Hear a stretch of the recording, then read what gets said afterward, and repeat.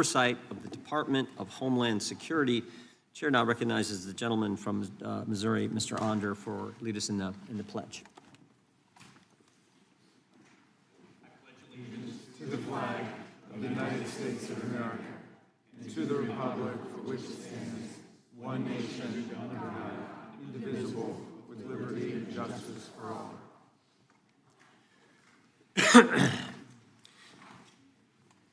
We'll begin with opening statements and then get right to the Secretary's testimony. The Chair will now recognize himself for an opening statement. 3 years ago, Secretary Mayorkas sat at that table and told this committee the border is secure. 8 to 10 million people entered our country in a 4-year time illegally, record levels of fentanyl smuggled in, stories of women and children being harmed and abused, and we all remember what we saw. Whether it was the bridge in Del Rio, all the thousands of people waiting to be processed there, when we took trips to McAllen. I mean, we all remember what we saw. Agents had become processors and chauffeurs for the Biden administration's open border policy. And Secretary Mayorkas told this committee in that same chair that Secretary Noem sits in now that the border is secure. Kind of reminds me of that now somewhat famous moment on television where the CNN reporter is standing in front of the burning building and saying, it's a mostly peaceful protest. I mean, it was just ridiculous what the secretary said. And Secretary Mayorkas didn't stop there. Remember when he went after Border Patrol agents, said they were horsewhipping migrants trying to come? Remember that just completely made up story? Remember when we asked Secretary Mayorkas how many illegals, again, sat right in this committee here and we asked him, how many illegals on the terrorist watch list have been released into the U.S.? How many have been released into the country? Anyone remember his response? I don't know. And we're like, man, you're the Secretary of Homeland Security. That's probably something you should know, particularly when you come in front of the Judiciary Committee and we ask you that question. Remember when days before a hearing, subsequent hearing, because we got tired of the I don't know response from Secretary Mayorkas, we sent him a letter with questions we were going to ask him so he couldn't say I don't know. Basically like the professor giving the students here's the exam, here's the questions on the exam, be prepared to deal with these at the appropriate time. When he got to committee, we asked him those questions, and again he said, I don't know, I'll have to get back with you. And of course, he never did get back with us. Remember when Secretary Mayorkas wrote the memo, the Mayorkas memo? Aliens removable under the Immigration Nationality Act. He said the Immigration Nationality Act should not alone be the basis of an enforcement action. Really? The law shouldn't be the basis for an enforcement action? It should be something else? It should be your memo? That was exactly the policy. A whole new standard the last administration set. They let 8 to 10 million people in, a whole new standard of how you were going to deal with people who were in violation of federal law. And remember when Secretary Mayorkas went even further. He did the Protected Areas Memorandum. And this is the situation when you're trying to follow federal law, trying to enforce federal law. He said you can't apprehend an illegal migrant, maybe one who's been charged with another crime and been released in a sanctuary jurisdiction, something I know some of these angel families know something about, been released in a sanctuary jurisdiction, you could only apprehend them at certain locations. So in other words, think about it. It says, in or near certain protected areas, you should not apprehend an illegal migrant. A school, preschool, primary school, secondary school, place of worship, place where children gather, such as a playground, recreation center, all these restrictions on federal law enforcement being able to enforce federal law. So think about it. Some sanctuary jurisdiction, illegal migrants been charged with another crime, maybe a crime abusing children, is released because the detainer is not honored, he's not turned over to ICE, is released to the streets. You're not allowed to go get a guy who's been charged with harming kids if he's near a school, if he's near kids. That was how ridiculous everything was in the last administration. But here's the good news. Secretary Noem has rescinded the Mayorkas memo, has rescinded the Protected Areas memo. Under Secretary Noem, fentanyl coming into the country is down, women and children are safer, and most importantly, under Secretary Noem and President Trump's leadership, The border is now secure. Remember that moment? We all remember the great speech the president gave last week at the State of the Union, but the joint address he gave the year before, one of the best lines I remember with that address was he said, you know, people said you needed new legislation to secure the border. Turned out all you needed was a new president. Remember that line? It's true. A new president with the secretary who was doing her job. In 1 year's time, 700 people have been deported under Secretary Noem's leadership. Nearly 3 million people have left the country. 1,400 known or suspected terrorists have been arrested. Not Secretary Mayorkas telling, I don't know, the status of people we've encountered on the border on the terrorist watch list. It's an amazing record, Madam Secretary, but there's still one big problem. Oh, one other thing. Another thing that's not going on at the Department of Homeland Security now, no more disinformation governance board, no more bureaucrats on a board telling Americans what they can say, what they can tweet, what they can read, what they can post, no more censorship going on at the Department of Homeland Security. But there is still one big problem. And I know the Secretary wants to deal with this, and we're going to deal with this tomorrow with legislation that we plan to mark up in this committee, and that is the sanctuary jurisdiction policies that are happening all over the country. Left-wing political officials in state and local government telling their local law enforcement, do not work with federal law enforcement when it comes to enforcing federal law. 1/3 of the country, almost 1/3 of the country lives in the sanctuary jurisdiction. 18 cities, 11 states, 3 counties, District of Columbia, but they're big population areas. 31.5% of the country lives in a jurisdiction where that is the policy. That may be the dumbest thing I've ever heard. And we talked about this individual case last week. Abraham Gonzalez, September 20th, 2023, is arrested by Border Patrol for illegally entering the country. Of course, the Biden administration released him. 5 months later, he's charged with assault. 2 weeks after that, he's charged with motor vehicle theft. He stole a car. He's arrested by Denver police 9 days later, placed in the Denver Justice Center. 6 days after that, ICE sends a detainer notice to the Denver Justice Center. And all the detainer notice is give us a heads up if you're going to let this guy out. Just give us a heads up. But instead of doing that, instead of doing the common sense thing, in Denver, sanctuary jurisdiction, they give the federal government the finger and they release them to the streets. Release them to the streets. It's right here on the form. Denver Sheriff Department ICE notification being released to the streets on 2/28/2025. And here's what's interesting. This guy, they knew how bad he was because while he was in the Denver Justice Center, they have on the form, he's been violent to staff, keep him separate from all other inmates. So he's so dangerous, staff can't be around him, other inmates can't be around him, but they're going to release him to the streets instead of turning him over to ICE. Again, dumbest policy I have ever heard, but that is what the left now fully embraces. Let me give you a more recent example. Marvin Morales Ortiz. This is just next door, Fairfax County, Virginia. Detainer is sent, but the Fairfield County Justice Center says we will not honor the detainer. They tell him that on September 14th, 2025. They release Mr. Ortiz on December 18th, 2025. The next day, he kills an American. Next day, he kills an individual, murders someone. That is what happens in sanctuary jurisdiction. That is why tomorrow help is on the way because we're going to mark up legislation that will deal with this. And I think I believe it will pass our committee. I believe it will pass the House. We'll get it to the, I want this to become law. I think most people with common sense want it to become law. The Shutdown Sanctuary Policies Acts, which will give the people, one thing in our bill that we're going to have in the bill tomorrow too, be in the legislation, it will give the people behind you where that scenario is played out, your loved one has been harmed by someone who should have been turned over to ICE but was released. It'll give you a private right of action for these angel families. Private right of action where you can go after the government who engaged in that stupid behavior. So, Secretary, I want to thank you for your work. I want to thank you for being willing to come today and answer our questions.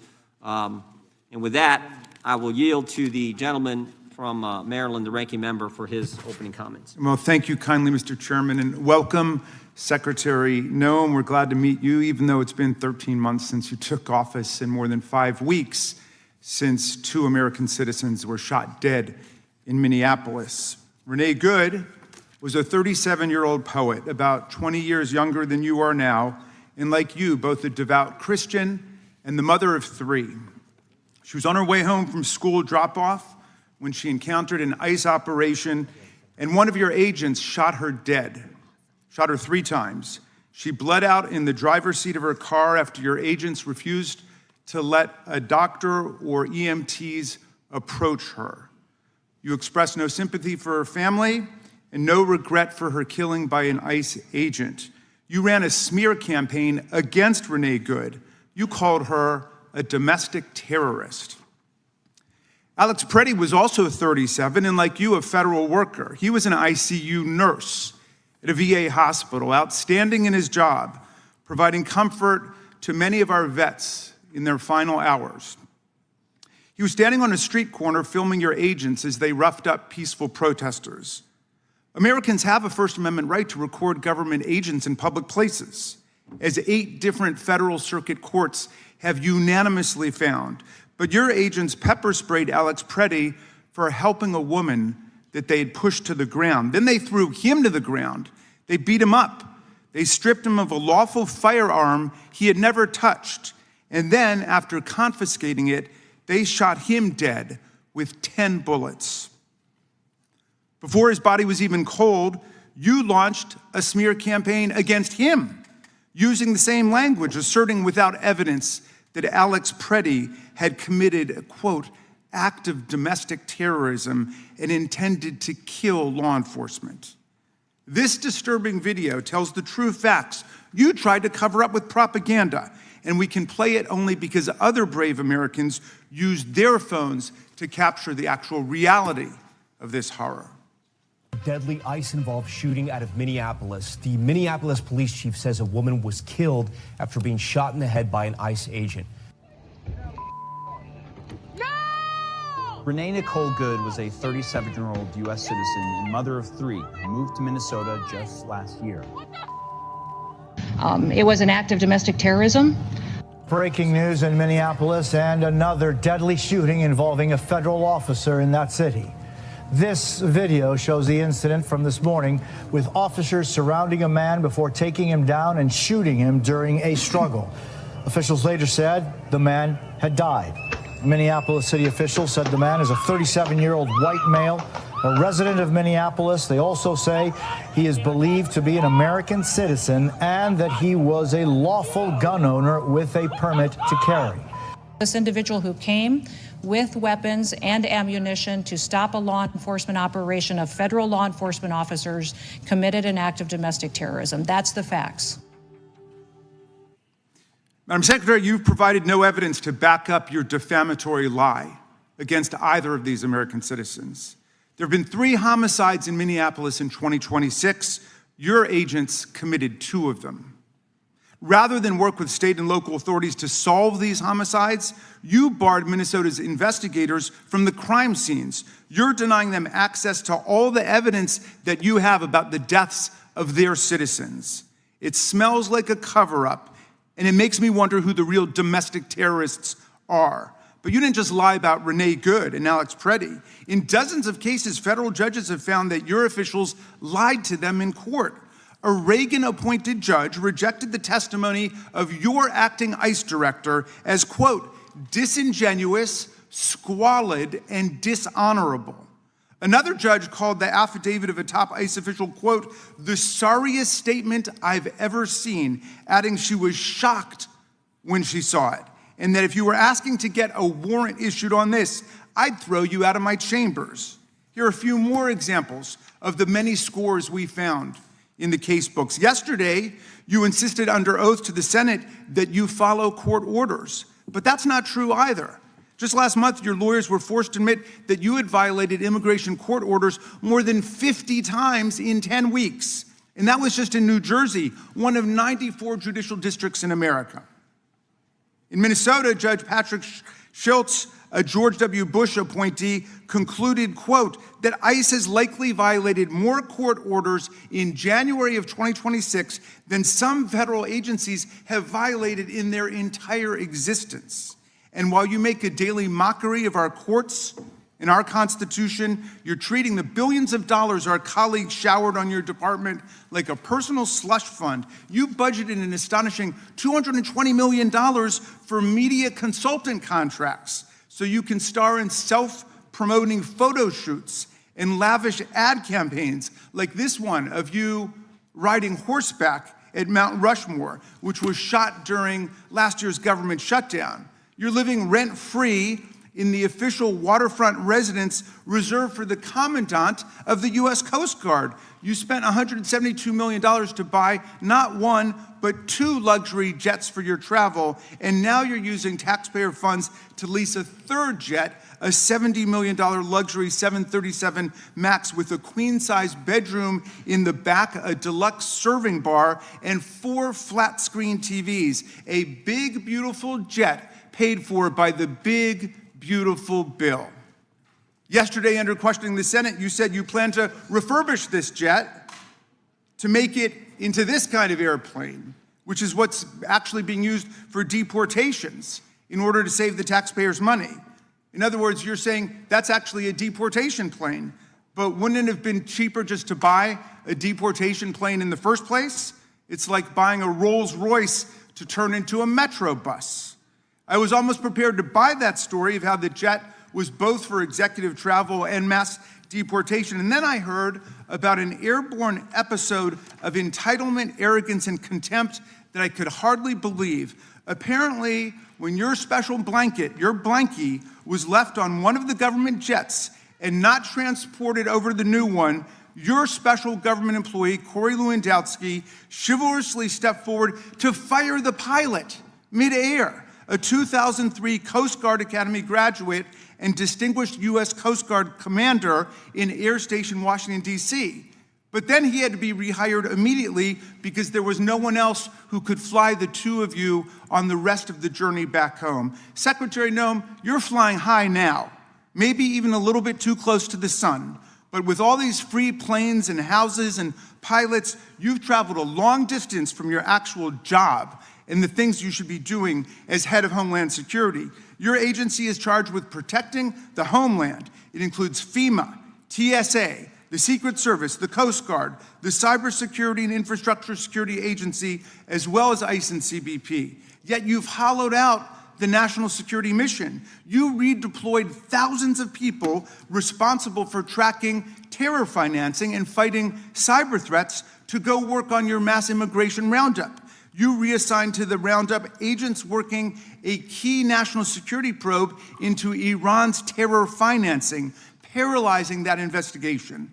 And to run what's left of Homeland Security's ruined terrorism prevention office, you actually installed a 22-year-old intern whose chief listed qualification for the job was that he had participated in a model UN club his junior year of college.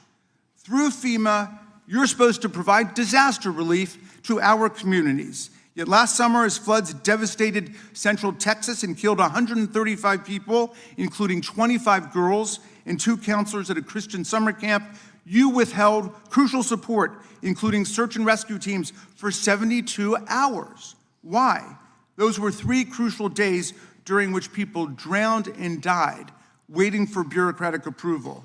You promised to use ICE and CBP to expel the worst of the worst, undocumented immigrants guilty of committing violent crimes like the people responsible for murdering the children of these angel families, these angel moms and dads who've joined us today. Instead, your masked agents have been indiscriminately rounding up any and all immigrants and citizens who your agents think look like they might be immigrants.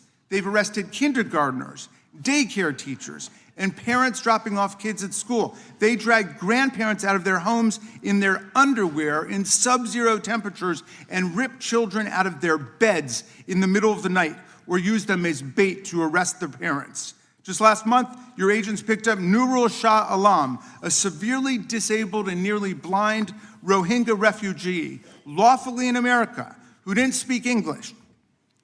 You claimed your agents dropped him at a safe, warm location. Again, not the truth. They dropped him off miles from his home in the dark at a closed coffee shop in sub-freezing temperatures. And now, because of this cruelty, this man too is dead. You have 250,000 employees and a budget larger than that of 150 countries. You command over 80,000 sworn law enforcement officers, more than the number of police officers in New York, Chicago, LA, Houston, DC, Las Vegas, and Dallas combined.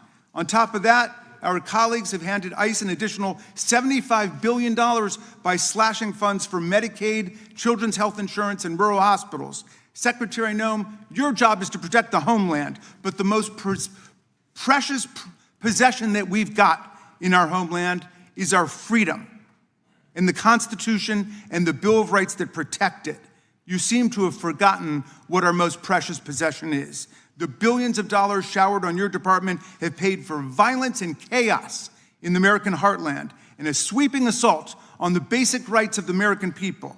But the heroic citizens of Minneapolis have shown America how to fight back against this reign of terror and win with the truth, with solidarity, with mutual self-help, with creative joy and humor and music, with mass nonviolent assembly and protest, and with irrepressible love of children and kindness towards animals and other living things. You've turned our government against our people, and you've turned our people against our government. But the people are winning today, although we know we must continue to wake up every day, like the people of Minneapolis, and go out and fight for constitutional freedom. We are clearly in the fight of our lives, and we obviously have very serious questions for you today about what you are turning our government into. I yield back, Mr. Chairman.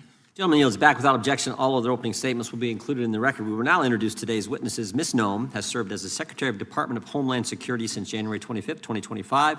She previously served as the governor of the great state of South Dakota and was our colleague here in the House of Representatives. And we welcome our witness and thank her for appearing today and for the work that she is doing. We will begin by swearing you in. You know how this works, Madam Secretary. Would you please rise and raise your right hand? Do you swear or affirm under penalty of perjury that the testimony you're about to give is true and correct to the best of your knowledge, information, and belief, so help you God? Let the record show that reflect that the witness has answered in the affirmative. Please know that your written testimony will be entered into the record in its entirety. Accordingly, we ask that you summarize your testimony. And Madam Secretary, you are recognized. Well, thank you, Mr. Chairman, and thank you, Ranking Member Raskin, for your opening statements. And I look forward to discussing the work that the Department of Homeland Security does each and every day to defend our homeland. I also want to take a personal privilege and thank my husband for being here too. He's going to have to go catch a flight in a few hours, but I'm glad he could be here today. And then I want to remind you of why we're all here. Like, I've had people ask me over and over again, you know, Christy, why did you say to President Trump that you would do this job? And I said, because this is going to be a difficult job. It's going to be a hard job. We're going to have to secure our border and make sure we're going after dangerous criminal illegals and remove them from our country. And every day, we're going to have to make tough decisions to uphold the law, but to make sure that the consequences for breaking the law are put in place as well. The one thing I would say is I wasn't quite prepared for was the heartbreaking stories I would hear. The families that have lost their children, their brothers and their sisters, to dangerous people that came into this country that never should have been here to begin with. They never should have been here, and then they perpetuated violent crimes against these people. I heard one story, I'll never forget hearing Rachel Morin's mom tell the story of how she was killed. And to listen to a mom talk about how her daughter was slammed into her head exploded, and then he raped her and left her dead, when knowing that Rachel had 5 kids too, that now didn't have a mom anymore. And that individual should have never been in this country. So the reason that I do this job every single day is for that, is that somebody has to do the right thing and tell the stories of these families and make sure that we don't sit around here and make political potshots on falsehoods and lies, like I just heard from the ranking member, that instead we do the right thing to defend these families and remember their children. Behind me are families with children. These are the children's names that we've lost. Weston Funder, Megan Booz, Carlos Wolf, Sander Cohen, Ryan Lang, Drew Swan, Sydney Shurkin, Jesse Bira, Heaven Lee Nelson, Dana and Ricky Keem, Austin Babcock, Michael Bowden, Logan Harris, Leo Toe, Haley King, Rain Reese, Wesley Green, Krisha Odette, and we are still very blessed to have little Miss Delilah with us. Delilah's right behind me, and she and I are good friends, and she was hit by a vehicle, by a truck that was driven by someone who's in this country illegally and had an illegal CDL. That accident should have never happened because he never should have been in this country, and he certainly shouldn't have been behind the wheel of an 18-wheeler. But she's still with us, and she's doing good, and she's telling her story with her dad and her family and continuing to make sure that we do the right thing here on Capitol Hill. Listen, the Department of Homeland Security was established after the attacks on 9/11. It was established to defend our homeland and put all the agencies together that have that mission, and that's what we do each and every day. We make sure that we enforce the law and that we protect our homeland, and that the families that live here, the American citizens, are our #1 priority. For 10 straight months, Border Patrol has released 0 illegal aliens into this country. In President Trump's first historic year back in office, over 3 million illegal aliens have left our country. We've arrested 700,000 of them and detained them and removed them from the country, but over 2.2 million of them left voluntarily. You know why? Because we told them to. We marketed to them. We ran a media campaign. It was the most effective media campaign in the history of this country. $39 billion of taxpayer savings because those people left and got off of our programs, and we didn't have to deport them at a cost of $18,000 apiece. They went on their own, and it saved the taxpayers $39 billion because we told this country and the 8 countries they were coming from that we were enforcing our laws and you couldn't stay here illegally anymore. ICE has arrested over 1,500 known or suspected terrorists. 1,500 that Joe Biden let in over that open border during that invasion that we found and we've removed. And we're going to continue to do that work because we don't know how many more there are still here. Over 7,700 gang members. And Mr. Chairman, Joe Biden lost 450,000 children that they allowed the cartels to traffic over the border. They used them, they abused them, they put them with government sponsors and paid government sponsors to abuse them and traffic them. We have found 145,000 of them, but I'm not going to stop until we find them all, and we'll continue to do that. Fentanyl trafficking over the southern border is down 56% because of President Trump. We continue to stop drugs. 1.7 lethal doses of drugs have been stopped from coming into our country in the last year. Phenomenal. Phenomenal. It's amazing to me how once President Trump came into office, they quit talking about the drug epidemic. The media doesn't cover it anymore, do they? That's because there's 1.7 billion people that are still alive today in this world because we've stopped them. And that invasion over the southern border made those cartels rich. You want to know why they're so sophisticated now? Why they have high-tech weapons? Why they have drones? Why they're able to be so successful? Is because they were allowed to do whatever they wanted to for 4 years. And Biden enriched them, and the Democrat Party enriched them so that they could perpetuate violence against the United States. Mr. Chairman, I could go on, but I will look forward to the conversation today, and I look forward to continuing to fight for America. Thank you. I yield back. Thank you. Thank you for that opening statement. We will now go to gentleman from California, Mr. Issa, for a 5-minute question. Thank you, Mr. Chairman. Madam Secretary, I couldn't be happier that you're exactly where you are. Many of us had the honor of serving with you when you were in the House, and candidly, when I hear the jealousy of the ranking member for the job you're doing and his inaccurate statements, that's all I hear is, you know, you were better than this body, and you're proving it every day, you and President Trump. You know, the ranking member is entitled to his opinion and to that dialogue berating you and everything the administration's doing. He's just not entitled to his facts. And I'd like to spend my time concentrating on a few of those. Madam Secretary, were any laws changed significantly between the time of, let's say, President Obama or President Clinton and their enforcement of the border and Joe Biden's 4 years? No, there wasn't, sir. And were any laws changed between the time that Joe Biden let 10 million plus people into the country, including the worst of the worst from around the world, and the time that you and President Trump began working? No, there wasn't. So it's not about laws. It's not about the calls of things being constitutional or unconstitutional. Isn't it true that every president except President Biden spent a lot of time, energy, and public relations letting people know that the border was a place to be respected and that we would deport particularly criminals coming to our country? That is correct. So regardless of what the ranking member says, all you've really done with gusto, with tenacity, and with all the funds you've been able to have is you've done exactly what President Clinton did, or President Obama or any other president who respected the Constitution and the laws we've already passed. That is correct. So I want to touch on a personal note, though. You've been to the White House. You've been to the vice president's residencies. Both of those exist as working places, but they exist as places to protect people who, in fact, would be attacked. Is it fair to say that you and your family are at greater risk because of the job you're doing than anyone who's had your job perhaps since 9/11? Yes, sir, I can't speak specific to the threats, but they And are so real. when the ranking member spends so much time talking about your being in a protective housing, by the way, one that is under your authority and one that the head of the Coast Guard normally would be in, I'm just going to make a statement, a view, an opinion, and hopefully the ranking member will agree with this opinion.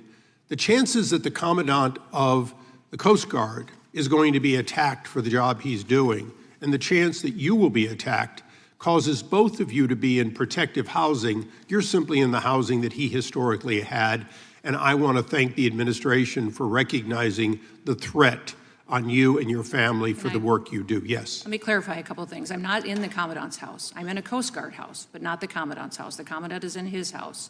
And I will also tell you that I rent that facility. I rent where I stay and pay personal dollars to do that. So I'm hearing the ranking member making statements that aren't true, but they're his opinions. I want to thank you for correcting that. I apologize for not knowing it's the Commandant's residence. I have been in that in the past. And he does use it for both official and unofficial. It's the reason he has it. And the CNO is also housed in an alternative. And by the way, that alternative, just for history, we moved the vice president under Gerald Ford to that residency, and Congress did it and has made the decision that protecting key people and their families so they can do their job is important. And I want to make that point clear today. Now, the ranking member will doubtlessly be the next person, and you will have to put up with 5 minutes and 1 second of berating again. So I want to give you this last 50 seconds to talk just once more about the families behind you, because he implied that he was compassionate for those families, that he understood it. I'm looking at them, and Madam Secretary, I don't see them as being here in support of those 4 years of Joe Biden and the ranking member's administration. No, and it's interesting because when President Trump was here in his last term, he opened up an office at ICE to help these families, to give them information on support, mental health account that they might need, or also knowledge on court cases of the individuals who had killed their children. And when Joe Biden came into office, he closed down that Voices office, completely shuttered it, because that office also tracked how many victims there really were in the country that had been affected by illegal alien crime. So when I came in, I didn't have any data set to use because Joe Biden and his administration had completely quit keeping track of the amount of victims here. We're grateful that they're here today. We're grateful that the Voices office is back open again, and that these families now can know where their children's killers are. They can follow that, and they can make sure that they hold people accountable to not enforcing the law. Thank you, Madam Secretary. I yield back. Gentleman yields back. The chair now recognizes the gentleman from New York. Thank you, Mr. Chairman. Secretary Noem, we have seen a consistent pattern of lies and deceit from the Department of Homeland Security under your leadership.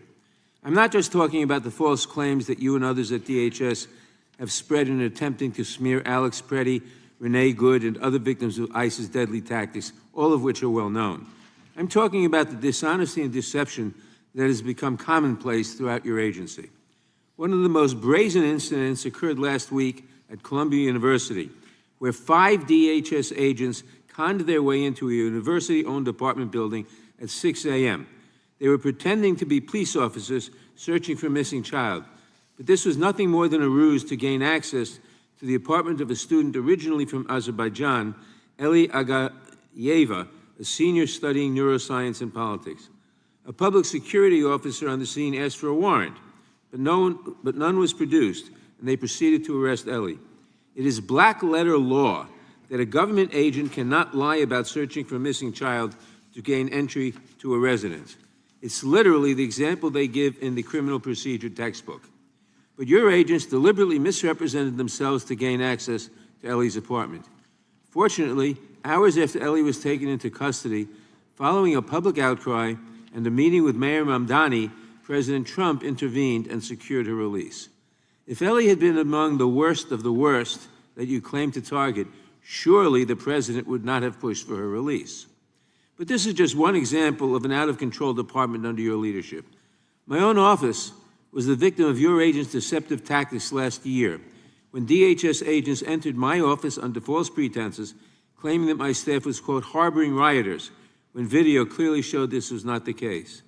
A statement issued by DHS claimed the agents were doing a quote, security check, and yet the video that has been released shows them handcuffing a staffer, demanding access to non-public areas of my office without a warrant, denying that they even needed a warrant when challenged by a member of my staff, and never once asking about the safety and security of my staff.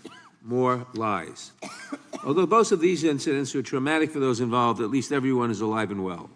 Unfortunately, the same cannot be said for Nurul Amin Shah Alam, an elderly, nearly blind refugee from Burma living in Buffalo.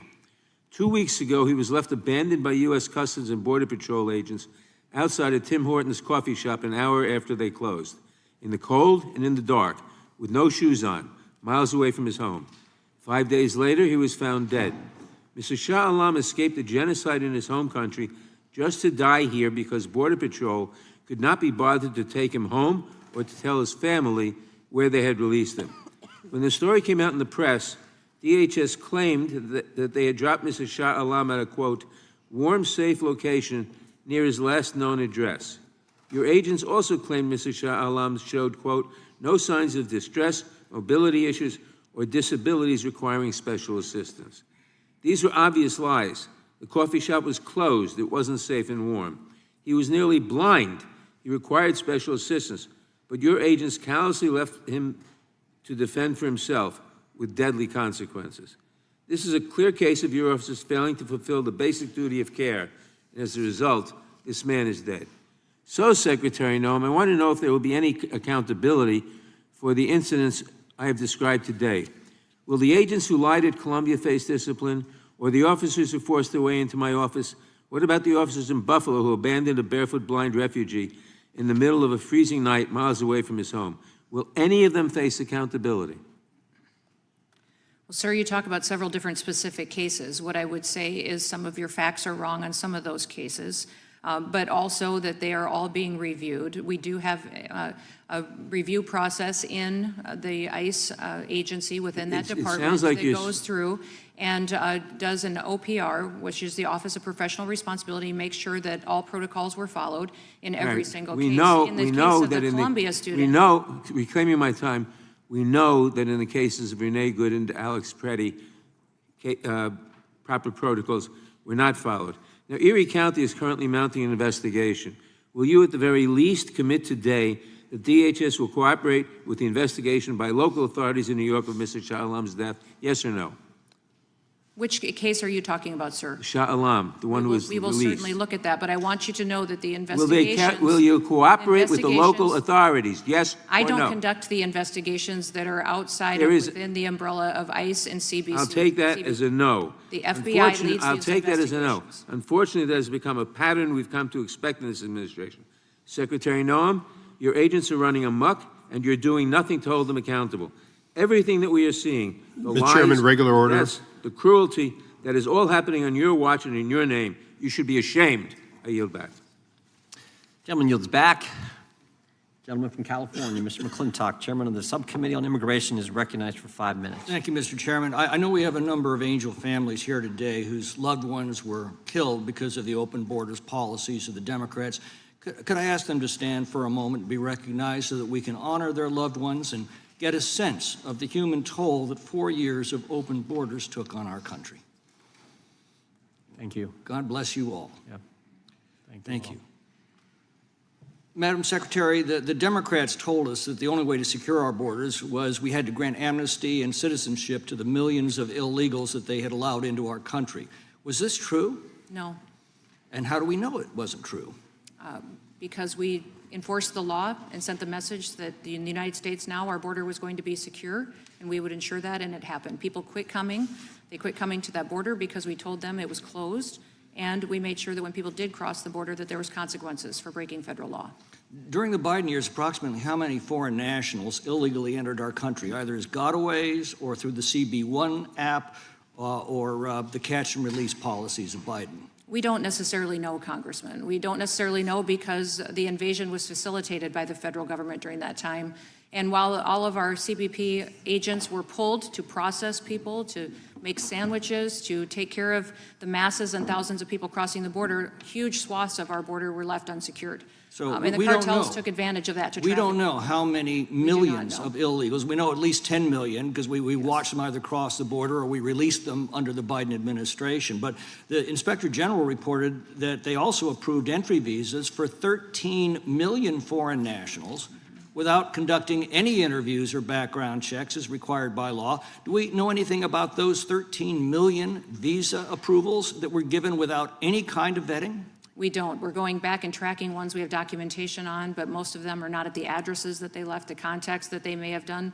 And all of our programs under the Department of Homeland Security were violated and abused and perverted as well. For example, when we came in, there was 400,000 asylum cases. That was a year before we came in.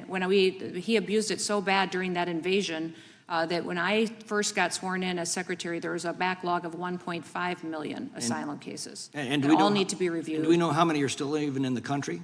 No, we don't. How many criminals were allowed in?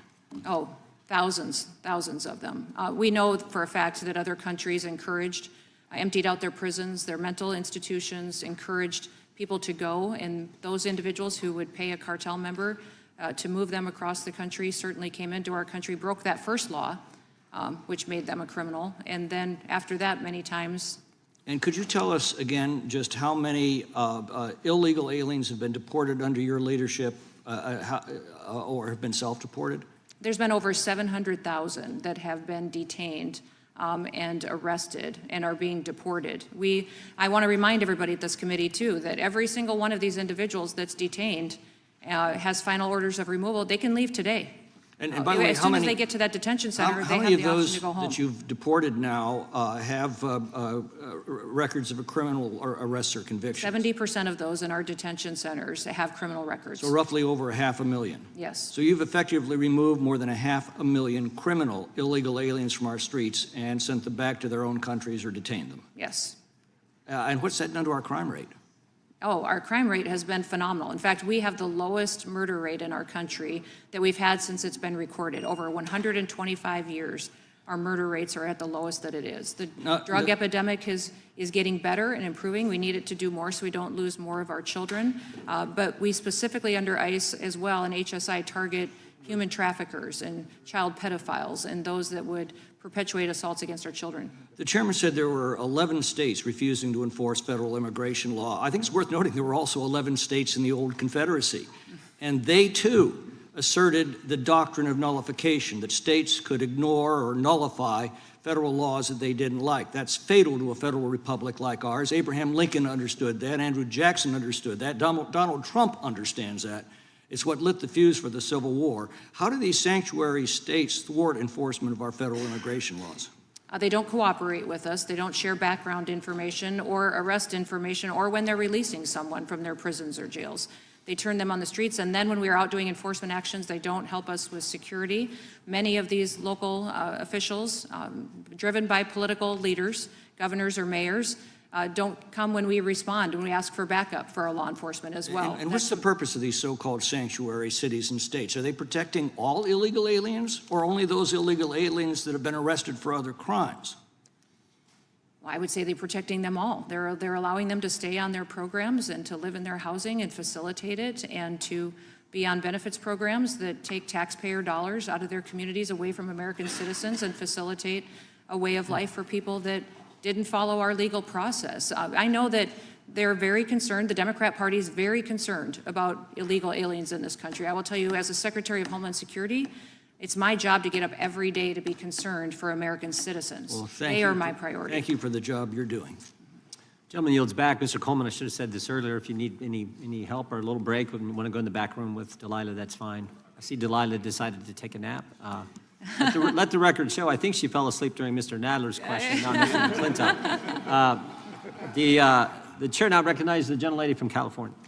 Thank you, Mr. Chairman, and thank you, Secretary Noem, for being here with us this morning. You know, there's an old adage that states there are no bad dogs, just bad owners. One of the questions we have is, are there bad agencies or just bad owners and bad leadership? And so, you know, I have a concern about much of what's happened in the enforcement region internally in the United States. And I'd like to show a video, the video number 1, if the staff could play that.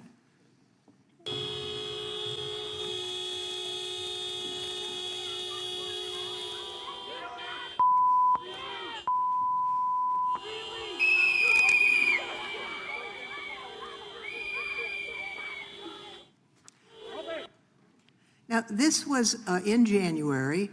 ICE agents forced their way into the home of a United States citizen, Mr. Scott Thao, without a warrant. As you could see from the video, they pulled him into sub-freezing temperatures in his underwear, held him for a number of hours, and finally released him. You know, the Fourth Amendment says the right of the people to be secure in their persons, houses, papers, and effects against unreasonable searches and seizures shall not be violated, and provides for a warrant requirement to enter a person's home. Now, that was bad leadership, in my judgment, because, not in your part, the Attorney General has issued a memorandum asserting, I think incorrectly, I mean obviously incorrectly, that no warrant is required to break into somebody's house, contrary to what the Fourth Amendment provides, and that an administrative warrant, which is basically note to self, go ahead and break into anybody's house you want, is what's sufficient. So my question really is not about the illegal breaking and entering into that U.S. citizen's house, but what is the policy about taking an old man in his underwear out of a house in sub-freezing temperatures? Do you train agents not to do that, or are they trained to do that? All of our law enforcement officers go through extensive training. Our ICE officers go through 58 days of training and 56 days of training. They have 28 of those on the job. Okay, but beyond that, they are trained in constitutional law, which you referenced, so they all know The question was about manhandling an old man in sub-freezing weather. So they're trained to do that? They're trained in how to interdict someone, to detain them, and to take them. Well, this man had done nothing wrong. Let me show you another video. Show another video.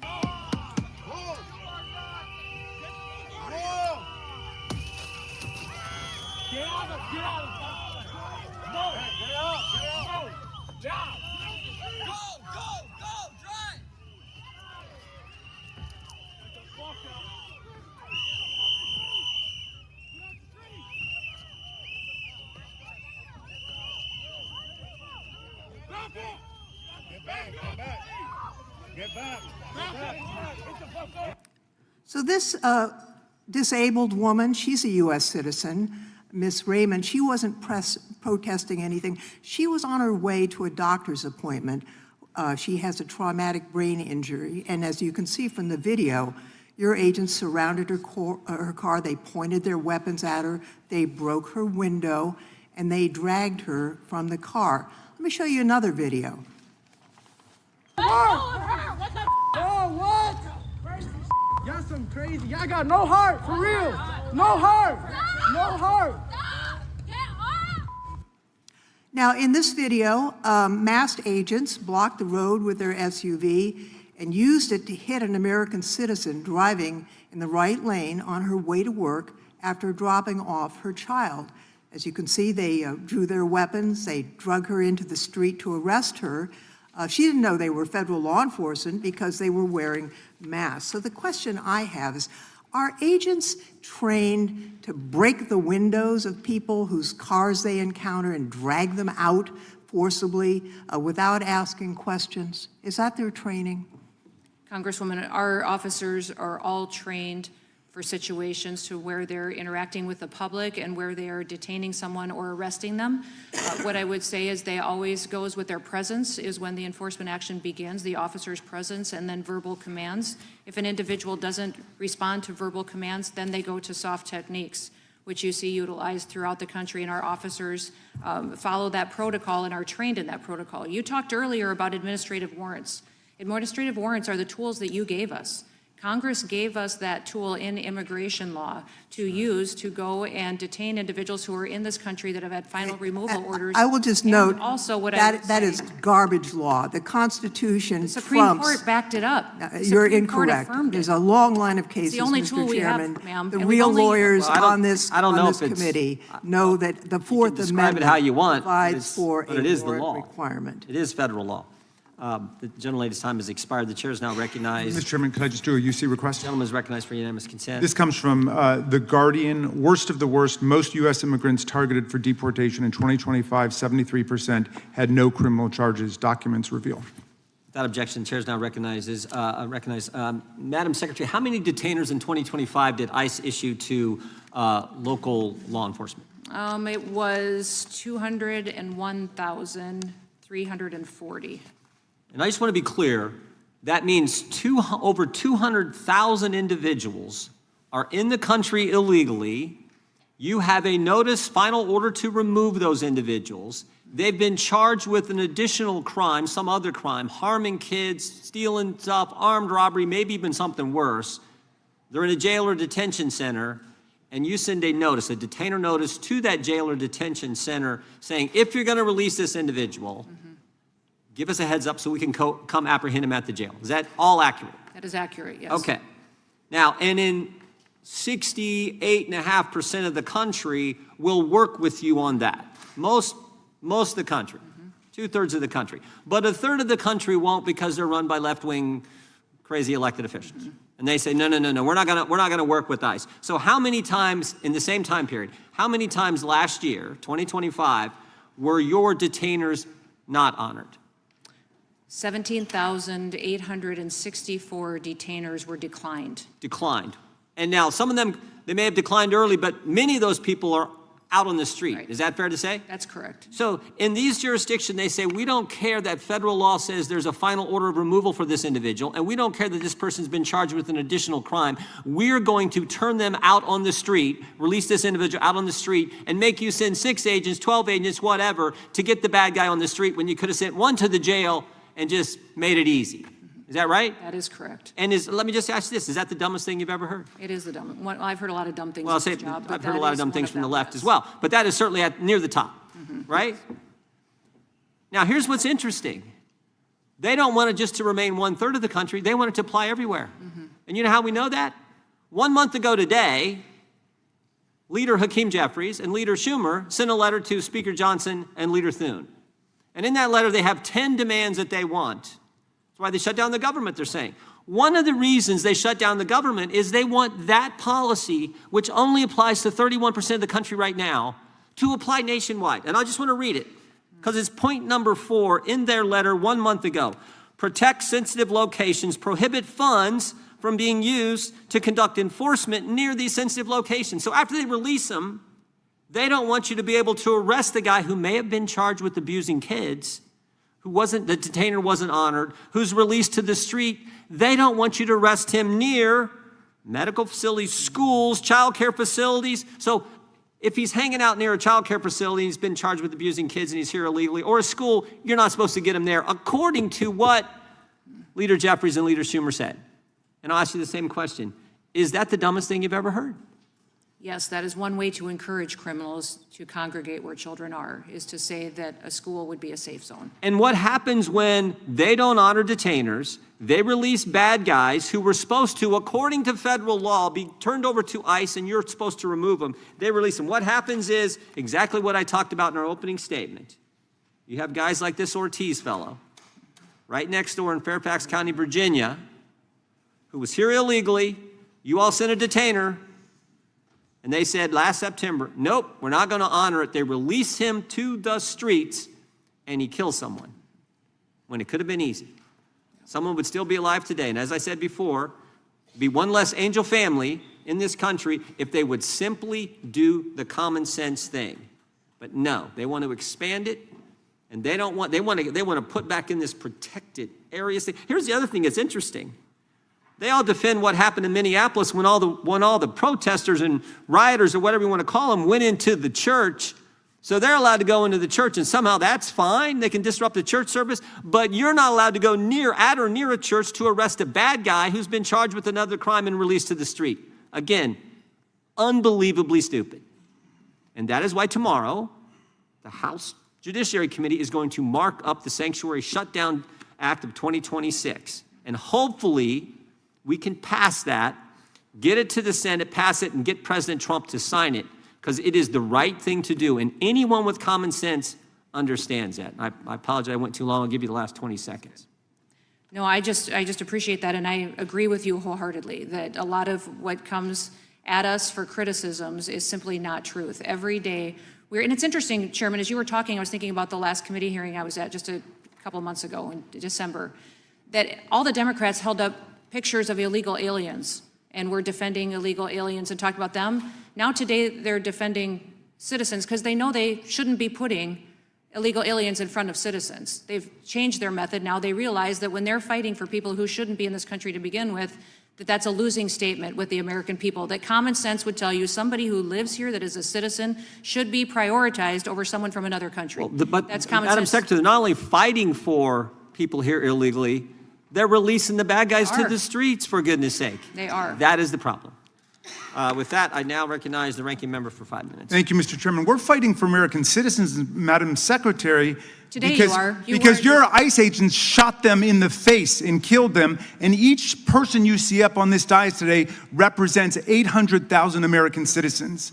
And you should know that as a former member of Congress. Now, her brother said that Renee Good was someone who could make you believe things were going to be okay despite all the hardship because she chose optimism. Alex Preddy was a Boy Scout, a choir member, an outdoorsman from Green Bay who lavished attention on his beloved dog, Jewel. His sister called her brother someone who had a way of lighting up every room that he walked into. But only a few hours after they were gunned down by your agents, you called Renee a domestic terrorist.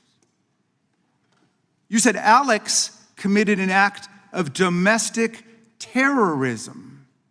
Alex's parents responded to your calling their son a domestic terrorist. They said, the sickening lies told about our son by the administration are reprehensible and disgusting. And I want to give you a chance before the entire country to correct your false and defamatory claim.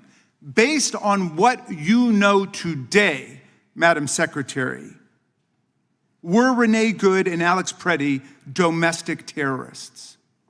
Congressman, what happened in Minnesota in those two incidents was an absolute tragedy. Were they domestic terrorists, as you said to the country? My condolences to their families, because I know that their lives will never be the same after that happened. Is that an apology for what you said?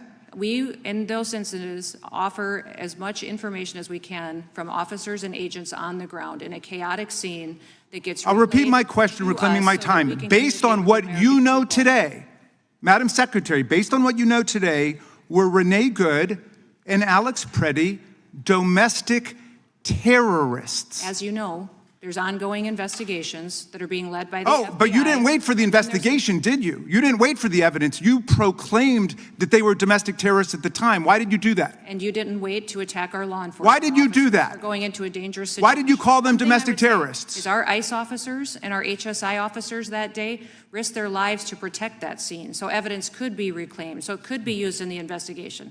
Because those violent rioters that So were you're there proud of the fact would that you have- called them domestic terrorists? Is that what those you're telling individuals, America? HSI officers put their lives on the line to protect that scene, so evidence, so we could have. Yes, they do. thorough Yes, they and do. But you accurate told a lie investigation. about them. You said that they were domestic terrorists. Do you regret that? I offer my condolences to those family, and again, Based on what we'll you tell know them that today, in a were Renee chaotic Good scene and on the Alex ground, Preddy domestic terrorists? There's ongoing investigations, and so I So cannot. you still don't know. You think that's an open question. I would think you would want there to still be investigations going into these situations. Well, you So we'll stated the continue with that. conclusion 2 hours after they were killed that they were domestic terrorists. I wanted to give you an opportunity to correct the record, not just for their family, but for everybody in America who believes in the truth and fairness and honesty. In every situation, as facts come out, we relay You know, them and your acting communicate ICE them to the director, family. Todd Lyons, came before Congress. He said he had no knowledge whatsoever that Alex Preddy and Renee Good were domestic terrorists. None. This is your guy. He said that. He admitted that that was wrong. Why won't you admit it? We'll tell you the investigation's still ongoing, and we'll. So do you regret speaking before the investigation? I would say that in those situations. You regret the that? chaotic scene on the ground, we relay information to the American people that they're asking for. And as things change, situations change. People we were continue asking to you whether they were communicate that domestic as well. terrorists? We And you continue to decided that they were communicate. before the investigation? As we learn more, we You don't want to say anything to their families? I did. I said condolences. For what? And I'm How about an heartsick for apology their for what you said about their loved My ones? heart is with them, and we will continue to stand with them as they get a complete investigation into these situations. All right. Well, let me ask you some questions of law if you can't handle the facts. Very simple questions of law, not trick questions. Is it lawful for federal agents to shoot and kill a person for engaging in peaceful protest and nothing else? That's a yes or I would no say question. Each instances in peaceful protest, no, it's not. Okay, But I would good. say Is it if- lawful for federal agents to shoot and kill a person for filming them on a public street? Yes or no? No. Okay. Is it lawful for federal agents to shoot and kill a person just because that person is lawfully carrying a holstered firearm under the Second Amendment in state law? No. And finally, yes or no, is it lawful for federal agents to shoot an innocent person or even a criminal suspect just for driving away from them, according to the Supreme Court? No. Okay. Well, I'm glad you got the law right, and I hope you would rethink what you said about two good, honest, faithful American citizens and what that means to their families when you say that as Secretary of Homeland Security. And your ICE guy has already retracted that, and you should retract it too. I yield back to you, Mr. Chairman. Gentleman yields back. The gentleman from Arizona is recognized for 5 minutes. Thank you, Mr. Chairman. Thank you, Secretary Noem, for being here today. Also, I want to acknowledge the Angel families. There are very few jurisdictions that don't have Angel families. Very, very few. Thank you for your courage and your willingness to be here today. I am grateful that the ranking member at least knows, Secretary Noem, that under your jurisdiction, there's the Coast Guard, there's FEMA, and a whole host of other agencies, TSA being one. He listed some of them. He's chosen not to fund them. How outrageous is that? How outrageous. So, Secretary Noem, before I turn to my questions, I want to establish the insanity of what sanctuary jurisdictions are doing and why it matters. And by the way, I'll just say, Mr. Chairman, on the CDL issue, I have a Bill 7200. I'd love to bring that in because it would require states do E-Verify before they grant a CDL. We might save some more lives. Let's start with the ICE immigration detainers. From October 2022 through February 2025, state and local jails declined more than 25,000 ICE detainers. In more than 1,400 additional cases, they failed to provide proper notice before releasing an alien from custody. That's not symbolic resistance. That's operational non-cooperation. It undermines federal law. It increases the risk to law enforcement. It increases the risk to the person arrested even. And it results in the release of removable criminal aliens back into American communities. This administration, the Trump administration, the Noem administration is enforcing the tools Congress provided. We expect cooperation, not obstruction. The consequences are not hypothetical. ICE data from FY 2025 shows that sanctuary jurisdictions released offenders with homicide charges or convictions, and I'm going to highlight just several examples. Rami Jalal Nisan, an Iraqi national with 28 arrests. Chicago ignored 3 ICE detainers. 15 of his arrests occurred after the first detainer was issued. Waldemar Zibik, a Polish national convicted of attempted murder after stabbing his wife and daughter, was released despite an ICE detainer. Alexander Pascual Pedro, arrested for aggravated criminal sexual abuse of a child, released despite a detainer, later convicted of solicitation to meet a child, and then arrested again for domestic violence. Ismael Gomez Urzua, deported 4 times, 3 detainers ignored despite arrest for narcotics, fleeing police and weapons violations. Dennis Humberto Navarrete Romero, an illegal immigrant, was arrested for many crimes but released into the community repeatedly. He went on to allegedly rape a woman on a trail in Fairfax County. Abraham Gonzalez, Venezuelan gang member, arrested in Denver for aggravated assault, motor vehicle theft, and felony menacing. Denver gave ICE only 1 hour's notice before forcing officers to arrest him in a public parking lot where an officer was assaulted. Those aren't policy disagreements. Those are public safety failures, a willful desire to hold the community or put the community in danger. Beyond those individual cases, we've seen tragic losses around this country, not just of the Angel families here today, but Laken Riley, killed by a Venezuelan national unlawfully present in the U.S. Rachel Morin, a 37-year-old mother in Maryland, raped and killed by an illegal alien from El Salvador, later convicted of first-degree murder. Jocelyn Nungary, 12-year-old girl in Houston, sexually assaulted and murdered by 2 Venezuelan nationals unlawfully present in the U.S. They have been charged with capital murder. And we could go on and on. So, Madam Secretary, what is the value of an ICE detainer, and why is it such an important public safety tool? Well, a detainer that we would lodge with the local law enforcement jurisdiction lets them know that when they are going to release that individual out to the public, that we would like to take custody of that. When we have detainers that are honored, we can go into a courthouse, we can go into a jail or a prison, and in a safe environment, take custody of that individual, take them to a detention center and remove them to their home country. When they don't honor our detainers, that individual is released out into the streets. And what we know for a fact is hundreds and hundreds of times, thousands of times across the country, those individuals reoffend. And what they're doing by not honoring detainers is creating more victims. When ICE issues a detainer, you're not asking local officers to conduct immigration sweeps in neighborhoods. You're requesting simply notice before release or brief lawful hold so you can assume custody, right? That is correct. If ICE is requesting a short hold, that means that the individual's already in state or local custody.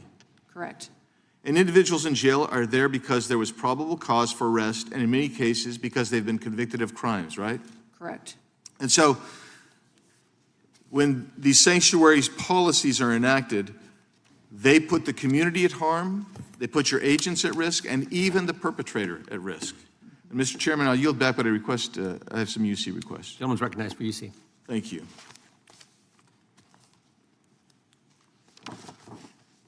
Radical rhetoric by sanctuary politicians leads to an unprecedented 1,300% increase in assaults against ICE officers and a 3,200% increase in vehicular attacks. Which sanctuary jurisdictions have released the most criminals? Objection. Virginia Governor Spanberger faces blowback after releasing illegal immigrant who stabbed a woman to death. Objection. Spanberger urged to cooperate with ICE after alleged killing by illegal immigrant. Objection. Sanctuary cities pose an unacceptable risk to public safety. Objection. When did safety become a license to defy the law? The dangers of sanctuary cities. Objection. The DHS shutdown, a reckless gamble verging on madness. Objection. Can we finally agree that sanctuary cities are a failed experiment? Without objection. The not so fine line between sanctuary and threat. Objection. DHS funding remains in limbo as GOP lawmakers warn of retaliatory terror attacks. Objection. Democrat rep whines about DHS harassing illegal alien he brought to State of the Union. Objection. New Maryland bill means more victims of migrant criminals, DHS warns. Objection. If you're an illegal, stabbing someone isn't enough for this country to lock you up. Objection. Coast Guard addresses recent media reporting. Without objection. Current shutdowns impact on immigration agencies from DHS. Objection. U.S. ICE examples of egregious criminal aliens released into Illinois. Without objection. The Independent. Police arrest and charge Rafael Govia Romero. Without objection, I think the gentleman may set a record here. Yeah. He has set a record. February 18th, 2026, response to Representative Gosar's letter from Secretary Noem. Without objection. Another response from Secretary Noem dated February 4th, 2026 to Gosar. Without objection. And also, finally, DHS OIG highlights covert testing of TSA's checkpoint security screening effectiveness. Without objection. Thank you. Yield back. Gentleman yields back. The chair now recognizes the gentleman from Tennessee. Thank you, Mr. Chairman. Madam Secretary, welcome to the committee. Thank you. Gives me an opportunity to show you the 8 letters that I have sent to you over the last year, only one of which have been replied to. So it gives me the opportunity to ask you the questions and try to get an answer. One of the things you're most famous for, probably your quote of quotes, is we're going to go after the worst of the worst. The murderers, the pedophiles, the rapists, et cetera. In my letters, I said I agree with you on those things. People who are in this country illegally or not citizens who commit those crimes should be deported. But the facts show that most of the people that you have stopped and tried to deport have not committed any of those crimes. In fact, they've committed no crimes at all. I've got a study here from the Justice Department that shows that less than half as undocumented immigrants are less than half as likely as U.S.-born Americans to be arrested for homicide. And the pattern holds for assault, sexual assault, robbery, burglary, theft, and arson.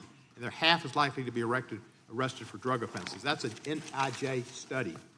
In Tennessee, there was a study that was just in the Commercial Appeal, our local newspaper in Memphis, that shows the same, that they are very unlikely to commit offenses. For the folks that are here and your families, I'm sorry.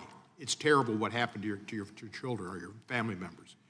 But they are more likely, and citizens are more likely, to be attacked by United States citizens who are not undocumented, who came here and are born here. They are more likely to commit these crimes. So why do you continue to talk about the worst and the worst when all the statistics show we're not stopping the worst and the worst? We're doing what Stephen Miller wants to do and set a record of deportations.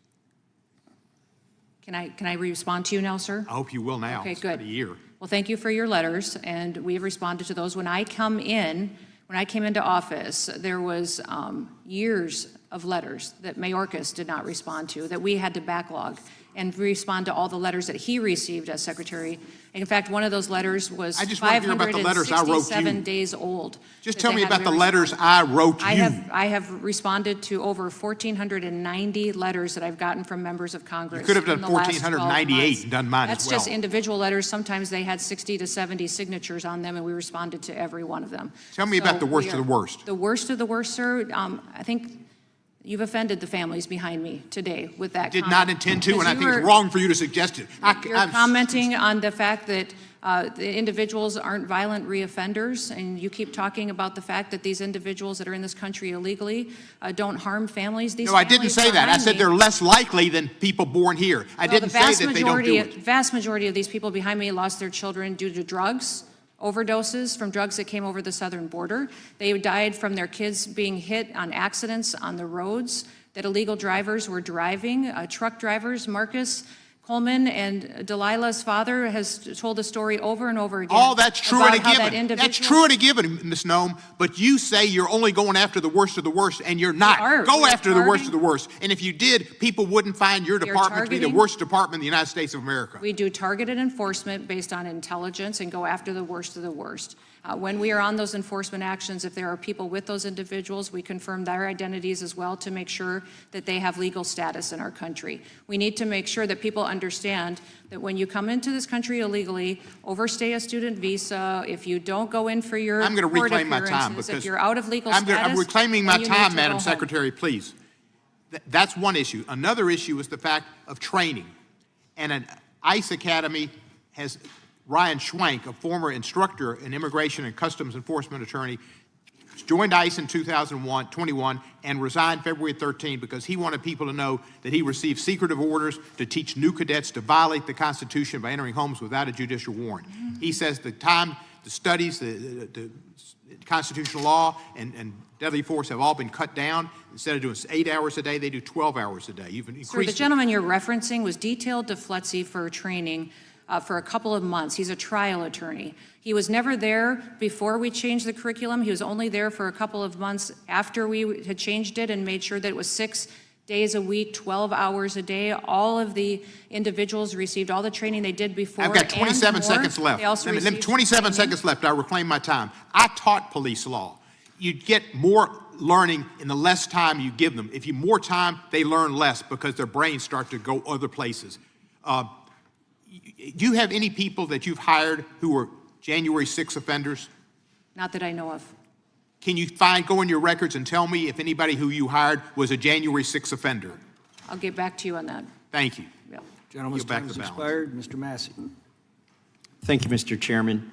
Secretary Noem, I'd be remiss if I didn't take this opportunity to thank you for your service as governor during the COVID epidemic, when so many governors and mayors used their power to limit freedoms. I think you, along with Ron DeSantis, exercised great discretion by trusting the people that you worked for, basically your citizens, to make their own decisions about vaccines and mandates and lockdowns. So my hat's off to you for your service there.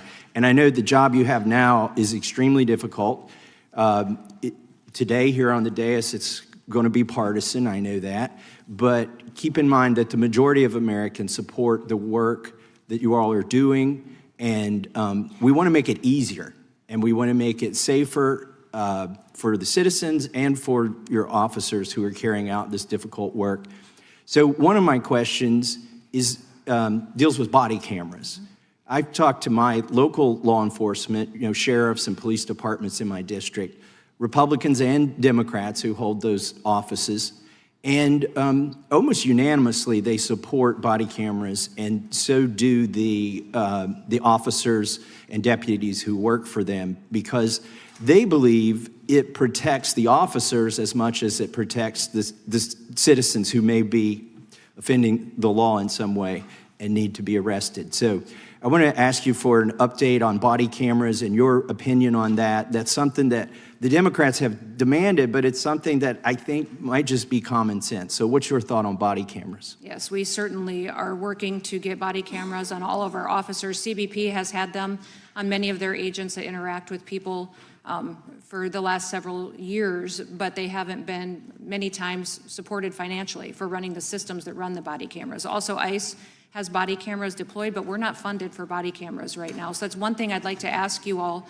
to do. I have said that we will deploy every body camera that we have, and we are doing that. I think we now today maybe have 14,000 body cameras on agents that are out doing enforcement. But clearly we need tens of thousands more. And we need to be able to maintain them, have the analyzers that can go through the video to make sure that it is a situation that it's analyzed for these investigations. And I agree with you. Our officers overwhelmingly, we train 130 different federal agencies and law enforcement officers at FLETC under the Department of Homeland Security. Overwhelmingly, they support body cameras because they give you the full context of the interaction. It's just not a snippet of 10 seconds that gets posted on the internet that people are trying to make claims on what really happened there. It'll give you the full context of the interaction to know that these officers and prove out that they followed their training. So as a former member of Congress, I appreciate that you respect that we have the power of the purse. Mm-hmm. I do think we have allocated enough money, the current shutdown notwithstanding, to DHS, but perhaps we need to go, and ICE, perhaps we need to go back and make sure that your use of that money for body cameras wouldn't violate. Yeah, you were pretty prescriptive in how you assigned that dollars to us. Even though ICE got $75 million, it was pretty prescriptive towards detention centers, contracts and airframe in order to move individuals out of the country. And so the body cams and their maintenance ongoing into appropriation bills into the future needs to be addressed. I know it costs money to keep all that video around, and that's what my local law enforcement talks about. The ones who haven't adopted them, they just can't afford to keep the records like they're supposed to. But I hope we make sure that you have the funding for body cameras. I've only got about a minute left, but there was a memo about whether you need an administrative warrant or a judicial warrant to enter into residences. And I'm a strong proponent of the Fourth Amendment, and I think it would be helpful if we stuck to that. I know there are exigent circumstances sometimes where you're in pursuit or something of somebody, but I think for entering a residence or private property, it would be helpful to have judicial warrants. I give you 30 seconds to give us your opinion on that. Well, I would tell you that all of our officers and at the department, we follow the Constitution and respect the amendments. The Fourth Amendment's incredibly important. In the 400,000 different instances where we've detained someone under administrative warrant, only 28 of those have been used to go into a home. So it's very rare, not very often. It is legal, it is justified, and it is the tool that you have given us as a body and that the Supreme Court has confirmed. So we do use it, but it's very rare when we do. All right. With that, I yield back to the chairman. Gentleman yields back. The chair now recognizes the gentleman from Georgia. Thank you, Mr. Chairman. Secretary Noem, last month, your Immigration and Customs Enforcement Director, Todd Lyons, confirmed that the Department of Homeland Security is conducting an investigation into the brutal, cruel, and senseless killings of Renee Good and Alex Preddy. Minnesota Bureau of Criminal Apprehension Superintendent Drew Evans loudly and publicly complained when, in the minutes and hours after your agents shot Alex Preddy to death in broad daylight, your DHS agents excluded BCA and Minneapolis police from accessing the crime scene. Your agents continued to physically block state and local law enforcement access to the crime scene even after they were presented with a search warrant issued by a judge that authorized their appearance at that location, the crime scene. And so, with you having excluded them, that left your department's agents uniquely positioned to clandestinely seize and control all of the physical evidence from the crime scene, including body camera footage, phones, firearms, ballistic evidence, and other physical evidence. Your attempts to hide the evidence from state and local law enforcement forced Minnesota officials to go into federal court to obtain a temporary restraining order preventing you from destroying or altering the evidence and ordering you to preserve the evidence. Madam Secretary, who was it that ordered you to deny state and local law enforcement agency access to the Alex Preddy crime scene? Was it Donald Trump? Was it Pam Bondi? Was it Kash Patel? Or was it Corey? Whose idea was it? Congressman, I will tell you it is not my role as the Secretary of the Department of Homeland Security to conduct investigations at the federal level. I'm asking who was it that instructed your agents to deny access to the crime scene to state and local law enforcement I agents? wish there would have been more local law enforcement there that day. The reason that they were there, but such your a violent agency scene was because we prevented them didn't have from local law accessing the enforcement crime out there scene. supporting Who was keeping it that secure. gave that order to deny access to the crime scene? Sir, I don't make those decisions on Well, who made investigations at the federal level. I will decision? tell you that within the Whose agency, decision was it? within the agency, for incidences, Was that it there Corey's is internal idea? investigations that go through the office of Okay, well, you're not PR, gonna and then also answer. beyond that, You're not gonna answer my the question. ICE That's goes to fine, the ma'am. incident. I'm going to reclaim my time. As the Secretary of Homeland Security, you are the ultimate overseer of your department's investigations into the death of Renee Good and Alex Preddy. Isn't that correct? We conduct investigations within ICE and CBP. Okay, that are fine. You're internal responsible for it. That was my to question. the officers to make sure they follow their Within protocols and hours training. of these killings, you jumped before the cameras on national TV and lied about these victims, labeling them domestic terrorists, before the investigation had even begun. Even your own ICE director has now admitted that they are not terrorists, and that kind of comment could bias the investigation. Secretary Noem, will you acknowledge that your lies labeling Ms. Good and Mr. Preddy as domestic terrorists could bias the DHS investigation into their killings? These investigations are ongoing. They're Well, couldn't your external. comments have The signaled Incident Review what Committee the within conclusion ICE of the will determine investigation any should actions be? that will take it, and within CBP, it's the National Use of Force Board that does those what evaluations. you did They'll was continue actually to do prejudice that. the investigations that your department is conducting, Madam Secretary.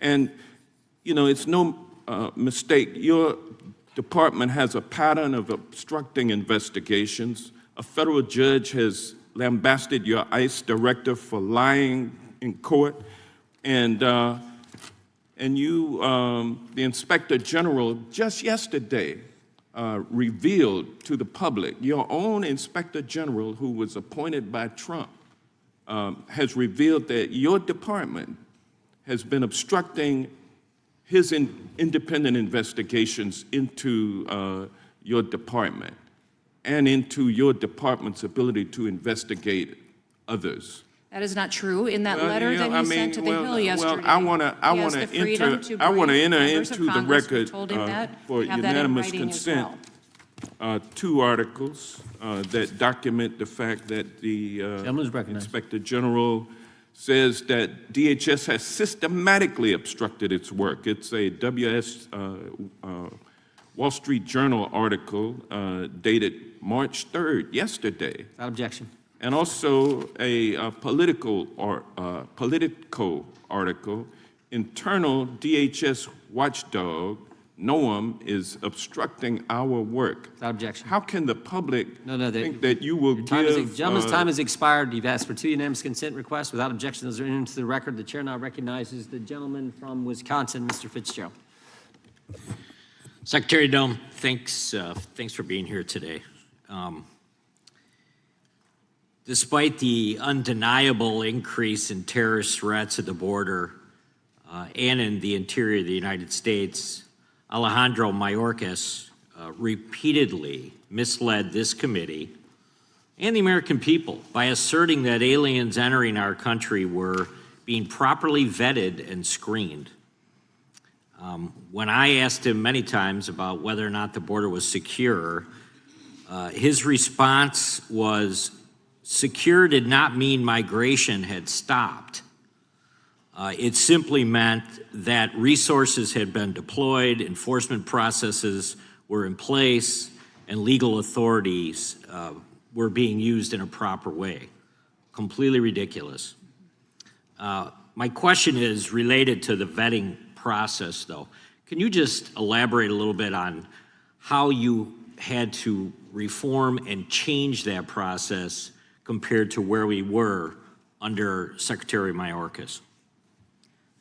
Well, if you're talking in specifics to programs under USCIS that were being utilized by the Biden administration to allow access into our country, we have put on pause a hold on green cards and naturalizations from 39 different countries of interest that the president had identified with the State Department. And Operation Allies Welcome has been a huge conversation as well. Those individuals are being re-vetted, and they're being re-vetted by going back and interviewing them. Under the refugee program, every year there's to be an in-person interview conducted in order to keep that status and to see if this individual is working to become a legal permanent resident or not.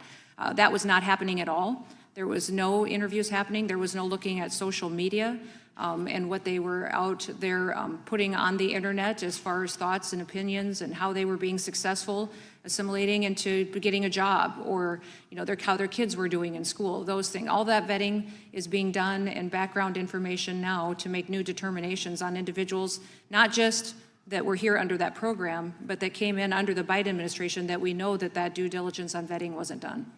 So there's another small change I hope you can just discuss, and that is former border chief and now with CBP Commissioner Rodney Scott. He testified to our committee in 2023 that an illegal alien was only screened against U.S. criminal databases and not against databases from the alien countries of origin, which makes no sense. That's correct. I mean, obviously, somebody that didn't live in the States suddenly crosses the border illegally, and the only thing that they had been utilizing was some kind of database, which obviously did not include the individual that illegally crossed. I'm wondering, that must have been something you eliminated almost immediately or changed. I'm just wondering if you could discuss that. No, we do all that due diligence now, and it's very difficult to get adequate vetting from a country that doesn't have a stable government as well. So when there is that situation and they can't provide you with any information, that individual is not allowed to participate in any of the programs that would allow them to be here on a workman's visa or a student visa or information. If we can't do that vetting ahead of time and know truly who that person is and why they're in the United States, they're not admitted. And one thing I would say is that since I've been secretary, we've signed dozens of security agreements with other countries. With Central and South America, we have to share information to be able to give us their criminal. I've gone there and had them come here so that we could agree to share that information in the future. In the Middle East, incredible partnership on getting access to that. CBP has one of the world's largest databases of information on travelers around the world, and how we cooperate and coordinate with these other countries helps us know when they're coming into our country. And I even negotiated the first extradition out of Honduras to help an angel family here in the United States to prosecute someone who was just convicted the other day of 21 years in prison for murdering Sarah Root. And that's the first time that country had ever extradited anybody for murder to the United States. And so by engaging on these cases, we not only get closure for families and justice for them, but we also do due diligence on who's in this country and what their intentions are when they get here. And just the final thing I would ask you to comment on. The face-to-face interviews are critical, right? They are. And they were not being done under the Biden administration at all. They were not. And it can be a brief interaction, but oftentimes it's when they determine whether or not this person is in the States and in a good status. Is that not true? That is true, and they placed a lot of weight on a letter of recommendation from another agency. So many times, some of the other protocols were not checked if they just had a letter of recommendation from someone else in the federal government. We've stopped that, and even if we do get someone who recommends someone as a refugee, we still vet them thoroughly. Thank you. I yield back, Chairman. Thank you. I recognize the gentleman from California, Mr. Swalwell. Secretary, you have referenced many times the families behind you, and I see the families, and I see your pain, and I see your loss. I see those who are still with us but have been hurt and changed. And I'm sorry that this has happened to you. And I see you, I know my colleagues see you, our country sees you, and I thank you for being here today. Secretary, my question for you is, do you see families like Miguel Lopez, who was a neighbor of mine in Livermore, California? Miguel had lived in Livermore for over 30 years. He raised his 3 children in Livermore. His youngest is a senior at a local high school, just finished his football season. Miguel worked at a winery where my wife and I were married almost 10 years ago. Miguel had done everything that was asked of him, went to every immigration proceeding that he was supposed to go to, and in April was put in handcuffs as he was following the orders of the court and going to the proceedings. He was arrested and sent to Mexico over a judge's objection that he not be sent to Mexico and he stay in the United States. Every Sunday night, his wife Rosa and the family have a dinner, and there's an empty chair at the dinner table. Miguel's not there. I went and saw Miguel in Mexico. He doesn't have a job. He's not able to provide. And he said his Spanish isn't even that great because he hasn't been there for 30 years and it's hard for him to communicate. Do you see the pain of families like Miguel Lopez, someone who did not commit a violent crime but has been separated from his family and is not providing, is not working? Congressman, do you see that pain? Did he have a criminal record? Did Mr. Lopez have a criminal record? In 1995, he pled to a lesser nonviolent charge. But do you see the pain I do see the pain, Okay. and I wish people would do things correctly. If they're not in legal status in this country, they can return home. We will pay for them to return home. Yeah. I hope he got the $2,600 he could have gotten. Do you think that makes up for not being with his family? It helps because we have agreements with these countries where they are helping to facilitate housing. It was a and nonviolent training, crime, Secretary. But then he gets the chance to come back the right way.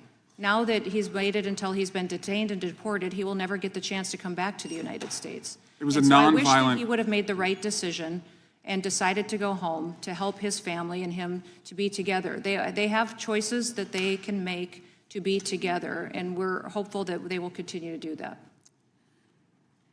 The president also, by the way, is a convicted felon, if you want to talk about criminal records. Secretary Noem, did you or your staff fire one of your pilots recently? No, No pilot was relieved of their duty? no. The Not story that I'm aware of. So the story, and recognizing you're under oath, the story in the Wall Street Journal was incorrect. That individual was not fired. Do you know how many years it takes to get a military officer to be fired? That story was Was he asked to not completely fly the inaccurate. next day? It was not accurate, and I was surprised that the Wall Street Journal would print that many inaccuracies in one article. Well, the Wall Street Journal is not a liberal newspaper of record. Well, tell me I don't know then, what it is anymore. has a single ICE agent or CBC officer, has a single ICE agent or CBP officer been disciplined since you've been Secretary of Homeland Security? As we've seen women dragged through their streets by their hair and thrown into unmarked cars, people chased through the fields and factories where they work, public executions happening in our streets. Has a single ICE agent or CBP officer been disciplined? Yes, they have. How many? I don't know the number. I can get that for you if Do you you'd think like that number me is to. important? I think that it's wise and smart, and what we're doing is accurate according to the law by doing those internal investigations through the process that's set up. There's an Office of Professional Responsibility that does the investigation, and decisions are brought before the National Use of Force Board, and they review each incident as objectively outside of that law enforcement encounter, and then give a decision for Has it. anyone been fired? Has anyone lost their job? There could be. Well, I'm not asking if it could be. I'm asking, has anyone been fired? I'm certain that they have. That happens once in a while when there is a need for someone to be For held conduct related accountable. to enforcement actions? We hold our law enforcement officers accountable and are grateful that they serve, that they put their lives on the line, and also recognize that when these situations that they follow their training and the legality of the course to how they interact with the public. Yield back. Gentleman yields. I recognize the gentleman from Wisconsin, Mr. Tiffany. Thank you, Mr. Chairman. Madam Secretary, how many countries does your department currently list as recalcitrant? That's question one. Question two, have you notified the State Department of those countries' status? And let me set the questions up a little bit before you answer them. So question one is, how many are listed as recalcitrant, and have you notified the State Department? So at the end of the Biden administration, they had listed 13 countries as being recalcitrant, which means they were delaying sending, where they were delaying or completely refusing to accept return of their nationals when we attempt to deport them. You know, the list includes Communist China, Cuba, Russia, Pakistan, Somalia, and others. And under the Immigration and Nationality Act, DHS notifies the State Department that a country is non-compliant. Is DHS notifying the State Department of people who are, that are here in this country from recalcitrant countries? Yes, but all that decision-making is made in conjunction with the State Department. They help us with that. The travel documents for our detainees that need to be returned back to their home countries, those are coordinated and produced by the State Department. That's why individuals within our detainment centers at times will wait for that paperwork to come through so that they can be returned home.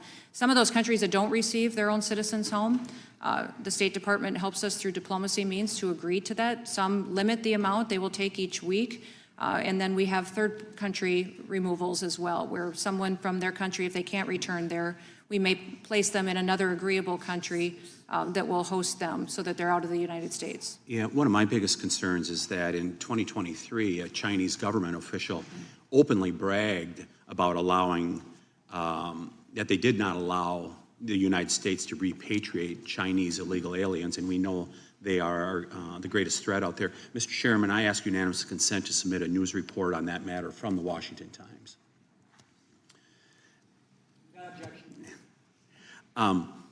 So, do you know, are we still issuing visas to Chinese nationals, given their long time and unapologetic refusal to cooperate with our deportation efforts? It doesn't seem like China's changed their, the way they're doing business.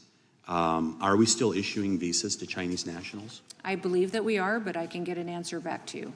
If you would, that would really be appreciated. Before the Biden administration left office, they put out a rule that was built upon the Obama administration's Guam Commonwealth of Northern Mariana Islands visa waiver program, and essentially allowed Chinese nationals to be able to sidestep the visa process that we have and gain entry into the Mariana Islands with no visa. And myself and Senator Scott have introduced a bill in reference to this. And as a result, after the Obama years, or actually during and after the Obama years, you saw this explosion of birth tourism where actually Chinese mothers were having more children on the CNMI Islands than United States residents. And I think that's really a big national security, public safety, and immigration fraud concern.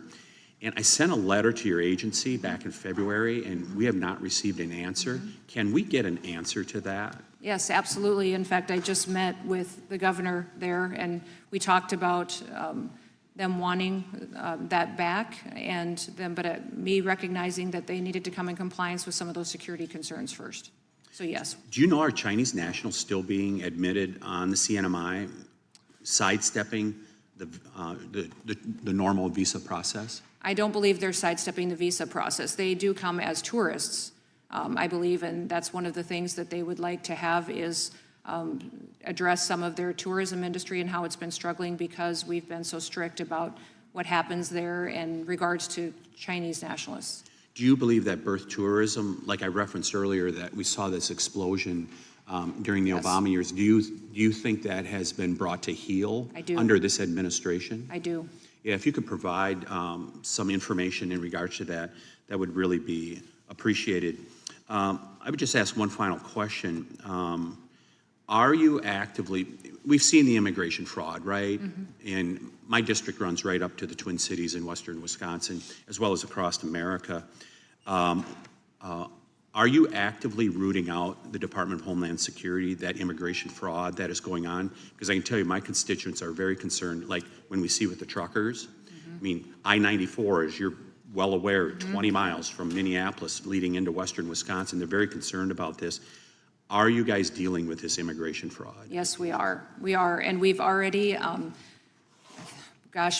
revoked national naturalization and citizenship and legal permanent residencies from thousands of people because of immigration fraud. And now investigations are ongoing into prosecution. Thank you, Madam Secretary. I yield back. Gentleman yields back. I recognize the gentleman from California, Mr. Liu. Thank you, Mr. Chairman. Thank you, Secretary Noem, for being here today. I served on active duty in the United States Air Force. I agree with you that we must have strong borders and that undocumented immigrants with final removal orders or committed violent crimes should be deported. Now, the reason the overwhelming majority of Americans have turned against you is because you have engaged in corruption, strayed from your mission, and abused your power. Masked, anonymous federal agents have killed 3 Americans. Federal agents are illegally conducting surveillance of Americans exercising their First and Second Amendment rights, and your agents are arresting people who should not be arrested. I'm now going to show you a slide of Liam Ramos. This is a picture of your agents detaining Liam in Minnesota. He's wearing a blue bunny hat. Let me ask you, did Liam commit a crime? Liam was not detained. His father was, and his father abandoned him. And when they went to try to return Liam to his mother, she wouldn't come out of the house and get him either. So therefore, Liam's father chose to take Liam with him. I believe you're not telling the truth. School officials at the scene say there are people in the house saying they could take care of Liam, and a federal judge rejected the arguments that your agency made. The federal judge stated, in fact, that this incident originated in, quote, the ill-conceived and incompetently implemented government pursuit of daily deportation quotas, apparently even if it requires traumatizing children, and then he forced your agency to release Liam, fly him back all the way from the detention center in Texas back to Minnesota, and release his father as well. Now I'm going to show you another picture. It's of Amalia, who is a toddler that ICE also detained. Let me ask you, did Amalia commit a crime? No, she did not. She is with her family. Right. And the reason she's with her family is because she almost died in ICE detention until folks brought a lawsuit forcing the release of Amalia. Now, you may wonder, well, why is ICE going after children? And it's because study after study shows that immigrants, both documented and undocumented, commit less crimes than native-born Americans. So I'm going to put up this slide from NPR. It actually describes also a study that in Texas, immigrants committed less than 37% of crimes compared to native-born Americans. And this has now resulted in your agents having to go after people, such as children, who should not be detained. So now I'm going to show you a video from New Jersey where 4th and 5th graders are running away from ICE agents.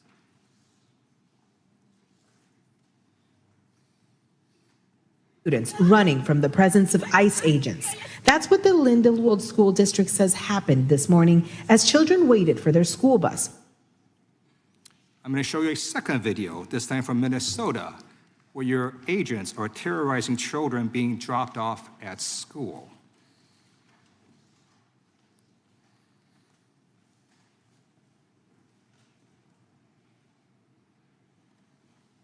People are trying to get their kids to school, and you're out here threatening and terrorizing people.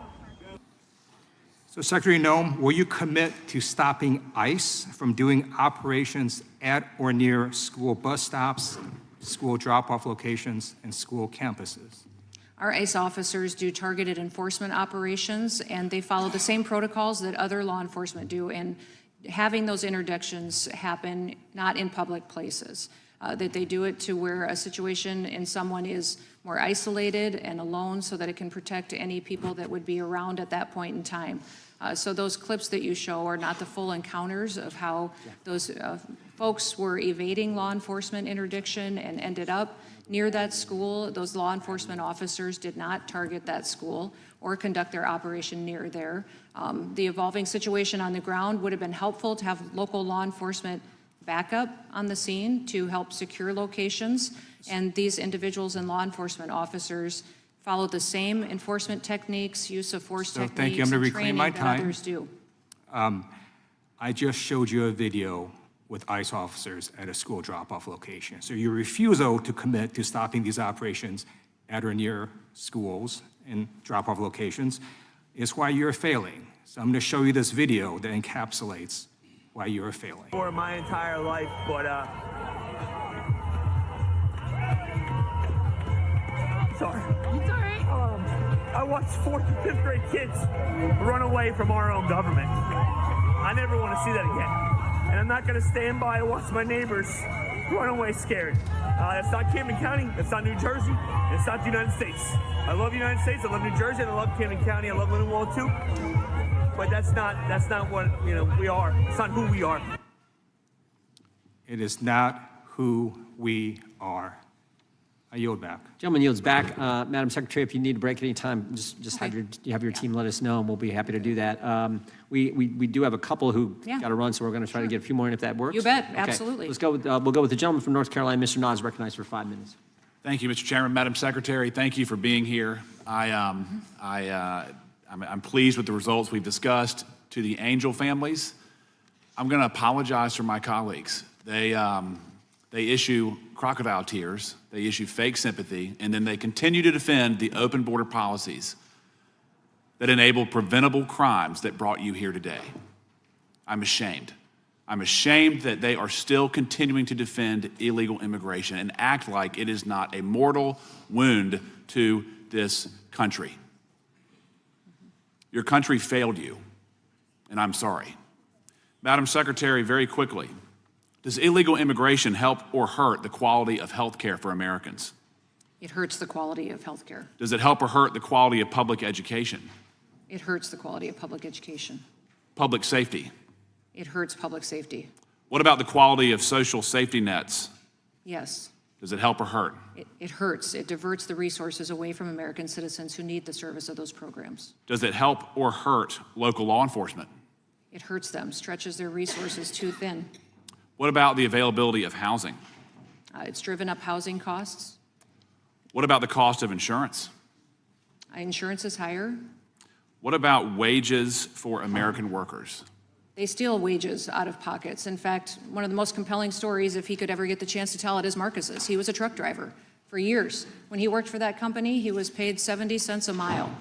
He said now they pay their drivers 40 to 45 cents a mile because they're all illegal aliens. Does it help or hurt American children? It hurts American children.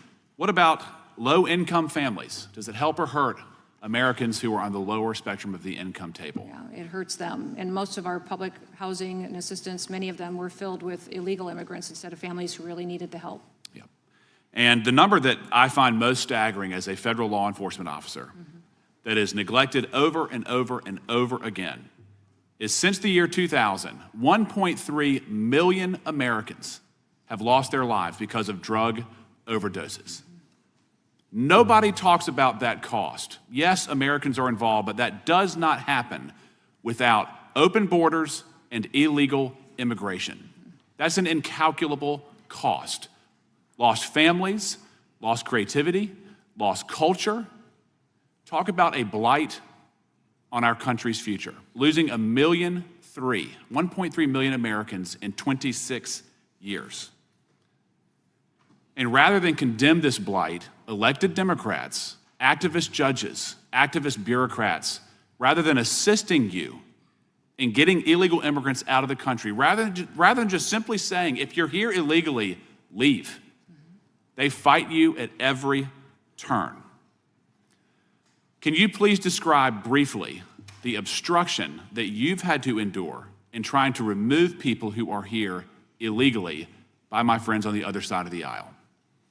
Well, activist federal judges many times force us to cease operations or to stop detaining individuals while we go to appeal and have to win at a higher court that is more fair and recognizes the legality and the constitutional rights that American citizens have and how our law enforcement operators and officers do their work each and every day. So it is. What about it's local law challenging. enforcement and sanctuary jurisdictions? Have they obstructed your efforts? That's one of the reasons why you see so many of our agents in an area when we have to do a targeted enforcement, is that we also have to, because we don't have the back of local law enforcement, have to secure the scene and make sure we're prepared for any kind of a situation that might come up. Mr. Chairman, I'm going to close with this. To any of the members of the audience and the Angel families who are here for your own personal tragedy, if you believe that the open border advocates in the Democratic Party care more about you as opposed to illegal immigrants, I want you to stand up. Not one person is standing up. Not one person on the other side of the aisle is committing to help you, Madam Secretary, remove people who are here illegally. And it really ticks me off when people say they have not committed a crime, so we shouldn't deport them. What that is saying in another sense is we want an American to be victimized from someone who is here illegally before we take action. That's disgusting. If you're here illegally, you should leave the country. That should not be too radical. Gentleman yields back. We have a couple unanimous consent requests from the ranking member. Mr. Chairman, thank you very much. Politico, April 25, 2025. Judge says 2-year-old U.S. citizen appears to have been deported without due process. Objection. And The Guardian, January 27, 2026. 5-year-old deported to Honduras despite being U.S. citizen is the latest child victim of Trump crackdown. Without objection, the committee will be in recess for 10 minutes, and then we will resume with the Secretary.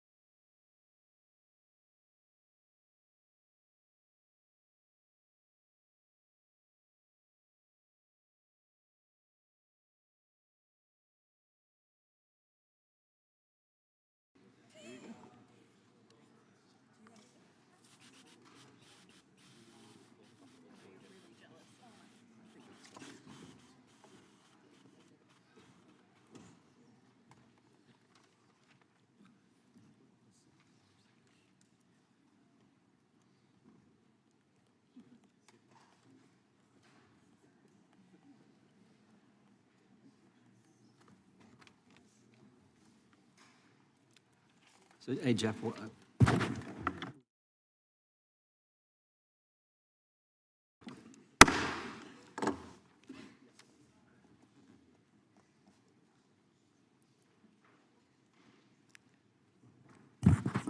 Committee will come to order. Chair now recognizes the gentlelady from Washington for 5 minutes.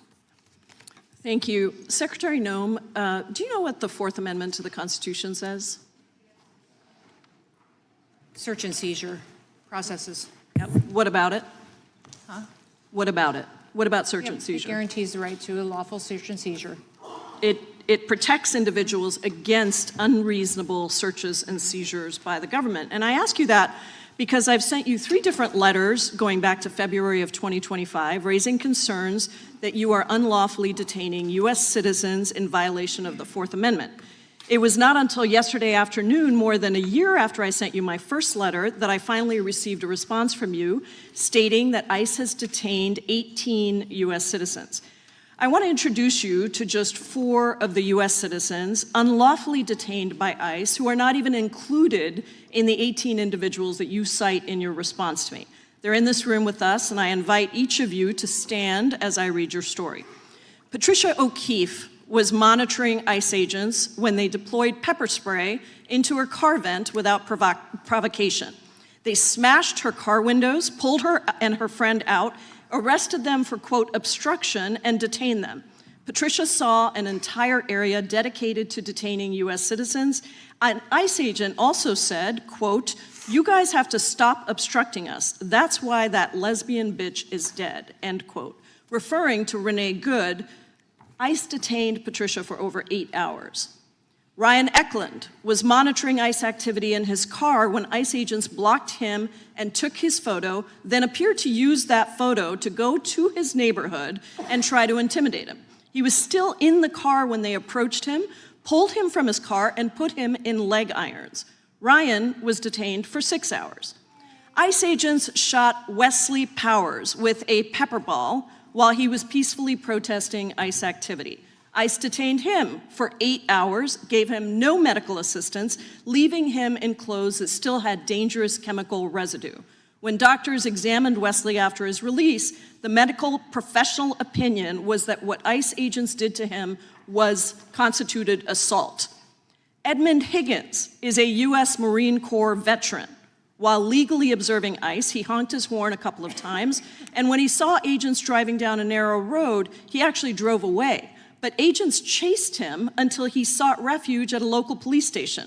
When agents drew their firearms and pointed them at Edmund, well-trained local police officers diffused the situation, but your agents still insisted on detaining Edmund for 6 hours.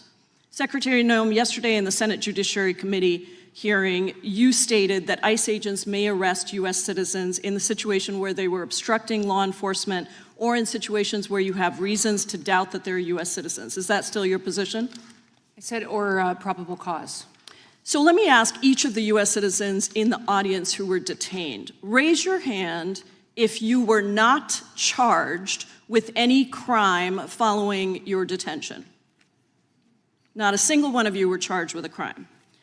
Now raise your hand if any of you were not even asked to prove that you were U.S. citizens during your detention. Not a single one of you were even asked about your citizenship status, making it clear that DHS agents simply don't care that they're arresting U.S. citizens. Now please raise your hand if you were detained by ICE simply for legally protesting or monitoring ICE activity under your First Amendment rights. All 4 U.S. citizens have raised their hands that they were detained simply for legally protesting or monitoring ICE activity. Secretary, these are not 4 isolated incidents. ProPublica's reporting puts the number at over 170 U.S. citizens detained in just the first 8 months of the administration, which doesn't even include Operation Metro Surge in Minnesota. None of these 4 U.S. citizens were charged with a crime. None had their citizenship questioned, and all were lawfully exercising their First Amendment rights. Do you have anything you want to say to them or the millions of American citizens across the country that are watching this and horrified at what your department is doing? Well, context is critical in each of these situations. To know the full range of what happened in each of these situations before and after the incident and their arrest. Secretary, not a single one was charged with a crime. Not a single one, and they were detained. And let me just reclaim my time for my final seconds. DHS is supposed to be protecting our residents and upholding constitutional protections, but you've turned that on the head. You have actually turned the United States government against its own residents, and you've had multiple chances to take accountability, to apologize to these folks and others across the country, but you have failed to do it. Yours is a case of failed leadership, Secretary. You need to resign, be fired, or be impeached. The time of the because you don't have the right to lead this agency. The time of the gentlelady has expired, and she yields back. The gentleman from New Jersey is recognized. Thank you. Secretary, thank you for being here. Sorry you got to go through some of the stuff you're going through today, but I guess that's what they tell me. It's part of the job, right? Mm-hmm. You know, I don't know where to begin. Because, I mean, I guess we begin at the beginning. Let's get back to the real elementary issues here, why we are where we are. This does not happen in a vacuum. And the first danger I want to talk about, just to put it in context, is the open borders. Millions upon millions of people let into our country illegally, purposefully, knowingly, without question.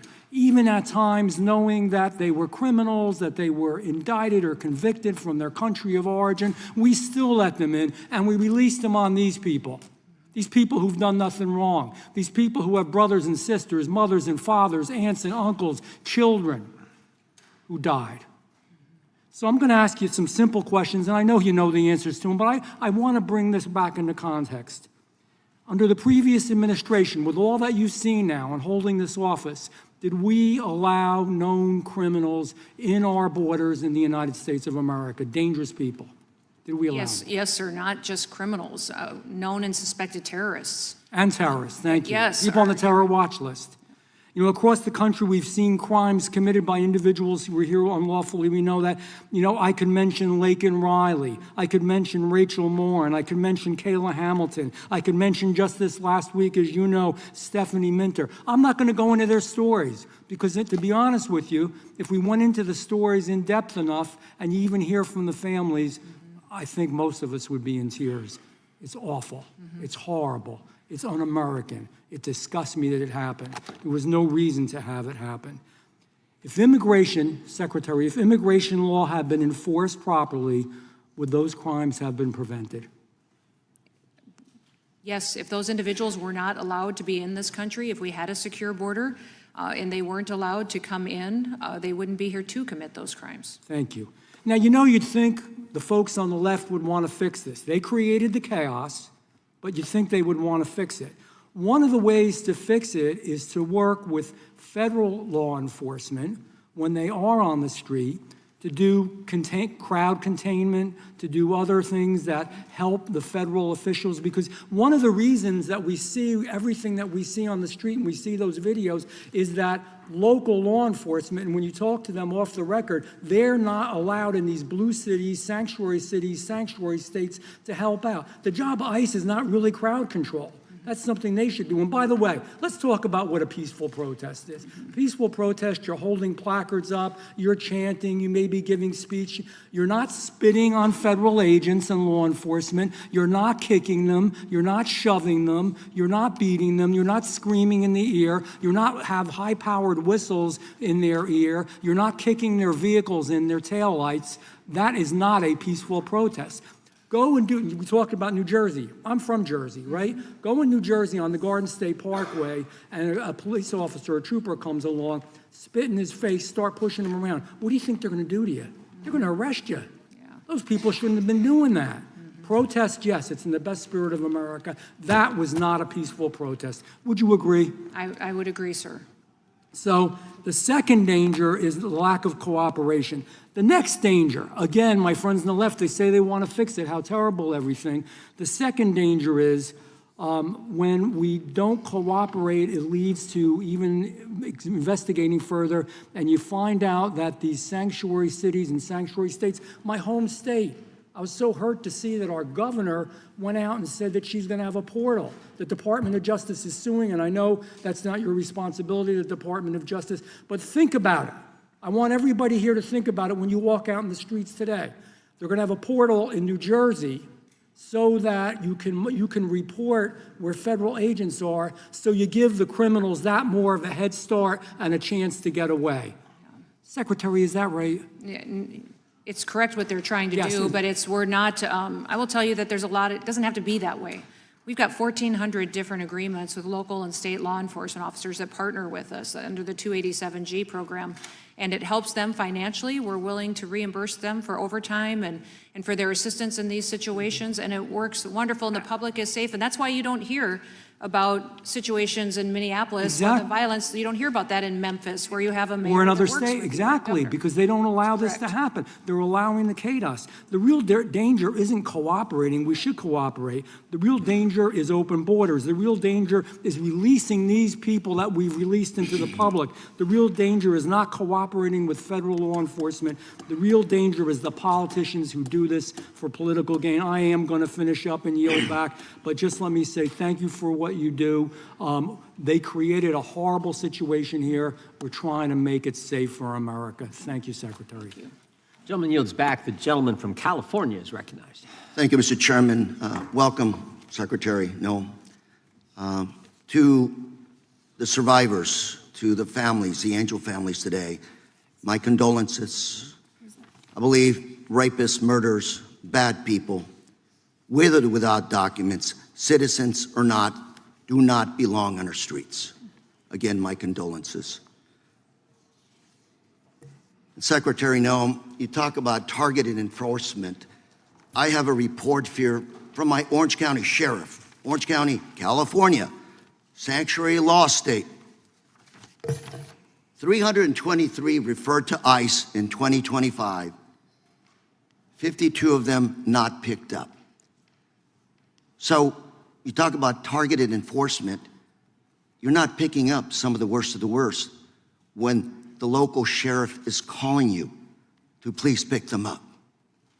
Need to work on that, Madam Secretary. I will, sir. If that is the case, we will fix that. And I'm happy to give you this report before you leave. Thank you. I'm going to submit it also for the record.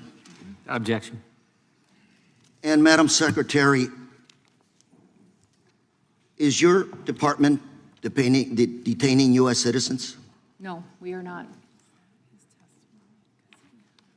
We have, Have you taken any American citizens to your facilities to be processed?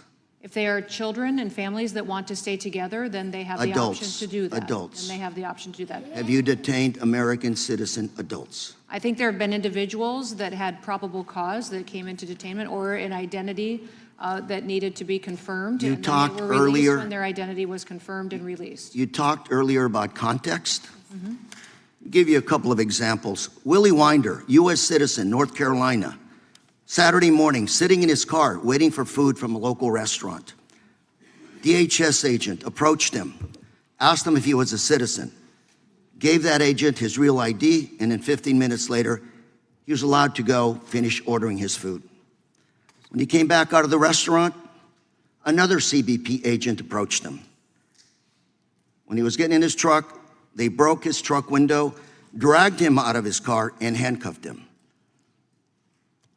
Showed his ID, but they didn't believe him. Moments later, they released him. Yoshi Villamar, U.S. citizen, again, North Carolina, owns a landscape business.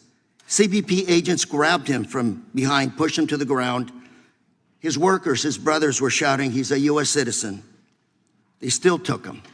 Despite having identity, show him a U.S. citizen, he was still carried out. Again, they weren't at a protest. These individuals were just minding their own business, going to work. So, Secretary Noem, when I was growing up, ICE agents would stop me out in the street, and they would ask me, are you a U.S. citizen? And my answer would be yes, and that was enough. Today, that's not the case. So what would you say, what do you suggest I tell my citizens back home? Have a passport with you all the time? No, I would tell your citizens to be grateful they live in this country where President Trump is We upholding the are, law. but ma'am, Those that if are you're here stopped as a illegally- U.S. citizen out in the street, those that are here and you illegally tell people the U.S. citizen and you're still held, should return back to their that is home not the country before we're they're supposed to that we live will in. voluntarily help them self-deport if they would like to. These are American citizens, ma'am. Do I tell my children to carry a U.S. passport? No, I would not say they would have to. But I they're would say stopped, if and they are legal sometimes citizens, they don't take have those anything to worry passports, about. your agents throw them out, and they grab them anyway. You're terrorizing American citizens. Let's turn to another one. Okay, databases. One of your ICE officers in Maine recently told an observer that they're creating a database. Are you creating a database, ma'am? No, of we are not Americans? creating a database. Let's watch a video here. To record. Exactly. Yeah. That's what we're doing. Yeah. Why are you taking my information down? Because we have a nice little database. Oh, good. And now you're considered a domestic terrorist. So We're videotaping you? Are you crazy?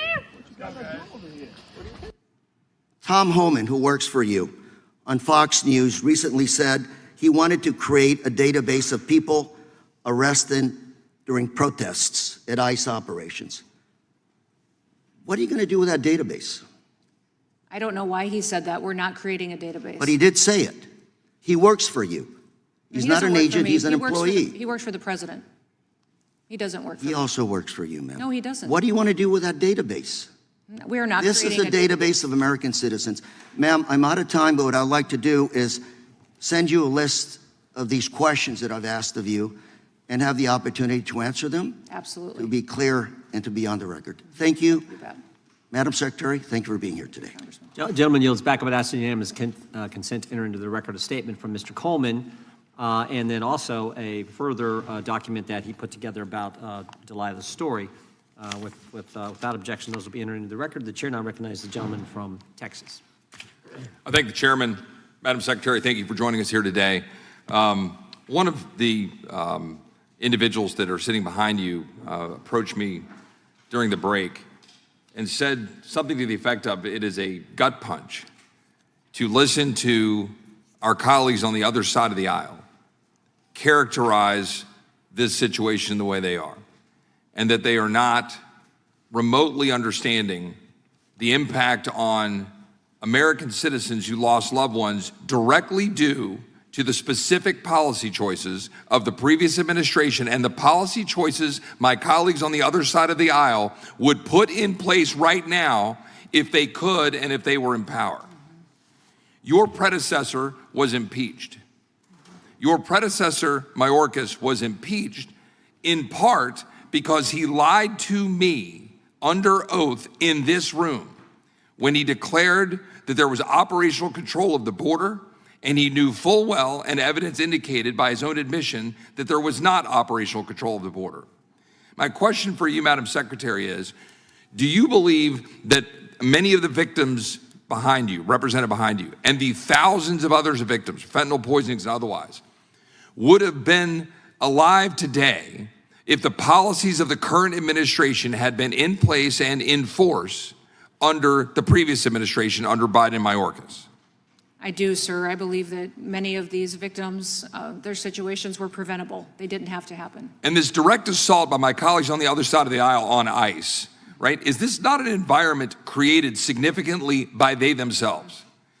When you have the Minnesota governor calling ICE enforcement the modern day Gestapo, when you have the Minneapolis mayor telling ICE to get the F out of Minneapolis, when you have the Illinois governor claiming the United States is essentially becoming Nazi Germany, when you have House Minority Leader Jeffries calling for people to, quote, fight President Trump's enforcement agenda in the streets, end quote, does that not create the environment that they decry right now, undermining ICE and endangering citizens, the very citizens you have behind me who expect us to do our job and secure the border and secure our communities?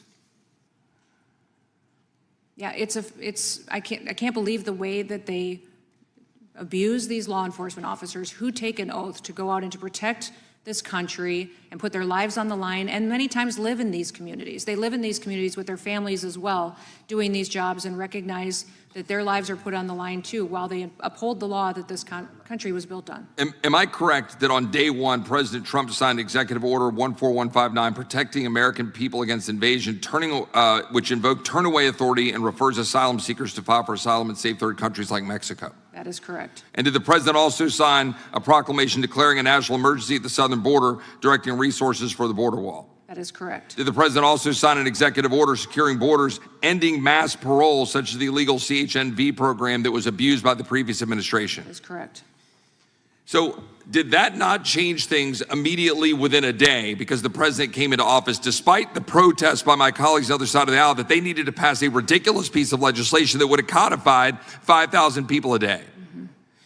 My question here is, now I want to turn it back on Congress. If we have a future Biden and Mayorkas, will those policies be able to be reversed on day one? Yes. Right.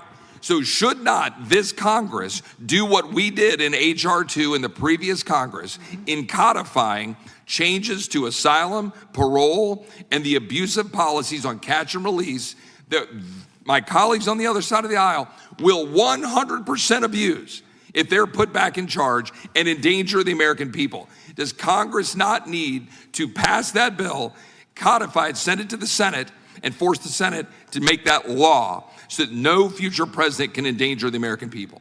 Yes, please do that, and I believe President Trump has asked you to do that. One last question in my 45 seconds. I'm sure the Secretary is well aware of what just occurred in Austin, Texas, a place where my family lives. A shooter went into a bar and shot up a bunch of University of Texas kids and other citizens in Austin.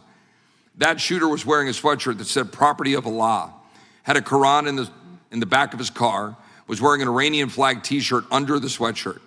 That individual came to the United States in 2000, overstayed his visa, then applied to be able to have LPR status on the back of an alleged marriage, then 6 years later got citizenship under Obama, then tried to get citizenship for two different named women, then was arrested for a hit and run in 2022.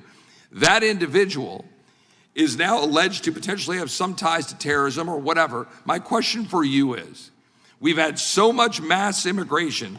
Is not the president's policies on pausing certain countries' immigration a positive thing to stop that kind of stuff that we just had unfold in Austin? And a follow-up, should we not statutorily pause immigration to prevent those kinds of people from being in the communities of the United States? Gentleman's time has expired. The Secretary can respond.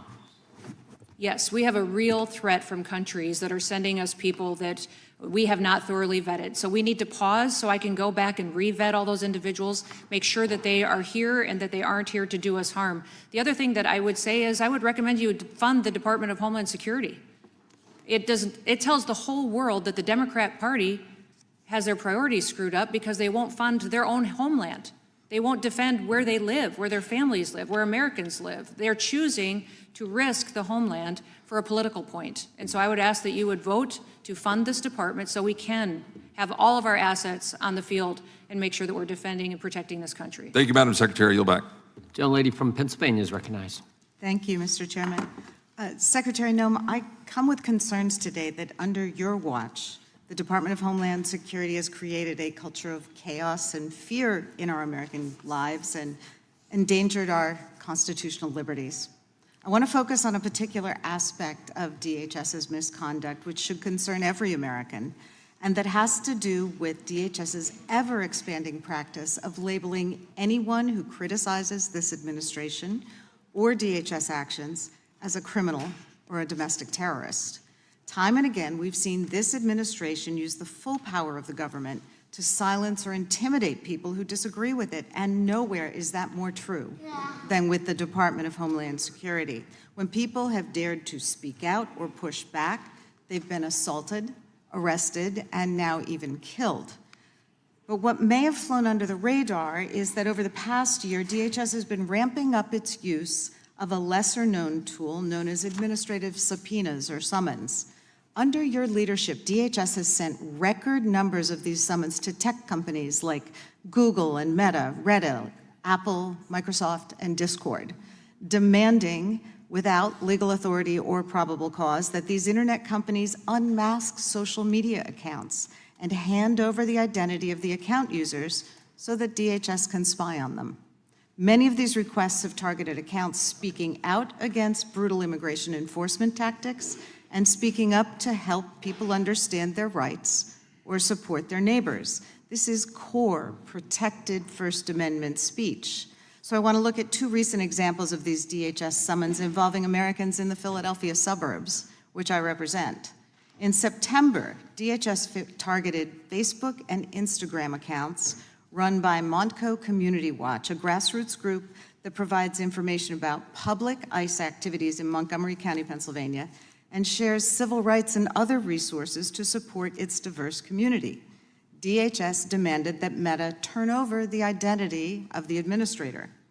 In November, DHS demanded that Google share the address and other private information of a retired gentleman who hosts gatherings of friends to write postcards to elected officials after he sent an email to a DHS official identified in a Washington Post article asking that the agency consider decency in its efforts to deport an Afghan refugee who'd been an ally to American troops.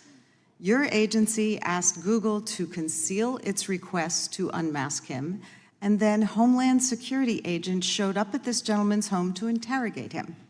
These are just two examples, and in neither case was there any evidence of threats or criminal activity. Now, these two American citizens were able to secure lawyers and challenge these illegal demands in court. We've seen that DHS's bad faith requests don't hold up and have been forced to withdraw these demands because they don't withstand legal scrutiny. But not every American who's targeted has the time or the wherewithal to challenge the federal government, and that is the point.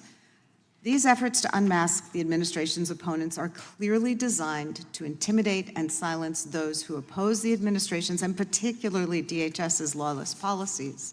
So, Secretary Noem, can you tell us how many of these administrative summons DHS has issued in the past year to technology platforms seeking the identity or personal data of users who've criticized this administration and its actions? The individuals that work at the Department of Homeland Security and specifically in investigations follow all federal laws and constitutional laws. And I understand that you may not follow the agree right with process. this. Well, Can you tell us how many subpoenas or I can administrative find out requests. how many of those have been filed, and I will Okay, get will you that back to you. provide I do that not to know us? that off the top of my head. What I That's- would say Can you is tell we me do who it is that appreciate- administers that program? Is there anyone who's I in don't know which charge of department it? or agency you're talking about, because USCIS would do some of this. Homeland Security Investigations does the vast majority of our investigations into financial fraud, into immigration fraud, into fraud when it Okay, so regards it to could what be is a going on in number of Minneapolis. different agencies But beyond that, within we also have DHS. CISA, which is our cybersecurity agency. You have defended DHS's actions repeatedly as using legal tools. But both the courts and DHS's own Inspector General have advised that DHS is misusing these tools in violation of the law and the Constitution. And that's exactly why no government agency is allowed to spy on Americans simply because they're sharing their opinions online. So I would request that you do provide that Are not information to spying the on committee. individuals. If any It's spying on administration people was when spying they're on people, it exercising was their the Biden First administration. Amendment rights. Thank you, Mr. Chairman, and I yield back. The lady yields back. The gentleman from California is recognized for 5 minutes. Good afternoon, Secretary Noem. I understand you have a lot on your plate and have an extraordinarily complex job to protecting the homeland in its entirety. And as I know you understand, my job is to represent my constituents. And I did need to bring up today a few specific ways in which right now my constituents are not being well served by your department, and see if we might be able to find a way forward. So there's a grant from one of the counties that I represent in Plumas County. It's a hazard mitigation grant worth $2.5 million called the Plumas County Ignition Resistant Construction and Dispensable Space Project. It includes home hardening and defensible space in a partnership between Plumas County and the Plumas County Fire Safe Council to mitigate no less than 64 homes in this rural fire-prone region to reduce and/or prevent physical damages to residential properties resulting from wildfires by conducting defensible space measures and residential retrofitting to be more fire-resistant. I should note this is a county that has already been struck by one of the worst wildfires in state history. So this has been through all of the approvals, through Cal OES, through FEMA, and since June of last year, it's just been waiting for your signature, which I understand is a new requirement that anything over $100,000 needs the Secretary's approval. So our office reached out in December of last year because there was a time issue with December 31st being the date that matching state funds were going to expire. We didn't hear back, and that deadline passed. Luckily, we got an extension from the state. So then in January, after the extension was given until February 1st, our office requested a meeting between me and you. There was not a meeting granted. Luckily, the extension of the state funds was extended until March. So in February, the grant remained unsigned. Our office has heard nothing. We've gotten no updates from the Department of Homeland Security. We've been in constant contact every week. So do you have any idea why it is we can't get movement on this? I don't, sir, and I'll find out for you, but I will tell you that it is not with my office. If this is a grant that has been held up, it's been held up at FEMA, and I will get to the bottom of it.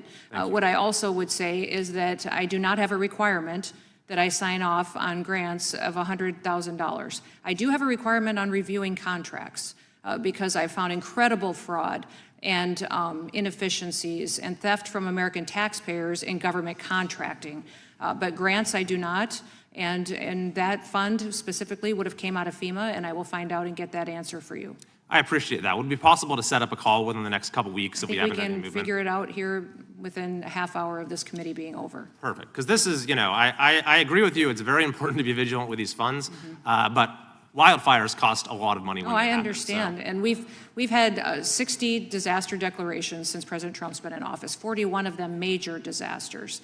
FEMA is dispersing funds on grants and relief and public assistance and individual assistance twice as fast than it ever has in its history.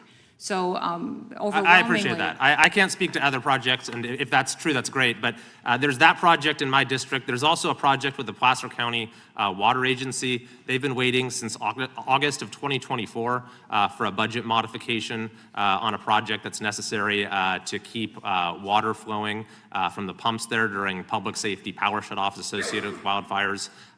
We've been waiting to hear since August of 2024. Is that something you might be able to look into for us as I'll well? look into, and the one thing that I think is good for everyone to be aware is that in order for FEMA to disperse funds, at times there has to be invoices turned in, costs proven out in order for that matching dollar and that grant to be awarded. There we have found incredible fraud in some of these grants that were run by the Biden administration, where they were diverted to DEI projects or to projects that had nothing to do with why that grant was created, and we're getting it back on mission. I I'll look understand at that. those two. Thank you. And I will ensure that we look at them and make the right decision as to getting those paid out if they are due and if they fit the program and if they aren't fraudulent. I appreciate that, and they're not, I can assure you. And we got one more, which is in El Dorado County. This is a $25 million project. Funding has been approved. There's matching state funds, covers 525 homes for high wildfire risk. They've been waiting on the NEPA approval since January of 2025. Another very important project for fire mitigation in my area. So I just wanted to bring these to your attention. I've been very critical of Governor Newsom and the state leaders in California for not taking the issue of fire mitigation seriously, not doing what they should. So I do feel like I need to advocate with equal force for making sure that we're doing everything we can at the federal level to keep our citizens safe. And I appreciate it. I think what happened there was tragic and a failure of local leaders to protect people and to help them. We will do all that we can, and President Trump is committed to. But yes, the failure by Governor Newsom and also by Mayor Bass was incredible. I agree with you there 100%. Thank you, Madam Secretary. I yield back. Gentleman yields back. Unanimous consent request from the gentleman from Texas. Yeah, Mr. Chairman, I ask unanimous consent to insert the record an article from the Hill Country Community Journal, Kerrville's hometown paper, outlining, and it's titled, Kristi Noem Joins Governor in Support of Kerr Community, Tours Areas of Destruction from last summer. I was personally there. Without objection. Secondly, I'd like to insert into the record an article titled, Trump Recounts Daring Texas Flood Rescue Reunites Camper with Coast Guard Swimmer at State of the Union, for the record. And I thank the Secretary. Without objection. The gentleman from Colorado is recognized. Thank you, Mr. Chairman. Good afternoon, Madam Secretary. Thank you for being here. I want to discuss in greater detail the expansion of advertising in your department under your tenure, and I believe you testified regarding some of these matters yesterday in front of the United States Senate. In particular, I want to discuss the department's $220 million ad campaign. This is the ad campaign that featured you at Mount Rushmore. You're familiar with this ad campaign, correct? I am familiar with it. It was an ad So campaign that was I'm going to ask you some placed questions about it, to- Madam Secretary. So, Okay. as I understand it, this is a $220 million ad campaign. It's split between two contractors. One of those contractors got $143 million. That contractor is called Safe America Media, correct? Correct. Okay. That company is affiliated with a former political director of the National Republican Congressional Committee.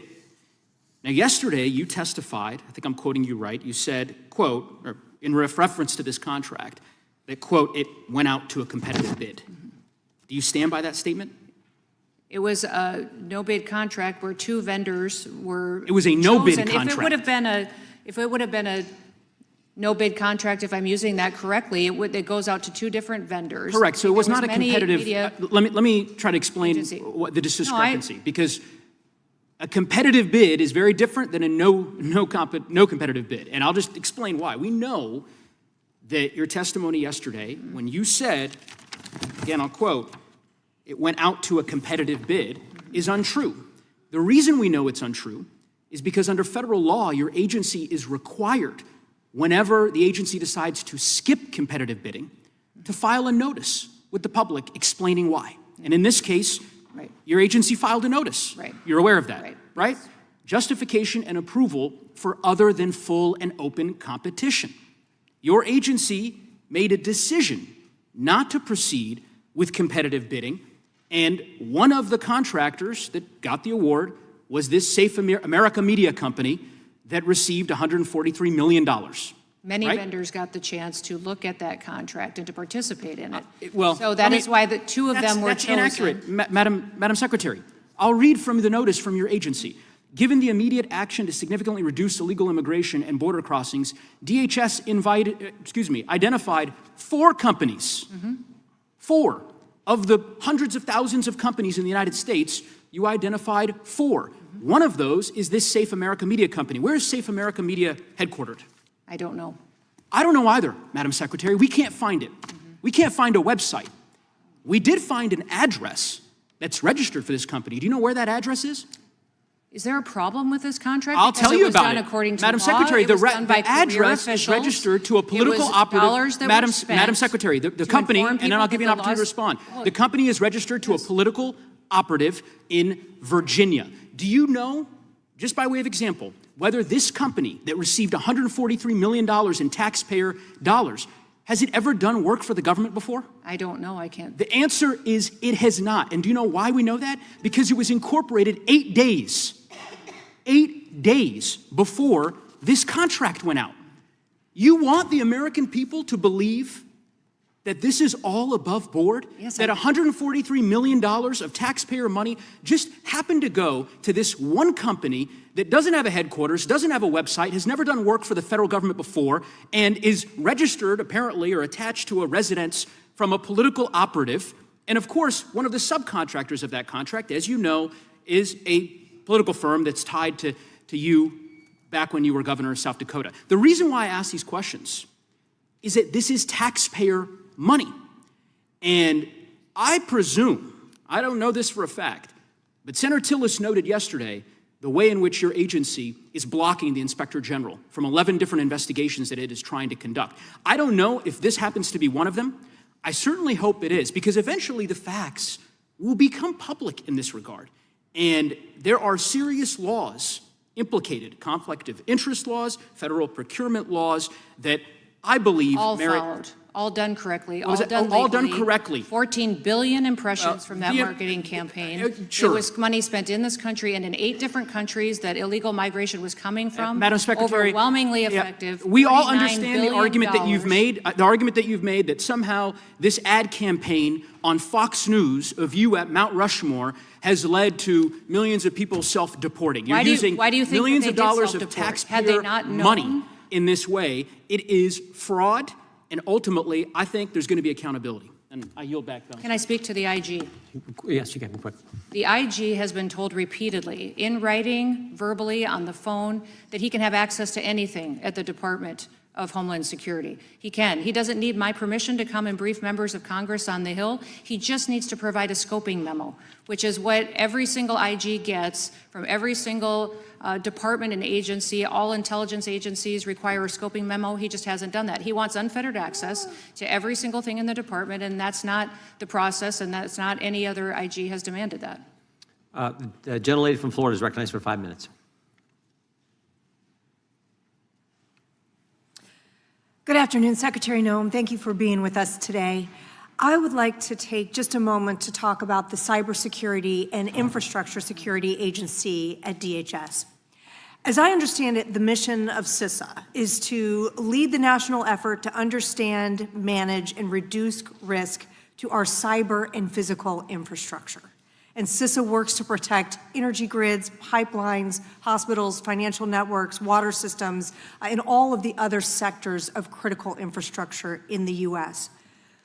Is it a correct characterization that CISA itself plays a critical role in monitoring threats against the cyber and physical infrastructure of our country and working to prevent such attacks against our homeland? Yes, absolutely. In fact, CISA has had billions of interactions stopping threats online from attacking not just our country for a national security reason, but also our critical infrastructure, our electrical grids, our telecoms, our water systems. We work with state and local offices and agents and governments every single day to help them secure their systems as well, recognizing they feed into the protection of the federal government as well. Isn't it also true that if a hostile nation or proxy launched a coordinated cyber attack against our domestic critical infrastructure systems, that CISA would play a lead role in coordinating the federal response to that attack? That is correct. CISA is charged with identifying vulnerabilities that we have in our systems, and then also recommending mitigation measures that people can take to harden their systems. So we hunt down the bad actors and then harden systems to prevent those cyber attacks. And particularly right now, given the ongoing tensions in the Middle East, do you expect that Iran and its cyber proxies may actually attempt retaliatory cyber actions against the United States and its infrastructure? Yes, and they do. They do on a regular basis. With that backdrop in mind, is part of CISA's workforce furloughed right now? Yes, they are. About 2/3 of that agency is not in the office because the Democrat Party has chosen not to fund the Department of Homeland Security. So there are components of the Department of Homeland Security and CISA specifically, as we've been discussing, that are dedicated to protecting the critical infrastructure of our country. A substantial portion of those staff right now are furloughed because Democrats have refused to fund the Department of Homeland Security. Is that right? That is correct. Secretary Noem, does CISA also have a role in protecting our nation's elections infrastructure? Yes, the agency and the department is charged with protecting critical infrastructure, and elections are deemed critical infrastructure under the statute and law. You touched on something a moment ago that is also particularly important as it relates to elections, and that is CISA's work to partner with state and local officials to make sure that everyone understands the threat landscape, preventive strategies, threat mitigation. Share with us a little bit more about CISA's work, particularly with state and local election officials, to make sure that our elections are secure. Well, CISA works with other intelligence agencies to identify where there may be vulnerabilities in the election system, what kind of technology or components are easily susceptible to hacking, and then reporting that to states who are charged with running elections, and letting them know where those vulnerabilities are. We can give them mitigation measures that can be taken to help protect those systems, and what else they could do as far as recommendations on after elections doing auditing as well, to ensure that if machines are used or if they are hooked online or had access to individuals who could be involved in hacking or corruption, that they have the ability to audit their election afterwards to ensure that it was accurate and that American citizens had their ballots counted. Are these efforts by CISA also being negatively affected due to the shutdown of funding to your department at this time? Yes, everything at the department's being affected right now. We have over 100,000 employees who are furloughed. We've got even law enforcement officers, security officers. TSA is not funded. Those individuals are showing up every day and working without any pay to keep our national security at the front and center for people that are traveling by planes across this country, and they continue to do that. And it is incredibly impactful on our administrative processes, on our contracting offices, on our ability to work across departments to share information. My hope is that today you are all successful in passing a funding bill for this department so that we have all of our players on the field to defend the country. And in your opinion, Secretary Noem, does the Democrats' failure thus far to agree to fund the Department of Homeland Security result in a risk to our national security? Well, we are doing everything that we can to defend the country and to protect the country. We'll continue to do that. They are making our job very difficult to do that. Thank you, Mr. Chairman. I yield back. Gentlelady yields back. The unanimous consent from Gentlelady from Pennsylvania. Thank you. I'd seek unanimous consent to introduce an article from the Washington Post dated February 3rd, 2026. Homeland Security is targeting Americans with this secretive legal weapon. Without objection. Also, an article from the New York Times, February 13th, 2026. Homeland Security wants social media sites to expose anti-ICE accounts. Without objection. And finally, a report from November 16, 2017, the Inspector General of Department of Homeland Security. Management alerts CBP's use of examination and summons authority under 19 U.S.C. Section 1509. Without objection. Thank you. Ranking members recognized. Mr. Chairman, thank you. I seek unanimous consent to enter the record a ProPublica article, November 14, 2025, titled "Firm Tied to Kristi Noem Secretly Got Money from $220 Million DHS Ad Contracts." Without objection. Chair now recognizes the gentlelady from Georgia. Thank you, Mr. Chair. Secretary Noem, you claim that you are going after the worst of the worst. If you were doing that, I would really be cheering you on, but this simply isn't the case. That's false. Rodney Taylor, who is incarcerated at Stewart Detention Center in Georgia, he's a prime example. He's 47 years old and works as a barber. When he was 2, he was brought to this country legally on a medical visa to address his extensive disabilities. He needed a medical care for a deformed left foot, a missing right foot, and 3 fingers missing on his right hand.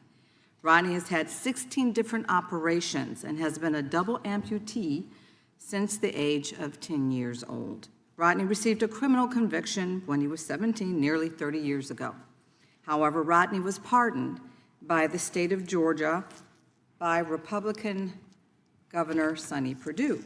And since then, Rodney has lived a law-abiding life and has a green card application that's now pending. And no administration, including the first Trump administration, has sought to remove Rodney from this country. In January 2025, he entered ICE detention, and his health has deteriorated quickly since then. Rodney has experienced several health challenges, including bone spurs in his back causing severe pain. Rodney sought medical care multiple times while detained, but was rejected. He is unable to use a wheelchair because his right hand only has one full finger, making it impossible for him to push it. He's unable to walk on his prosthetic legs because he's lost 20 pounds and they simply don't fit him anymore. On top of this, he's at the mercy of other detainees just to get food, since he can't get himself to and from the cafeteria. Rodney's disabilities make it nearly impossible for him to shower. He went 6 days without showering because the detention center lacked the appropriate medical equipment. When he finally got a shower stool, he found moldy showers covered in feces and bodily fluids just yesterday. He was threatened with disciplinary action if he tries to use that shower stool. Rodney must crawl through that muck and squalor of feces and bodily fluids to enter and exit the shower. This is despicable. It's inhumane torture that no person should have to endure. And today, we have Rodney's wife, Mildred Donis Taylor, and her daughters, please stand, who are United States citizens. Secretary Noem, can you honestly tell Rodney's wife and family and the American people that are watching that these cruel and unusual conditions are acceptable under your watch?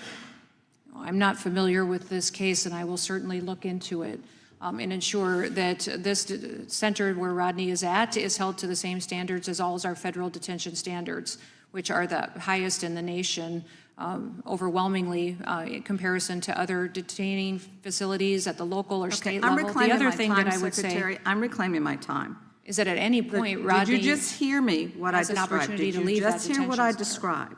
He has to crawl through mold and feces and bodily fluids just to take a shower. He can't even get medical care. Every This one is of our absolute detainees, lunacy, and you know it.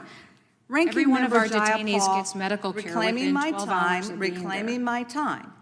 Ranking Member Jayapal, myself, and 20 of my colleagues, we wrote to you about Rodney's treatment more than 2 weeks ago. Yes or no, have you actually read the letter? No, I have not heard of this case, so I will see Let what me tell that you, I letter have the is letter at. right here. And would you like to read it? Because I'm more than happy to bring a staff that'd be member great. down to That'd it. be fantastic. Absolutely. Thank you, I appreciate that. I will look into the So case. then, if you're going to look into the case, can you tell us how long it'll be before we actually get a response from you? Maybe 2 weeks? No, I'll get you a response. Because get the information. we deserve an answer, and Rodney's family definitely deserves an answer, because this is inhumane treatment. And this leads me to believe that there are so many other detainees that are being treated exactly the same way, and this is despicable. Secretary, will you promise his wife and this committee and the American people that you will review, you've said that, but I want you to make a formal promise that you will review Rodney's case and provide a thorough response on whether it's in the public interest to keep him in these conditions, and we'd like to know within the next 2 weeks. Are you telling me within the next 2 Absolutely. weeks? I will review this case and Good. get a response back Good. to you I will be and to following Rodney's up with family. you as much as it possibly takes. I do want you to Rodney know, Mr. is Chairman, not the if I may worst say, of the worst. I reclaim my time. Rodney's not the worst of the worst. This is truly a miscarriage of justice, and I yield back. Gentlelady yields back. The gentlelady from Wyoming is recognized. Secretary Noem, I want to go a little bit different route here on some issues that are very important to Wyoming. There's a very important enforcement issue related to my constituents in Wyoming. Sugar beet farmers are important for Wyoming's economy and the economies of so many other states. Unfortunately, foreign entities are circumventing our laws to bring in sugar and displace these hardworking farmers. I know that there is a Section 1516 petition in front of the CBP right now challenging these imports. And would you please commit to us today to quickly addressing this petition to ensure that our laws and trade agreements are being enforced? Yeah, I will look at that. Thank you. Under the leadership of the House Judiciary Committee, this Congress is proposing decisive action to punish sanctuary cities and states for their illegal actions. Because the reality is that these so-called sanctuary jurisdictions should not be receiving the benefits of federal policies and programs while they are actively, intentionally, and publicly violating federal law. The Department of Commerce estimates that over 1.1 million foreign college students contribute over $50 billion annually to the communities where they attend school. The states receiving the majority of this benefit from the federal student visa program are sanctuary states such as California, New York, Massachusetts, and Illinois. It is ridiculous for these sanctuary jurisdictions to profit from the legal immigration system while aiding illegal immigration. Secretary Noem, understanding that the student visa program is jointly run by DHS along with the State Department, have you considered applying scrutiny over student visas for students seeking to attend schools located within sanctuary jurisdictions? Yes, we are, and we're using the SEVIS program to do a lot of that work and partnership with the Department of State. I would say that the Department of Education has been very helpful as well in working with these universities and colleges to ensure that they recognize the benefits of being a student here in this country, being here on a visa, that it is a privilege that is afforded to those individuals, and that the cities in which they're located in should be working with federal law enforcement officers and public safety officials to ensure a safe environment for everyone. Well, I have introduced legislation. It's called the No Student Visas for Sanctuary Cities Act that would cut off student visas for schools located within sanctuary jurisdictions until they comply with federal immigration law and they certify that compliance. I would appreciate the opportunity to work with you to implement this much-needed check on these rogue cities and states. Would you commit to working with me on that? I'll work with you on that. Wonderful. One of the most dangerous consequences of the Biden-Harris border crisis is the rate and ease by which illegal aliens without basic qualifications like English language proficiency have obtained commercial driver's licenses or CDLs. President Trump's April 2025 executive order restored English language proficiency enforcement on our highways and rightfully brought heightened scrutiny to this issue. For example, over 50% of New York's non-domiciled CDLs were issued illegally to foreign drivers, while California has admitted to doing the same for approximately 17,000 non-domiciled CDLs.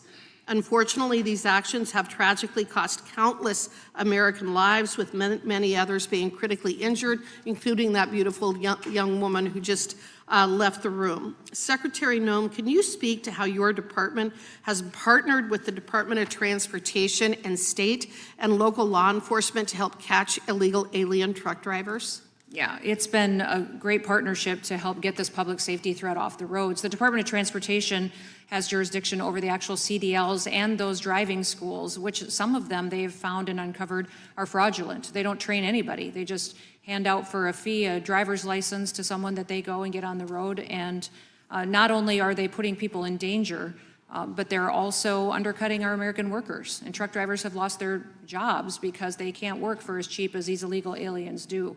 And I would say, and Delilah's father's one of them. That's that right. Said he can't pay his bills at 40 cents a mile, but these illegals can because they're on public assistance when they come, because they've been facilitated in, they don't pay taxes, and then they can undercut American workers for jobs. What else I would say is that we work with our local and state law enforcement where we can to do interdictions on our roads to get as many of them off the road as soon as possible. I know the state of Indiana lost 6 people in just a very short period of time from these drivers killing innocent Americans and civilians. I'll just give you some stats from the state of Wyoming, the least populated state in the nation. Earlier this year, the Laramie County Sheriff's Office led a 3-day operation with support from ICE that resulted in 82 commercial trucks being stopped, 32 illegal immigrants arrested, and 51 tickets being written. How important are these types of federal-state partnerships to your operations when it comes to removing these dangerous actors from our roadways? Oh, they're very incredible because the state and local law enforcement know how to make these operations effective. They know where we should be, where these truck drivers are, how we should do enforcement, and we partner with them in a task force model to do immigration enforcement. Thank you for that, and I yield back. The lady yields back. Unanimous consent from the lady from Georgia. Thank you, Mr. Chair. I have a unanimous consent request since Secretary Noem claims not to be familiar enough with this case. From March 2025, a CNN article covering Rodney's story. From June 2025, a Fox article titled Protests as ICE Detains Disabled Atlanta Barber Despite State Pardon, covering Rodney's story. An article from September 2025 titled Detained by ICE, Gwinnett Barber with Amputated Legs Petitions for Release. And lastly, I'd like to also submit the letter that Ranking Member Jayapal, myself, and all of our colleagues sent to Secretary Noem in February. Without objection, the gentlelady from North Carolina is recognized.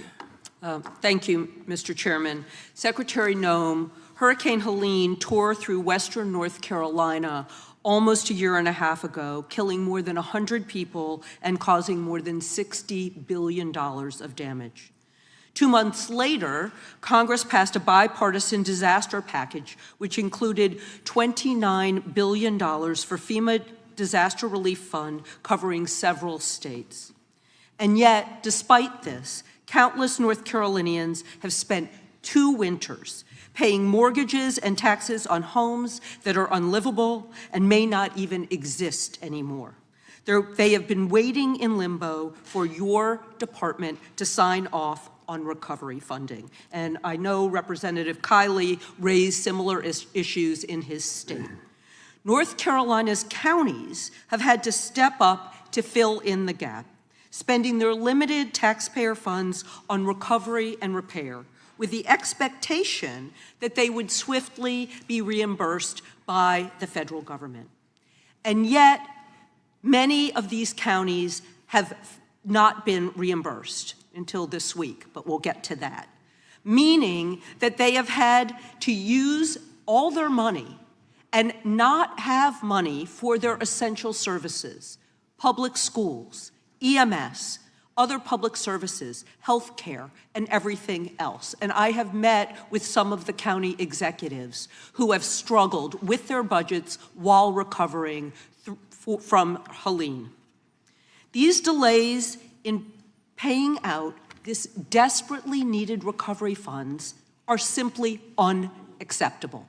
And you heard that from my Republican senator, Senator Tillis, yesterday. Your new policy, and it is a new policy, requiring your personal sign-off on expenditures over $100,000 has contributed to many of these delays, creating a bottleneck, blocking reimbursement for hundreds of millions of dollars of disaster funding that stand directly between North Carolinians and that relief. In fact, Senator Tillis, as I'm sure you remember, lambasted you and the failure of your department in dispersing these funds. And then magically, about $80 million got released today, for which we're thankful. But we shouldn't have to have a U.S. senator or a representative or another representative come to you directly to get you to do your job. But we also know that you had time to sign off on the purchase of 2 luxury private Gulfstream jets for your personal travel, $170 million. And we've heard about the new Boeing 737 that you're in the process of outfitting. Evidently, you were satisfied that there was no fraud, waste, and abuse involved in the jets. But meanwhile, could you tell me whether you found any fraud, waste, or abuse in these North Carolina expenditures? You know, Congresswoman, what I would tell you is that Joe Biden failed North Carolina. Listen to me. I asked you a direct question. Joe Biden provided greater relief. Joe Biden showed up. Joe Biden didn't lie about what was going on the ground. I don't even want to get into what Donald Trump did during the campaign, the misinformation that was put out there. And you cannot find the time until my senator berates you in public to approve this money. Individual members of Congress should not have to come to you. Our counties, our struggling counties in the western part of the state, are some of the most rural counties. They are poor counties. They do I am not well aware, have and the we have- money we have to deployed front billions of for dollars. you. In the months that we have been here, we have deployed billions of dollars, billions more than what the Biden I administration am reclaiming my I time. don't- we You don't have have been too slow. every I have public heard this assistance, from individual Republican assistant. county commissioners. I have heard this from administrators. I have Congresswoman. been in the western part of the state. I know exactly what's going on, and you have turned a blind eye while you're busy Congresswoman. trying to deport American citizens. And remind now you. I want to get back, reclaiming my remind you. time, to the second point that Senator Tillis made. You have not responded to him and the people of North Carolina about why you have picked up U.S. citizens. You've heard that from Representative Correa. Why you have intimidated people who are here lawfully, and why you are threatening the economy of one of the most prosperous states in this country by practicing malpractice. You should resign or be impeached. I yield back. Chairman, may I answer that question? The state of North Carolina has received billions more in Helene relief disaster assistance than President Biden did. In fact, every single Because we public appropriated the money. Every project has You've been yielded back. obligated. It's been paid Secretary out. can The respond. state manages the response, and those counties get their funding from the state, which has been allocated the FEMA dollars. The gentleman from Virginia is recognized. Thank you. Madam Secretary, thank you for being here. The hypocrisy of my colleagues on the other side when they talk about appropriating money and yet refuse to appropriate money for your department. The gentlelady from North Carolina talks about doing your job. Would it help you do your job to actually have an appropriations bill passed by this House? Well, yes, and I would remind them that the disaster relief fund is overcommitted right now. That there are $4 billion there that is committed due to litigation. Another $3 billion we keep for major disasters are oncoming. We've had over 12 states impacted by major disasters that haven't received a dollar yet in the last month. And that disaster relief fund is overcommitted and needs to be refilled through that appropriations bill for us to continue to receive and help states like we have in North Carolina. So relief for the people of Western North Carolina is being held up by theirs the have been failure paid. of Theirs have been paid. We have deployed billions of dollars. I have every month released hundreds of millions of dollars to North Carolina in projects where they've come in and improved the project, and it's at that stage to where it can be obligated to their state. Is preparedness... Will the gentleman yield for a question? No, I will not say- yield. Is preparedness for future disasters in North Carolina and other states being held up by Democrats who refuse to vote for appropriations bills that would fund your Right now, the department? department, because of the lack of funding, has to prioritize actions that are life and limb and crisis situations. We aren't able to do training. We aren't able to go out and do the daily business work of contracting and grants. And Let me quote some more hypocritical Democrats who are refusing to vote for appropriations measures to fund Homeland Security, but are saying things about our efforts in Iran. Congressman Subramaniam says we need to get serious right now protecting Americans in the Middle East. Does it protect Americans here in Virginia to not fund the Department of Homeland Security, or does it endanger their safety? it endangers this country when we don't fully fund the Department of Homeland Security. And I will tell you that it endangers us because the whole world knows that this Congress is not funding Correct. the Homeland Let me quote another Department right Virginian, now. Don I'm telling Beyer. those who hate us the most overseas know right now this department does not have money to defend us. Let me quote Congressman Don Beyer, who says that there's a shocking failure of leadership that needlessly puts American lives in danger to be active in Iran right now. What kind of danger does it put American citizens in right now to fail to fund the Department of Homeland Security? Every day this country faces threats, and the department sees them, stops them. When you hear no bad news, that's a good day for us. That means that we've done our work and we've stopped threats, and millions of those happen every single year that our agencies are working on. When we don't have the funding to have every single person on their job and on task, that makes us vulnerable. And again, the hypocrisy blows my mind when Senator Mark Warner, co-chair of the Intelligence Committee in the Senate, says that the president is putting American lives at risk in Iran. What kind of risks is Senator Warner putting Americans in when he fails to vote for a Department of Homeland Security funding bill? Well, and Iran has said that they will retaliate. And we know how they have threatened us, how they've threatened us on our homeland, and they've threatened our leading officials as well. So those threats are very real and exist, and we are on a tempo that is higher than usual. And let me talk about my own governor, Governor Spanberger. Just a few weeks ago, an alleged MS-13 gang member, Christian Medrano Umanzor, was arrested in Strasbourg. Thanks to the cooperation of local law enforcement with ICE, officers were able to confirm that he was wanted on a detainer. He's now in custody of ICE on a charge of illegal reentry. But late last month, Fairfax County Police Department charged an illegal alien, Abdul Jalla, with fatally stabbing Stephanie Minter at a local bus stop. He was arrested over 30 times for various crimes, including rape, malicious wounding, assault, and larceny. But our governor now says that she demands a judicial warrant before she will have cooperate with ICE on this. That is remarkable to me that she would be putting Virginians' lives at risk and risk releasing this man back into the Fairfax County community.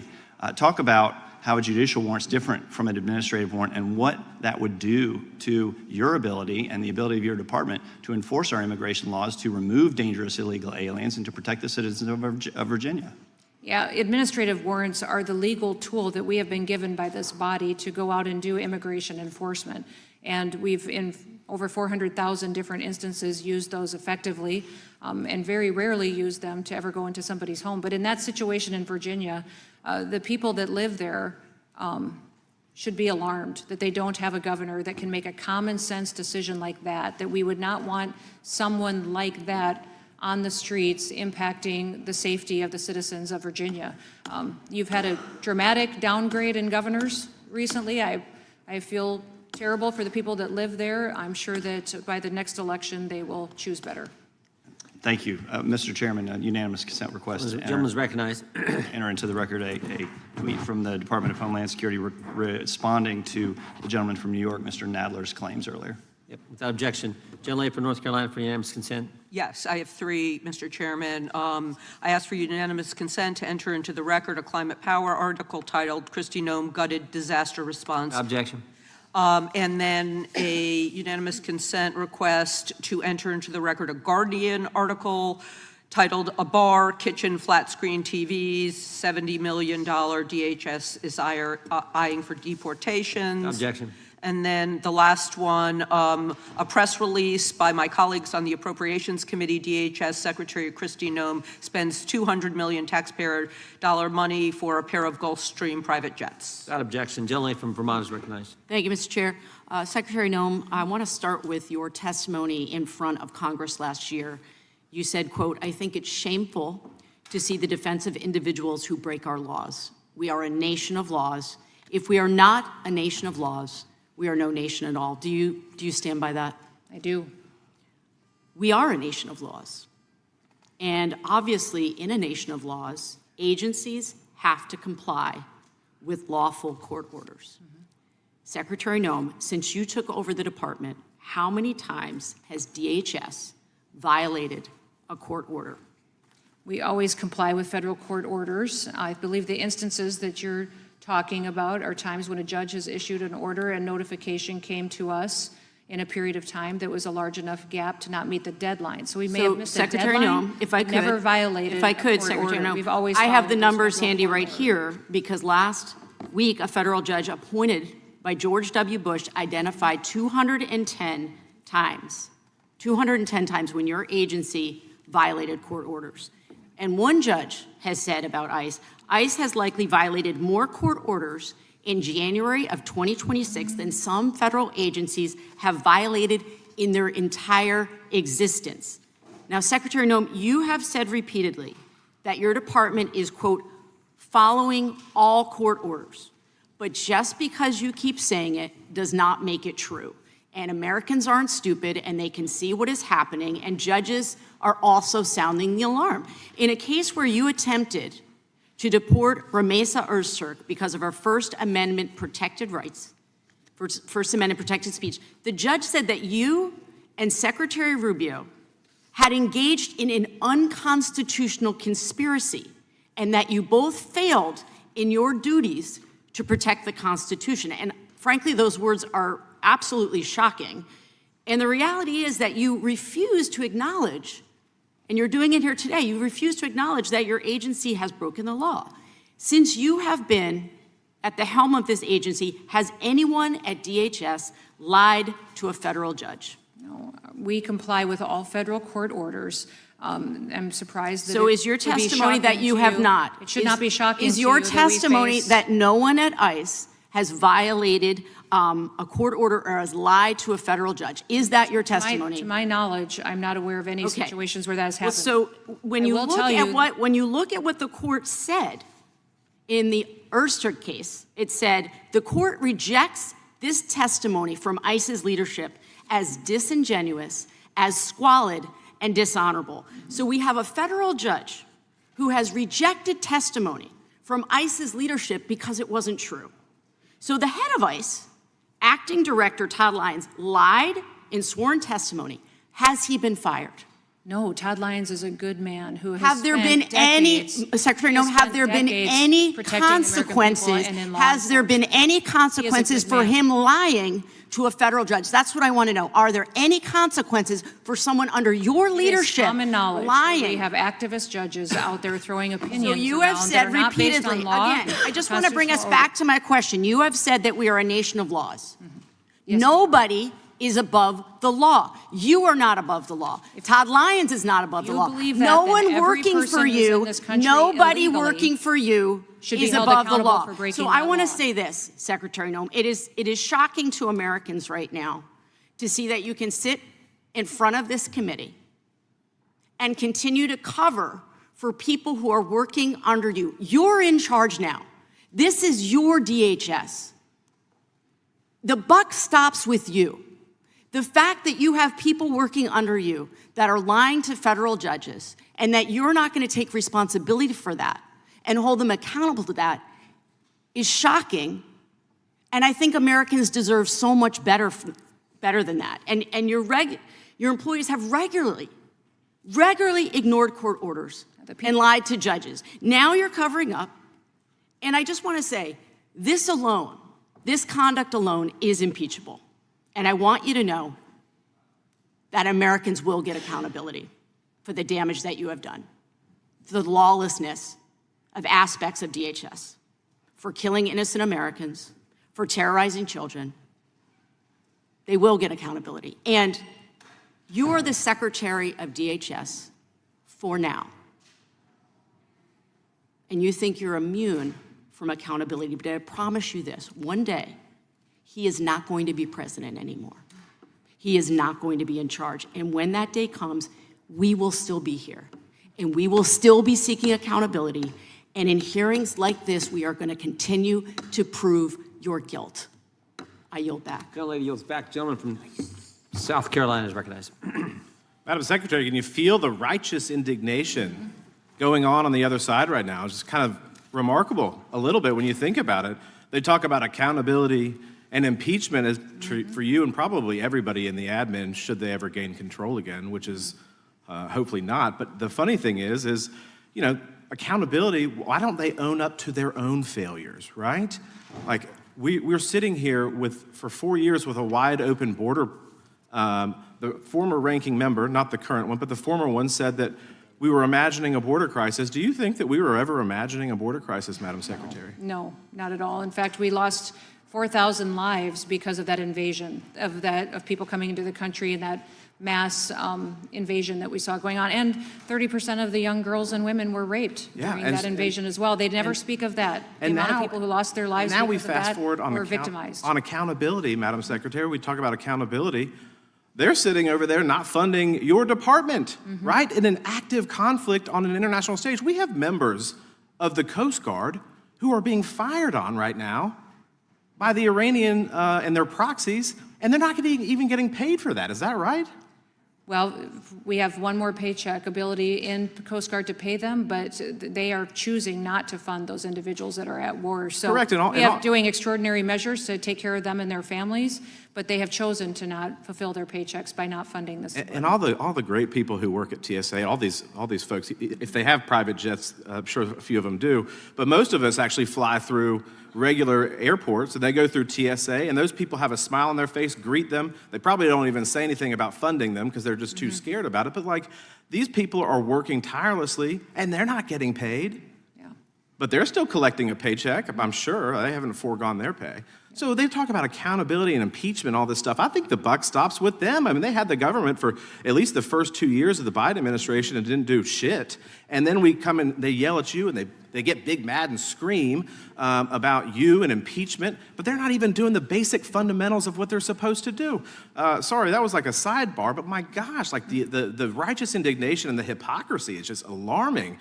I look at this, Secretary, and 10 million people under the last administration, encounters on the southwest border. Is that fair to say? Yes. About 10 million? More. 8 million were entered, including 6 million released in the interior, 2 million gotaways. It could be more, obviously, right? Yes. For 45 consecutive months, the southwest border encounters exceeded 100,000 a month, 160,000, peaking at 15,000 a day. You remember what Jay Johnson, your many predecessors ago, said how many people it would be a crisis at the border if they were crossing per day? Do you remember that? I mean, Don't remember.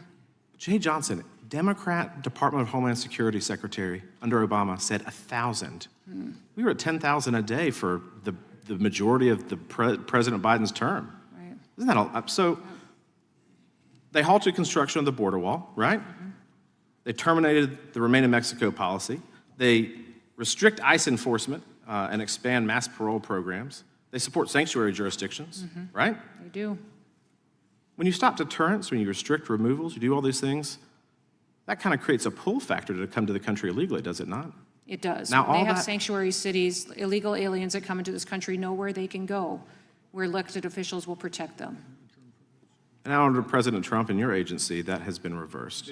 What a difference, what a different day. You just needed a new president, right? Yeah, absolutely.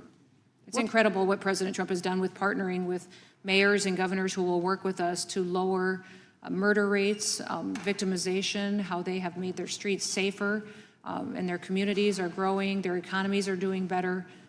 We would hope that every single city would see the benefits to working with President Trump. Well, Madam Secretary, I appreciate you being here, appreciate the work that you do. I'm going to yield the remainder of my time to the chairman. Oh, I thank the gentleman for yielding.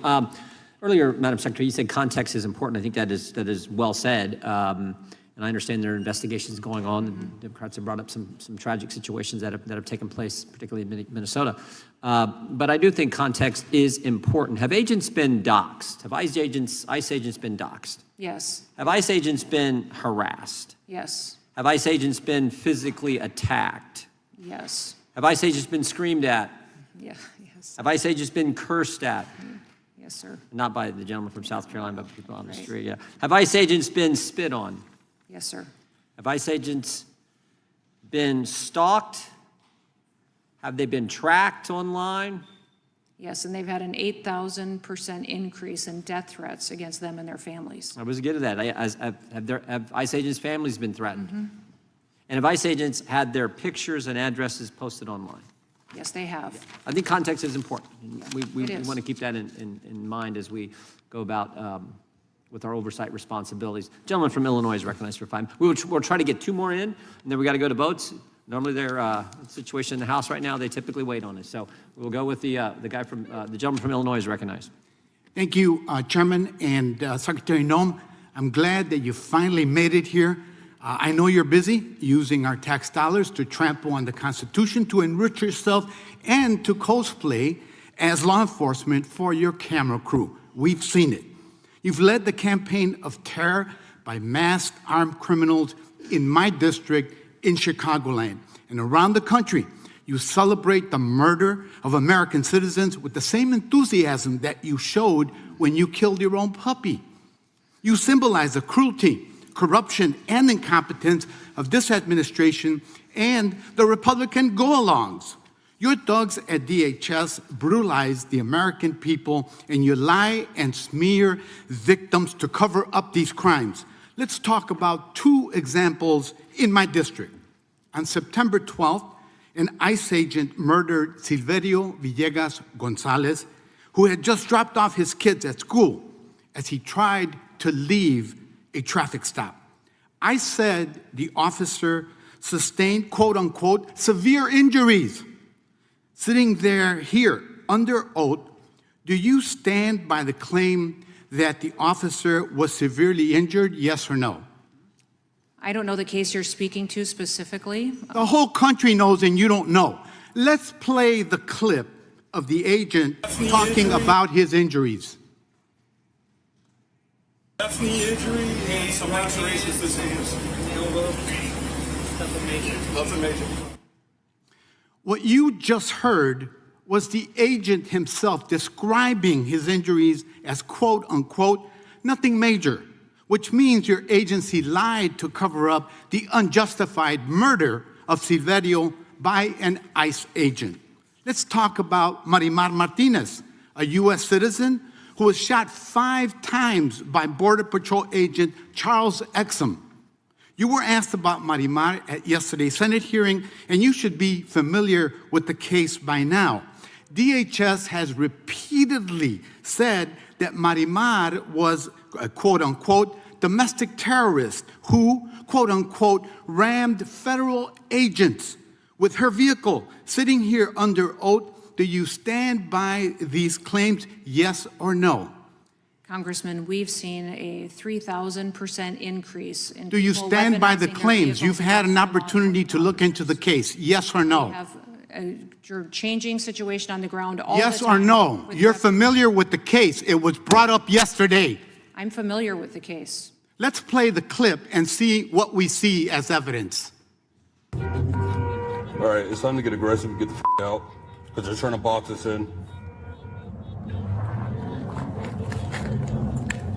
Watch out. All right, we're gonna make contact and we're boxed in. We are boxed in. All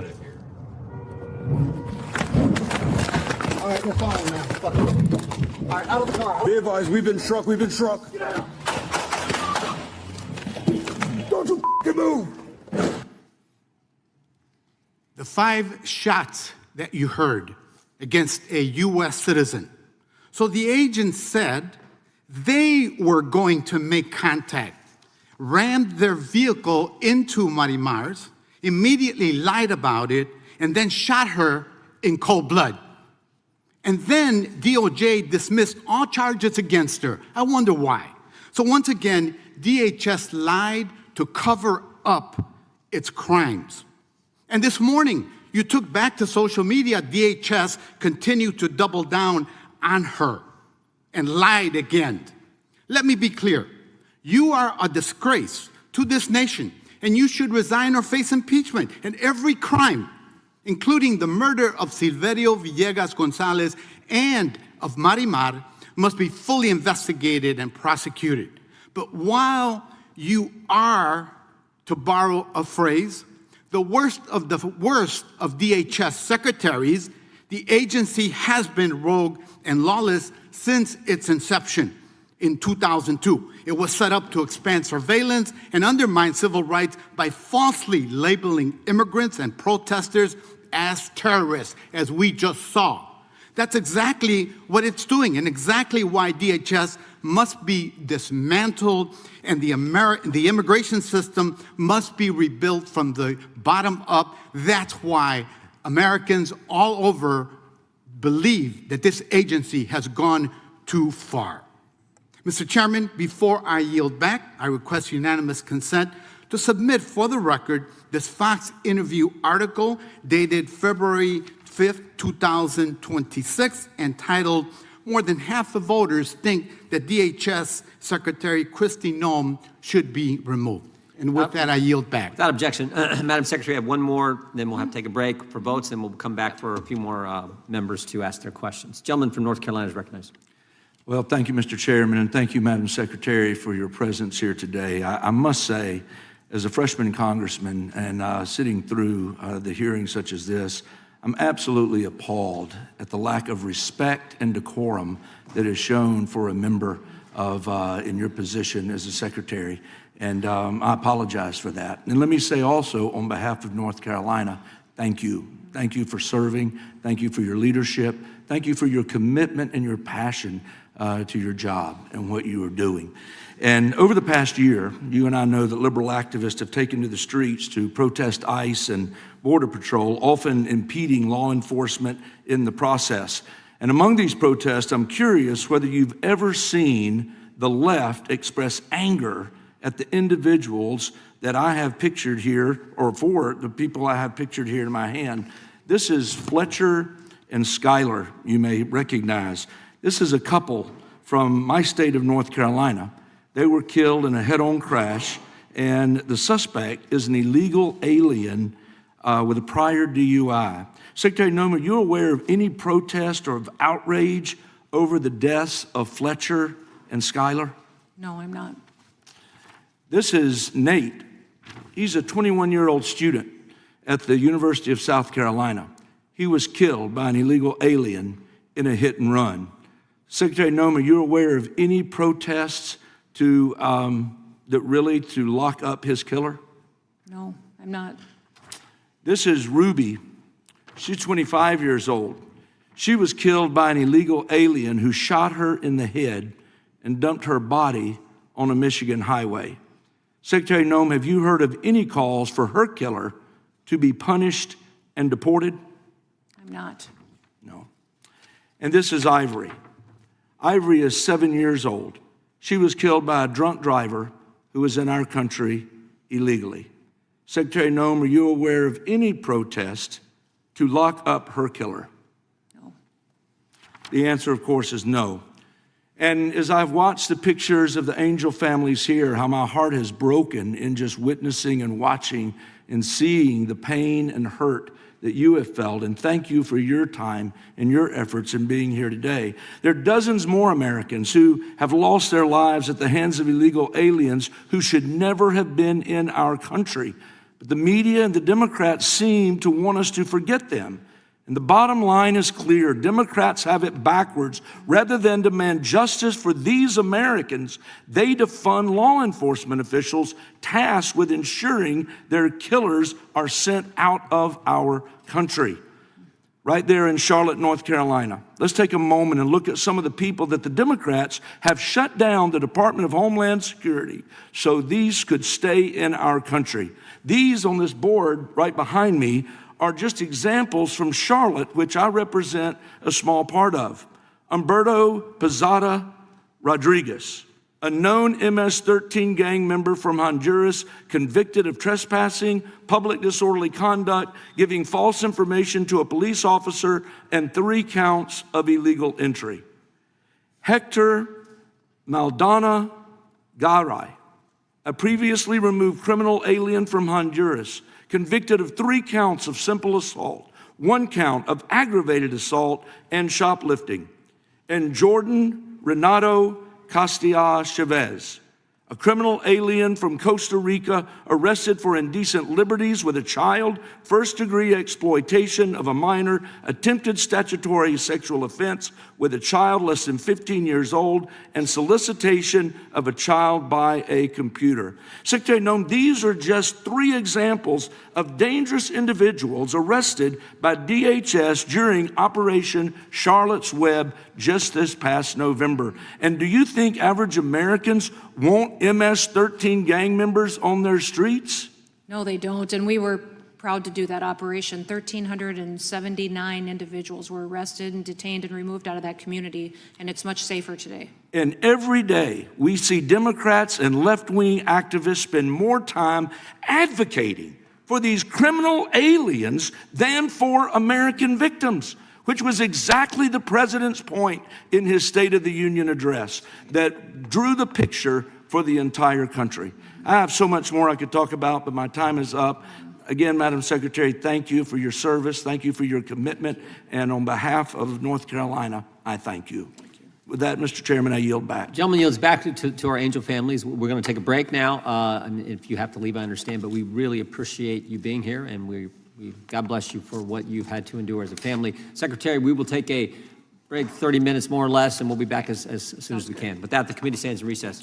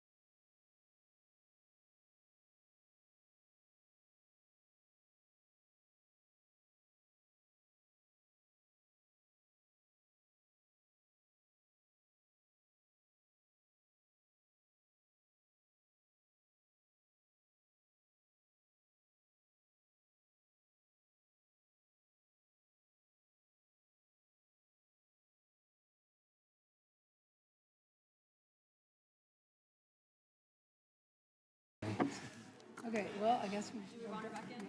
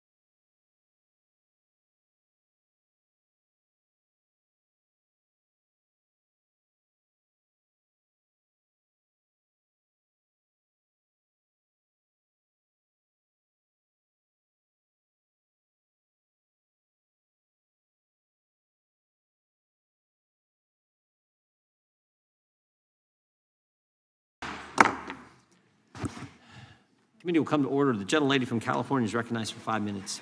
Thank you, Mr. Chair, and thank you, Secretary, for joining us. Finally, you are in charge of protecting the homeland. And so your judgment and the judgment of your senior staff can be the difference between life and death. So I think that judgment would need to be unassailable.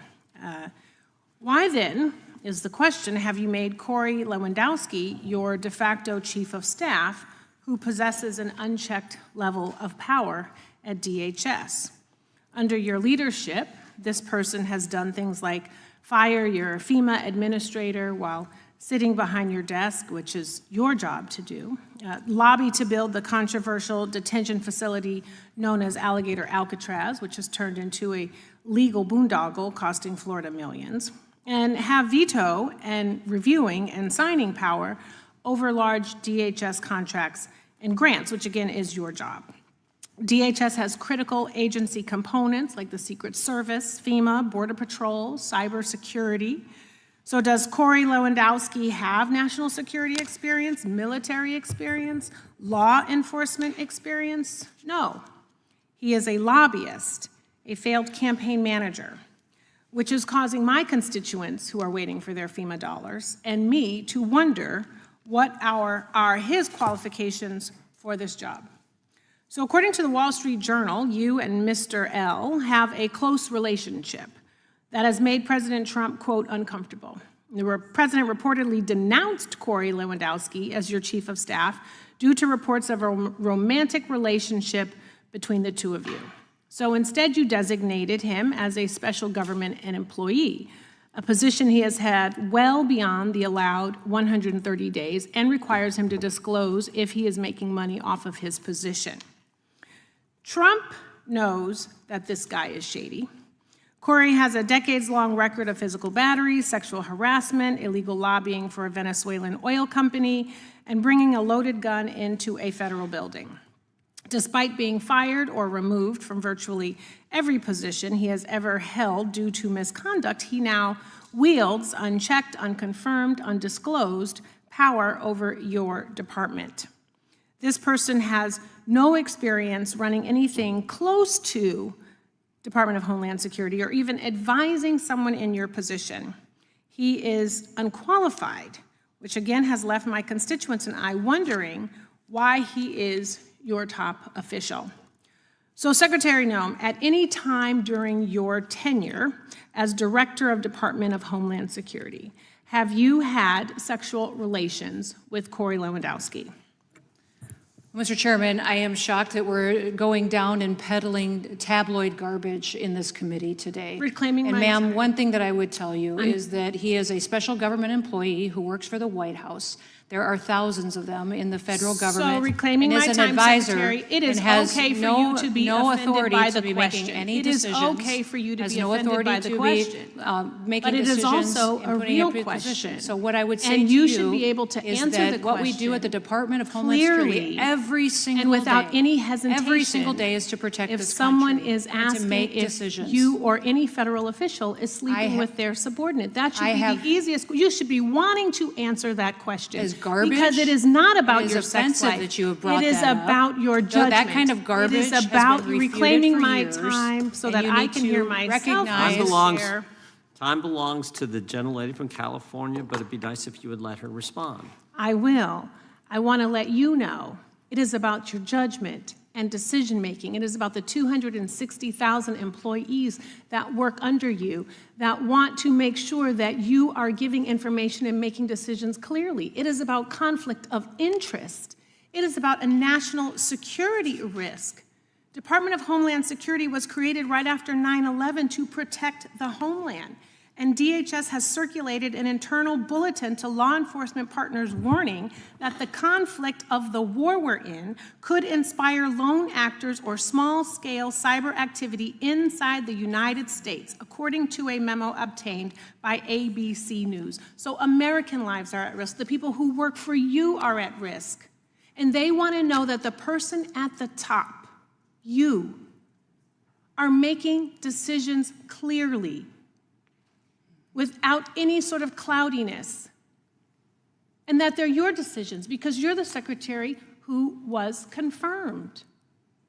That's what this is about. Saving the lives of Americans and not costing them millions of dollars and not having a secretary who's compromised in her decision-making. And Mr. Chair, before I yield my time, I would like to enter into the record some articles, and I'm asking for unanimous consent.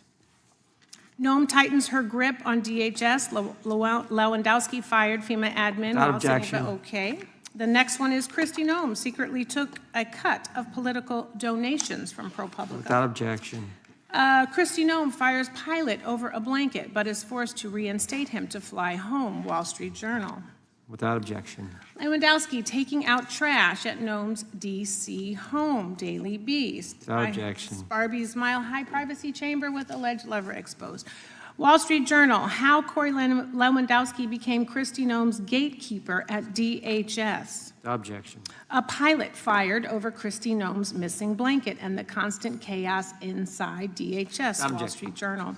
Police charged Trump campaign manager with assault. PBS News. Without objection. Woman who accused Corey Lewandowski of assault speaks out. I don't want this to happen to anyone else. CBS News. Lewandowski's firm quietly inked deal with Venezuela-owned company, Politico. Without objection. List of U.S. cities raising security amid Iran conflict. Newsweek. Without objection. Kristi Noem, I have a few more, I'm sorry. Kristi Noem misled Congress yesterday about top aides' role in DHS contracts. Without objection. Policy number 10271 from ICE, it is an anti-fraternization policy prohibiting romantic or sexual relationships between supervisors and their subordinates. And with that, I yield. Without objection. Gentleman from Texas, recognized 5 minutes. Thank you, Mr. Chairman. Madam Secretary, your predecessor came before this committee several times over the last 4 years I was here, I believe, for all of those.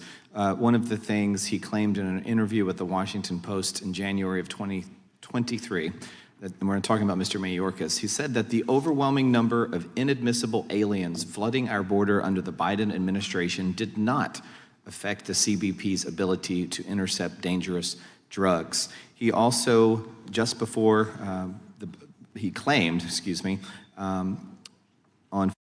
of 2023, just before the Biden-Harris administration repealed Title 42, that people who cross our border unlawfully and without a legal basis to remain are promptly processed and removed.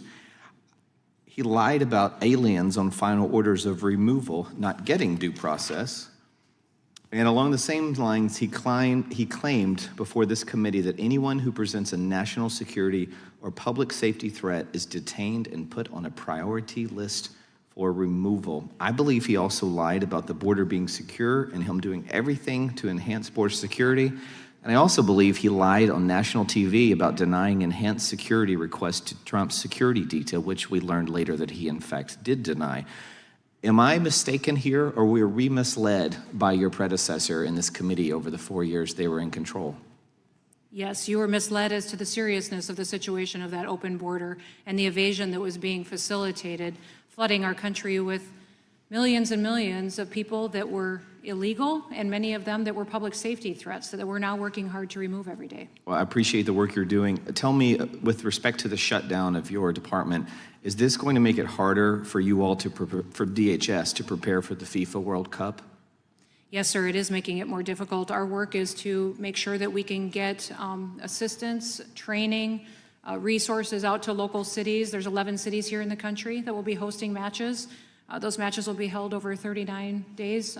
There'll be a lot of work need to be done during those days to keep our country safe and secure, and we need to make sure that we're fulfilling all the orders and contracts for the equipment that we'll need and get people trained and ready to go to make sure people can come by the millions to these matches and enjoy the camaraderie and the friendship and the sportsmanlike activities and that happen around those events. What about, along that same line, the negative effect that the shutdown's having on the TSA retention rate? I worry about them. I see them at the airport, and I know they're worried. I know you're worried for them.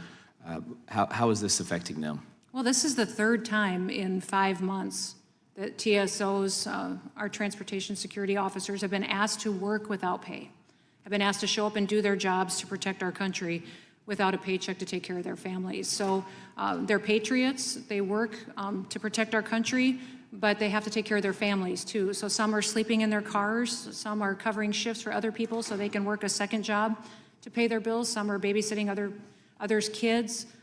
They're trying to get through it, but this has been extremely challenging, and some are being demoralized to the point where they are considering another job whose paychecks are certain. Well, I hope my colleagues on the other side of the aisle will help us to fix this quickly, and I will yield the balance of my time to Mr. Jordan. I appreciate the gentleman yielding back, and I'm going to yield back. It's been a long day. Secretary, we appreciate you being here. It's next, the gentleman from Florida is recognized for 5 minutes. Before I go, I just have a bunch of UC requests, Mr. Chairman. Gentleman may proceed. It's going to be as long as the previous one. You seem a little exhausted. No, not at all. I just I think we're setting records, like Mr. Biggs, and now the gentle from California. You're gonna go for the record? If I'm being honest, I threw out 50 of them. God bless you. Let's go. So let's get started. All right. A Vox article, the mess that Kristi Noem made. Without objection. Times article, Noem's spending rule causes delays at Homeland Security. Without objection. Politico, vote to overhaul FEMA canceled after leaked report. Without objection. ProPublica, Kristi Noem misled Congress about top aide's role at DHS. Without objection. The Hill, Trump approval rating on immigration at record low. Without objection. Wall Street Journal, pilot fired over Kristi Noem's missing blanket. Without objection. CNN article, sources describe how Homeland Security Secretary Kristi Noem's Gucci bag was stolen under her chair. Without objection. New York Times, late night is distracted by Kristi Noem's oversized hats. That one's my favorite. And a Times article, some Republicans join calls for DHS Secretary Kristi Noem to step down. Without objection. All right, thank you, Mr. Chairman. Appreciate your indulgence. Before I begin, first let me say to the families that are still here, I am very sorry for your loss.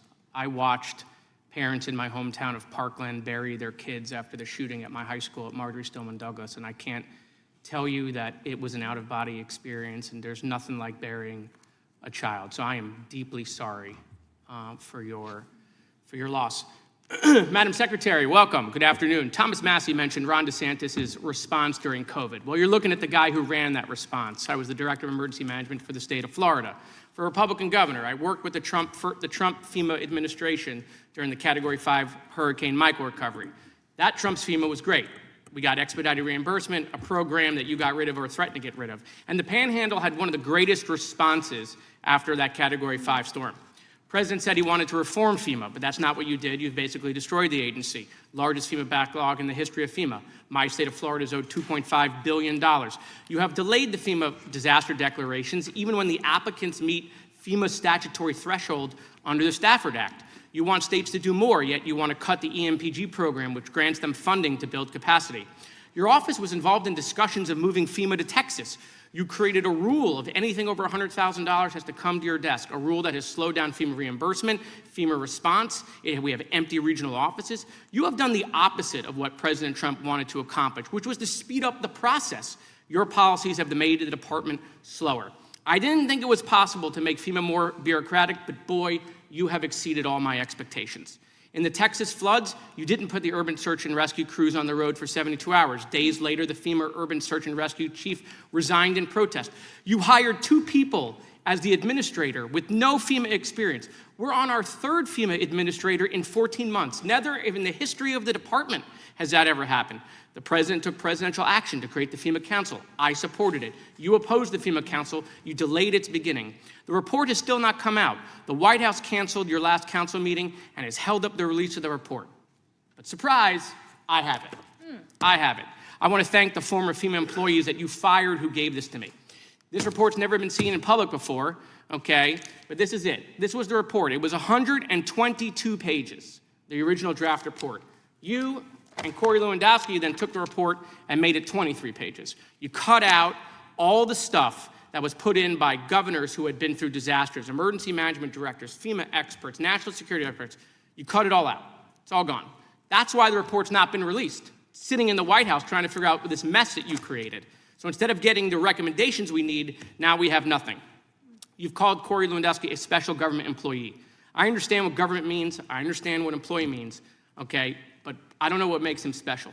Now, I want to give you an opportunity to answer on the record to Ms. Kamlager-Dove's question. I know you said it's garbage, and it may be, but I really think you need to say the word no into the record so that you can clear that up. I think the ridiculousness of this and the tabloids that you are quoting and referencing are insane. And this has been So that's a no? something that I've refuted Is for that a no? years, and I continue to do that. So it's a what no. I would tell you is We when can move on. regards Hold to on. what you're Madam Secretary, doing, we can move on. I'm not going to belabor it. If it's this is what you do. Hold on. Socialist, I'm not doing anything. liberal left Okay. is you go off and you attack conservative women, and you say that we're either stupid I haven't or said we're anything. sluts. All right, so listen. And that's what you do. Yesterday, And I will tell Richard, you, sir, yes, reclaiming I will my tell time, you, Mr. sir, Chairman. I Mr. am Chairman, neither of reclaiming my those. time. I You am were asked neither by of Richard those. Blumenthal This is from yesterday. the You were asked playbook by comes out of the Richard Democratic Blumenthal Party. yesterday if Corey was involved in approving contracts. You said no. Do you want to correct that?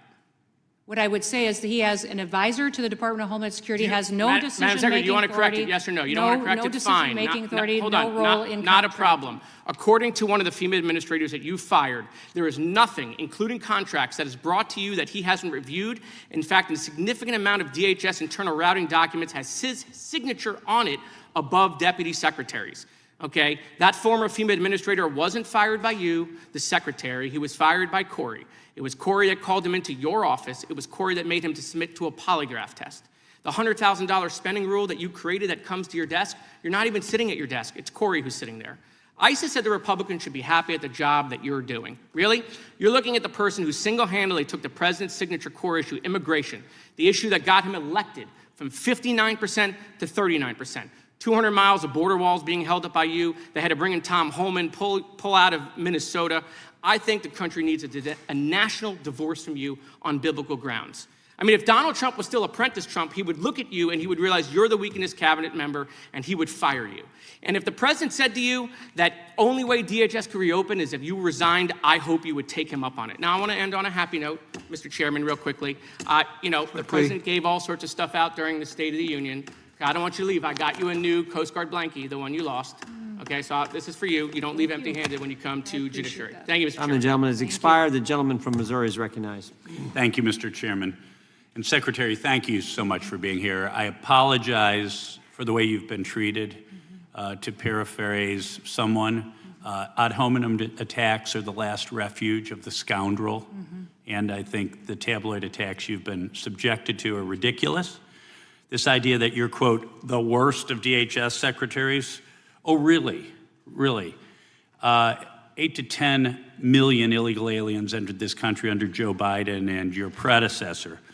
You've arrested 700,000 illegal aliens, 2.2 million have left involuntarily, 56% decline in fentanyl traffic, 21% decline in fentanyl deaths. You know, the Democrat colleagues claim that they have all this sympathy for the Angel families, but they're not doing a darn thing to make sure there are fewer Angel families going forward. You are. So thank you for your service, and thank you for being here today. You know, it's painfully clear that a series of failures of Biden's Department of Homeland Security left the country exposed to terrorism. In 2023, Sidi Mohammed Abdullahi illegally walked across the southern border where he was screened by border agents and then released into the USA. Would your border agents have let him in? No. I don't think so. A little over a year later, in October 2024, he opened fire on a Jewish man at a synagogue in Chicago. When the first responders arrived, he popped out of a nearby alleyway shouting, "Allahu Akbar," and fired at the officers, carried out by someone who should have never been in the country in the first place. And I don't think your CBP would have let him into the country. The same month, federal agents arrested 2 Afghan nationals, Nasir Ahmad Tawahi and Abdullah Haji Zada, who were plotting an ISIS-inspired mass casualty event on Election Day. Tawahi admitted that he conspired to acquire AK-47s, 500 rounds of ammunition, 10 magazines to carry out a mass casualty attack. He entered the U.S. in 2021 on a special immigrant visa. Once again, a failure of vetting. I don't believe your DHS would have let him in. Last June, Mohammed Sabri Soliman attacked peacefully protesting pro-Israel demonstrators in Boulder, Colorado, who were marching for the release of hostages held by Hamas, shouting free Palestine. He hurled Molotov cocktails into the crowd, hospitalizing at least 8 people.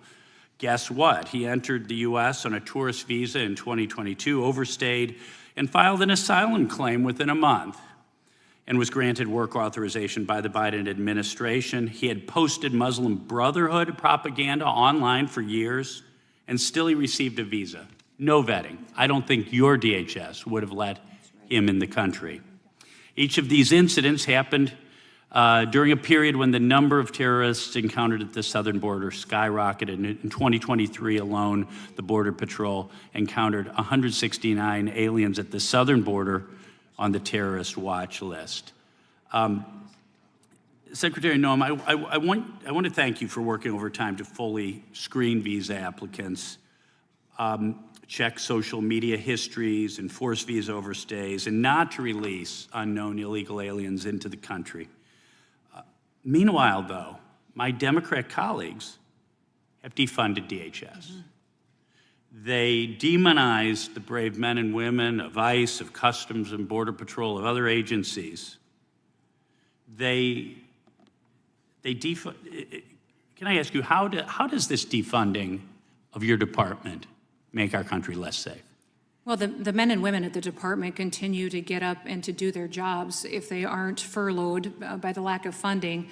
So that's about 100,000 of them that are prevented from coming to work because of that. Those 100,000 people have duties and responsibilities that secure our homeland through different agencies and departments. For instance, the CWMD, it's weapons of mass destruction. We're the ones that go out and train all the individuals to detect any kinds of bombs, terrorist activities, Those devices. would be good people to have dog working training. right Yes, now. It'd be great to have them Yeah. and help them assisting state and local individuals out there and governments as far as preparing for any kind of attack we may face.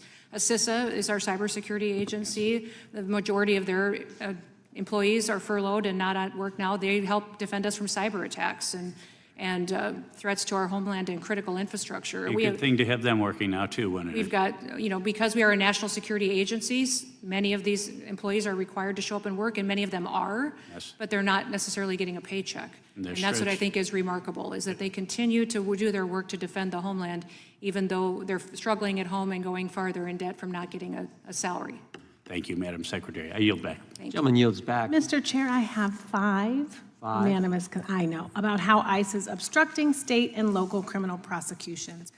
A May 8th, 2025 article entitled, "He Faced a Possible Prison Term for Assault. Instead, He Was Deported."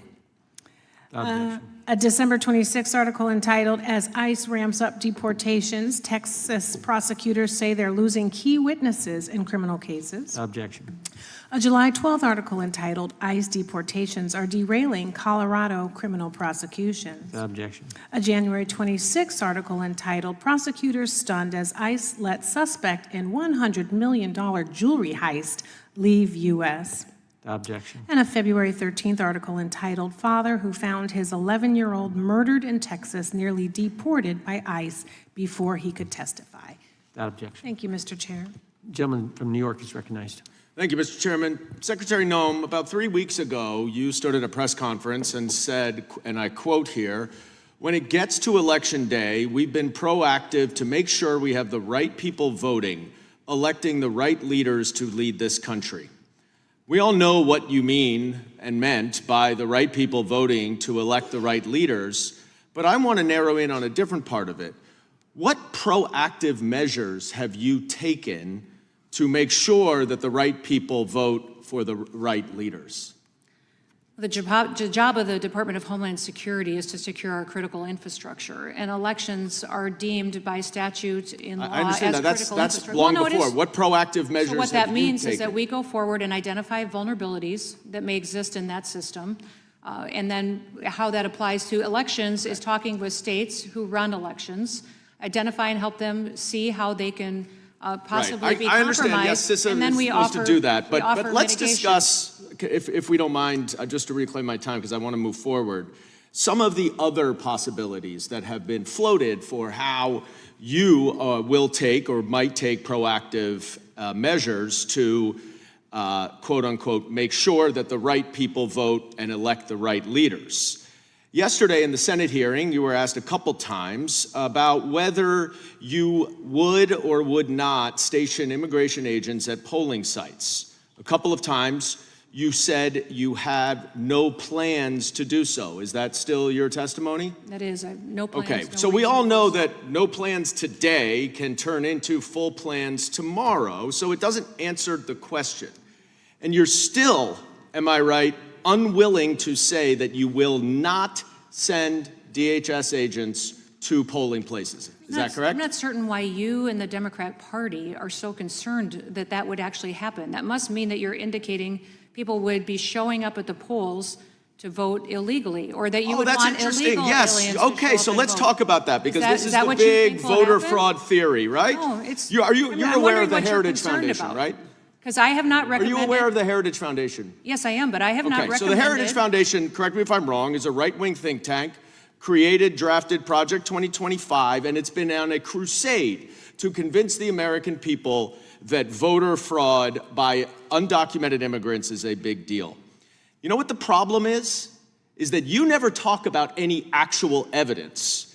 And in fact, the Heritage Foundation's own information, its own data, says that in the 32 years from 1992 to 2024, out of 2 billion votes cast, 10 undocumented immigrants were found to have committed voter fraud. 10 out of 2 billion. Does that sound like a significant problem to you, that your answer about why you might put immigration I never agents once is said because that there's I might voter put fraud? individuals there, and I would think that if you have one So you don't person think that voting voter fraud is a improperly problem? in election. So is it your testimony you don't think that voter fraud is a problem now? I didn't say that. I said I have no. Do you have plans. any evidence ever, any data, There are anything? illegal immigrants that have voted in elections. Yeah, they're before 10. That has happened. They're 10. And you Do think you they have should- evidence more of that? The So are last 30 you years. arguing that they should be able to vote? Is that your argument today? No, Madam Secretary. Well, wouldn't you I'm want to arguing fix that any it doesn't fraud from it? ever materially impact an election, and yet We've had you elections like to, in with this your country. snarky attitude, throw back that we want undocumented immigrants to vote, which is absolute bogus. In reality, you want to create an excuse to terrorize our polling places. Not only that, are you familiar with this proposed executive order, 17 pages, that's been circulating? I am not. What is it on? It is a proposed executive order on establishing the security, integrity, and transparency of elections. And in it, it would proposed that the president declare a national emergency, use executive authority to seize voting machines, and ban mail-in ballots. You've not seen this at all? I have not read that, and I have not had those conversations with anyone at the White House. You've not had any conversations with anyone at the White House. That's good to know. If you were asked to do any of those things, do you believe you have the constitutional authority to do that? We are looking at the vulnerabilities to elections, That's not my making question. recommendations to states. Do you on what they think can you have do the to make sure they have constitutional secure authority elections? to seize voting machines, to seize voter rolls, to prohibit mail-in ballots? Do you believe you have that constitutional I've not authority? done an analysis on that, so I would not be able to speak as an You're the expert. secretary of the department that is in charge of maintaining election security. You don't know what your authority is or is not? My authority is to identify vulnerabilities and to recommend Well, it would be mitigation helpful in measures. executing that authority if you knew what your authority was. Time of the gentleman. I I do know yield what back. my authority is. I do think the secretary knows the right people voting are citizens, something that we passed the bill to make sure that happens. And I assume that's what she was referencing when she made that statement. You should look at the I now- Heritage I now Foundation rec- study too, Mr. Chairman. No, I'll be happy to look at it. I just think citizens should vote. You guys think that that shouldn't be a So requirement. do we. I now So want do to we. recognize It's just the not an issue. It's not a former problem, and Attorney yet you keep General. talking about it. Gentleman's time has expired. I now want to recognize the former Attorney General, the great member from Kansas, for his 5 minutes. Thank you, Mr. Chairman. Madam Secretary, thank you for your time today. I think you have been very responsive to the questions put to you. Folks may or may not have agreed with the responses, but I think you've been responsive, and I commend you on that. I have a handful of questions. They're a little bit eclectic, so forgive me if we're all over the map. I don't think we've talked at all about the FIFA World Cup preparations yet today. I recall last summer we appropriated, it was $625 million specifically for use by I believe it's 11 cities that are going to be hosting World Cup sites. And that was intended for security preparations. I recall very well when we appropriated it because it was in the bill that all the Republicans voted for and all the Democrats voted against, but then all the Democrats put out news releases claiming credit for the money that we just appropriated. At least in Kansas City, where I represent, that money has not flowed yet. At least that's what I'm told by the local communities. We are now less than 100 days out. Our law enforcement agencies really very much would like to be in a position to know what their money is going to look like so they can make the preparations. There are mutual aid issues to be done. There are personnel decisions to be made. And for us in Kansas City, perhaps uniquely, there are additional challenges because we have the state line down the middle of the road. So the pre-coordination is really critical. Their impression is that the final sign-off, wherever that needs to come from, has not happened yet.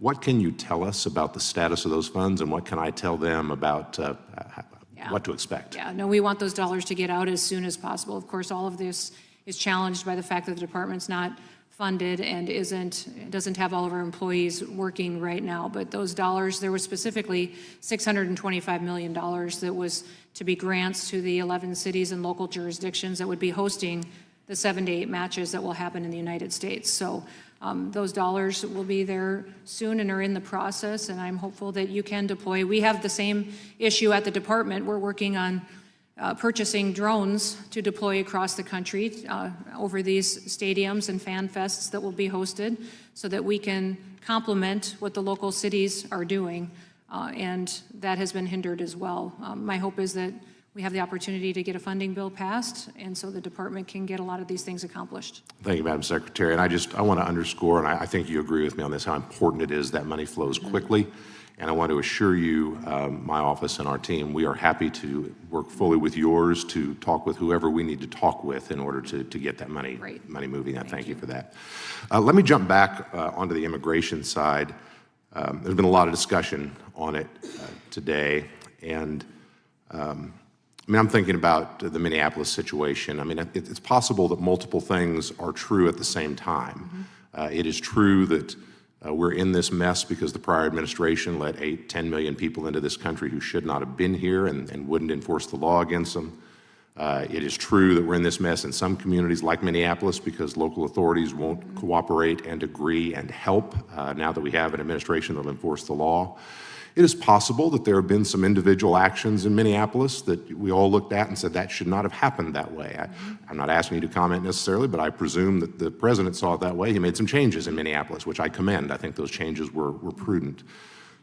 Here is, I'm going to offer this as a comment and invite your response to it. Not in Minneapolis in particular, but more generally. There's a lot of angst, there's a lot of concern about some of these operations in some of the communities.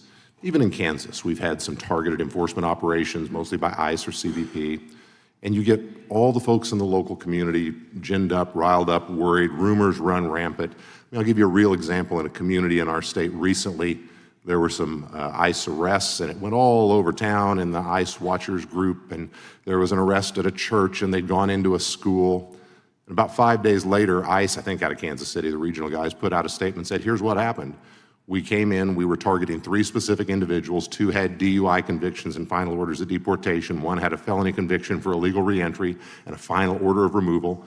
We found them, we executed a car stop. It was a car stop at a location. We couldn't just stop in the middle of the road. So they pulled into a parking lot that happened to be a church parking lot, had nothing to do with the fact it was a church. That's where the arrest was executed. And by the way, we were never close, I said, to the school that everybody was worried about. I say all of that to illustrate this. I really think it would be helpful if, as a routine matter, ICE and CBP, when they do these targeted operations, they would do what so many local law enforcement agencies do. When it's concluded, put out a statement, tell the local community, here is what we did, who we did it against, and why we did it. And it would make it so much cleaner to avoid a lot of the worry and speculation. I just wonder where you are on that. No, I think that's a great idea. We have put out dozens, sometimes in one day, what operations were after they were concluded and information so people could have all of the details.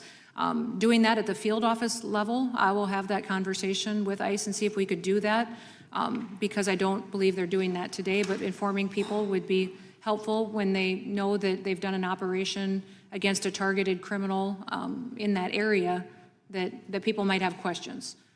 I appreciate that, and we will take that back. Thank you, Madam Secretary. I would encourage it because I really think it would go a long ways in calming a lot of the unnecessary concern. You bet. Thank you very much. Thank you, Mr. Chairman. Mr. Chairman, I have a unanimous consent request. Gentleman from New York's recognized. I just would like to introduce the proposed a 17-page executive order that is circulating in the White House. Without objection. Gentleman from Maryland's recognized. Ranking member. This is from Reuters, November 27, 2025. UC request. Officials criticized Biden vetting, but Afghan shooting suspect was granted asylum under Trump. And then September 29, 2025, Courthouse News, states sue DHS again over cuts to anti-terrorism grants for blue states. Without objection, the gentlelady from Texas is recognized for 5 minutes. Thank you so much. And Madam Secretary, you are almost to the end, so congratulations. I just have a couple of questions.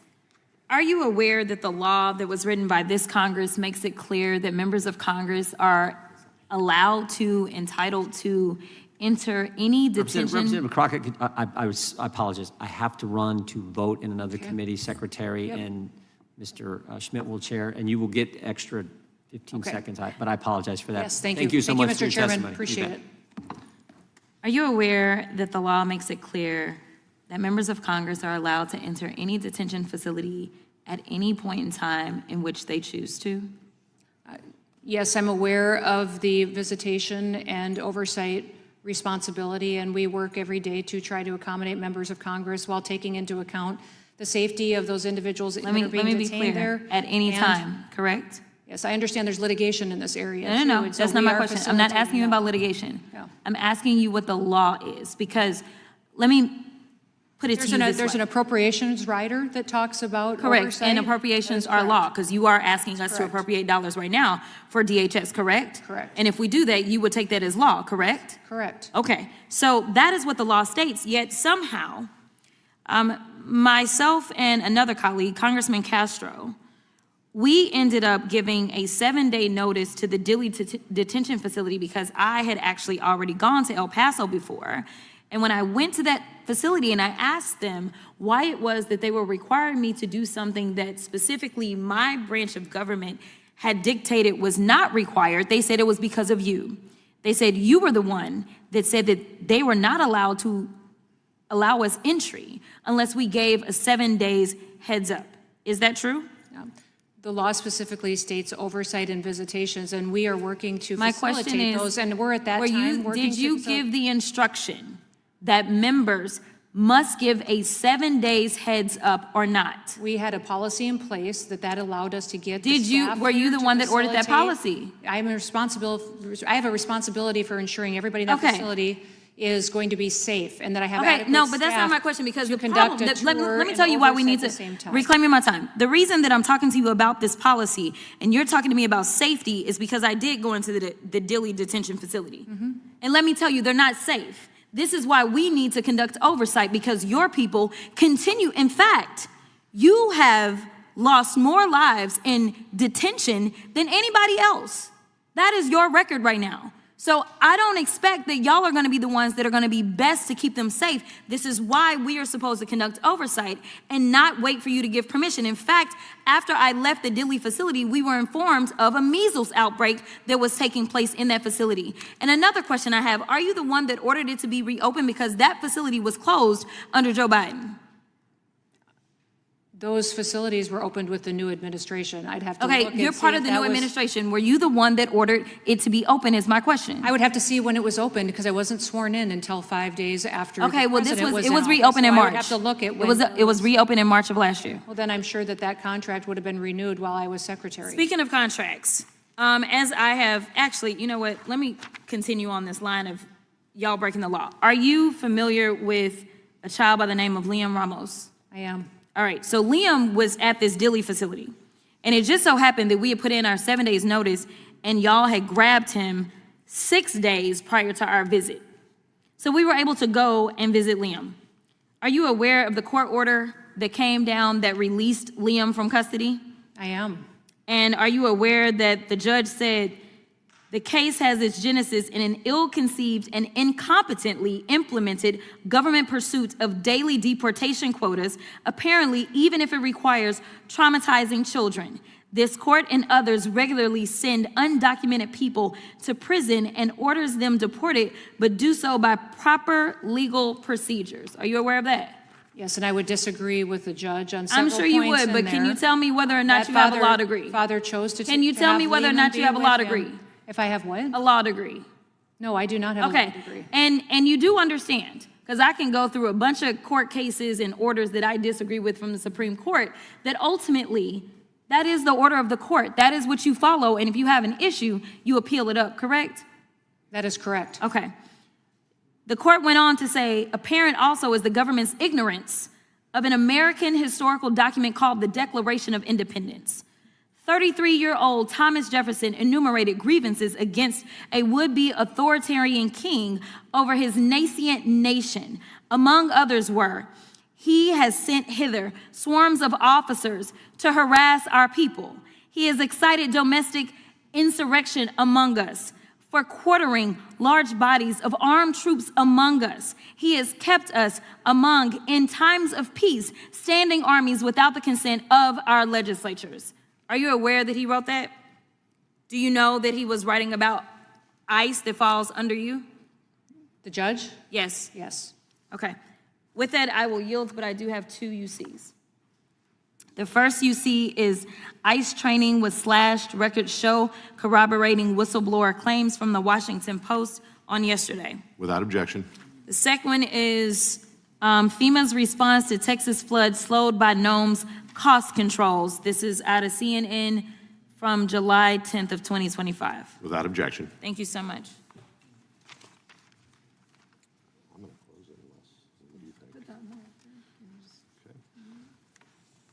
I would ask unanimous consent to put in the record a document from DHS.gov titled Illegal Alien with More Than 30 Prior Arrests Fatally Stabs Woman at Virginia Bus Stop. ICE requests Virginia authorities not release this public safety threat. Without objection. Is this a single one or is this multiple? Single. Okay. And also would ask unanimous consent to place in the record document titled Man Illegally in the U.S. with Criminal History, now charged in arrest and homicide. Without objection. All right. Seeing no other members seeking recognition, Madam Secretary, I want to thank you for your engagement today with the committee. We look forward to continuing to engage in conversation with you to carry out your mission in a manner that is the way we all want it carried out and the way I know you seek to carry it out, professionally each and every day, correcting what needs corrected, but never losing sight of what the objective is. I want to thank you for that. That concludes today's hearing. We thank our witness for appearing before the committee today. Without objection, all members will have 5 legislative days to submit additional written questions for the witness or additional materials for the record. Without objection, this hearing is adjourned.